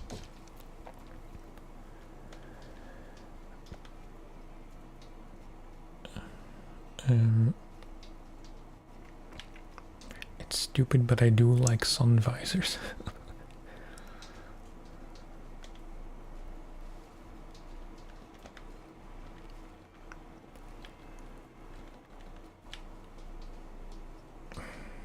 Again, a lot of stuff at rank 12, it seems.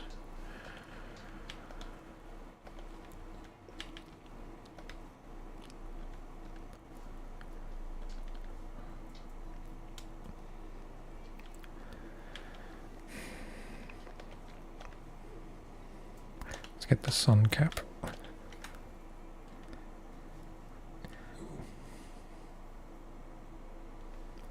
Cool, but kind of ugly.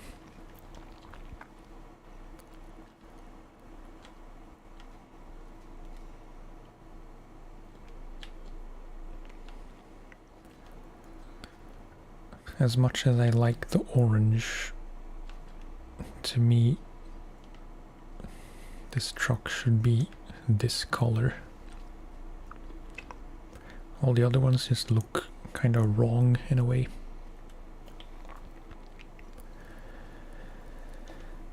Okay, I think that is just about it. There isn't really, like, there's no front bumpers with extra lights. I do want this in time. Maybe I should just get these.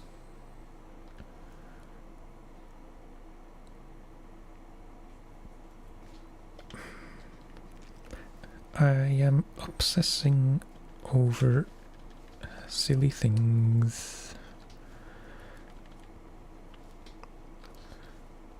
This is taller, so more likely to get stuck in trees.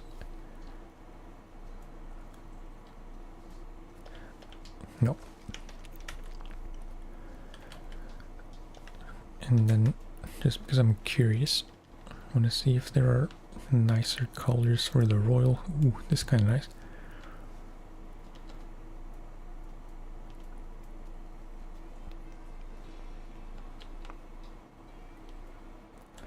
Yeah, sure. Let's get a bit of a green theme going.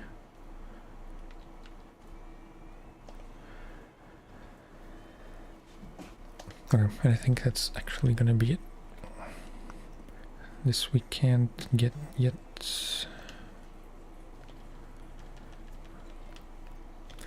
Yeah, I mean, no matter what I do now, I'll probably just forget about it by the next time, even if I do make some elaborate plan of things I want to do.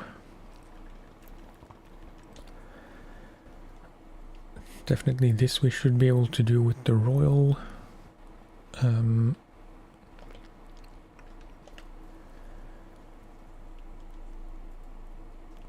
This probably also with the royal. This is all assuming I can get a crane and a flatbed on the royal, which, you know, for some reason you may well not be able to do.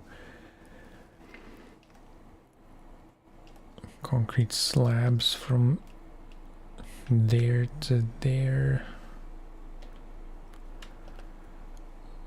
Repair the truck. Tools delivery should be doable either across the rock bridge or maybe with the royal just up the road and down, because I'm very congested.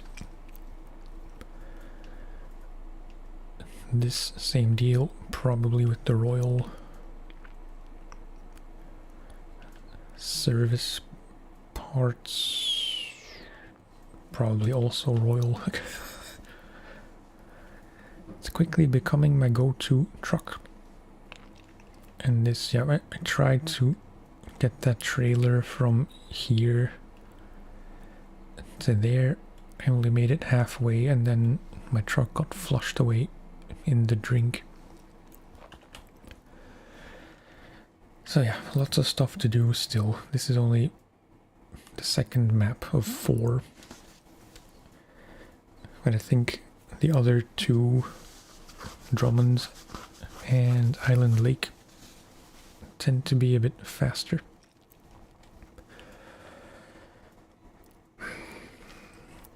Alright, that's gonna do it for this one. Definitely long enough, 4.5 hours. I need a drink, I need a snack, I need to just veg out on the couch. Yeah, thank you for watching, for hanging out, for chatting, for being an overall nice person all around, not overall.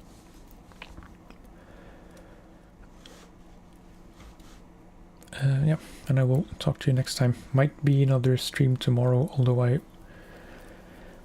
sacrificed some recording time tonight in favor of streaming, so either I will record some videos tomorrow and not stream, or I will stream some more because I should be able to, or I'll do a bit of both, most likely.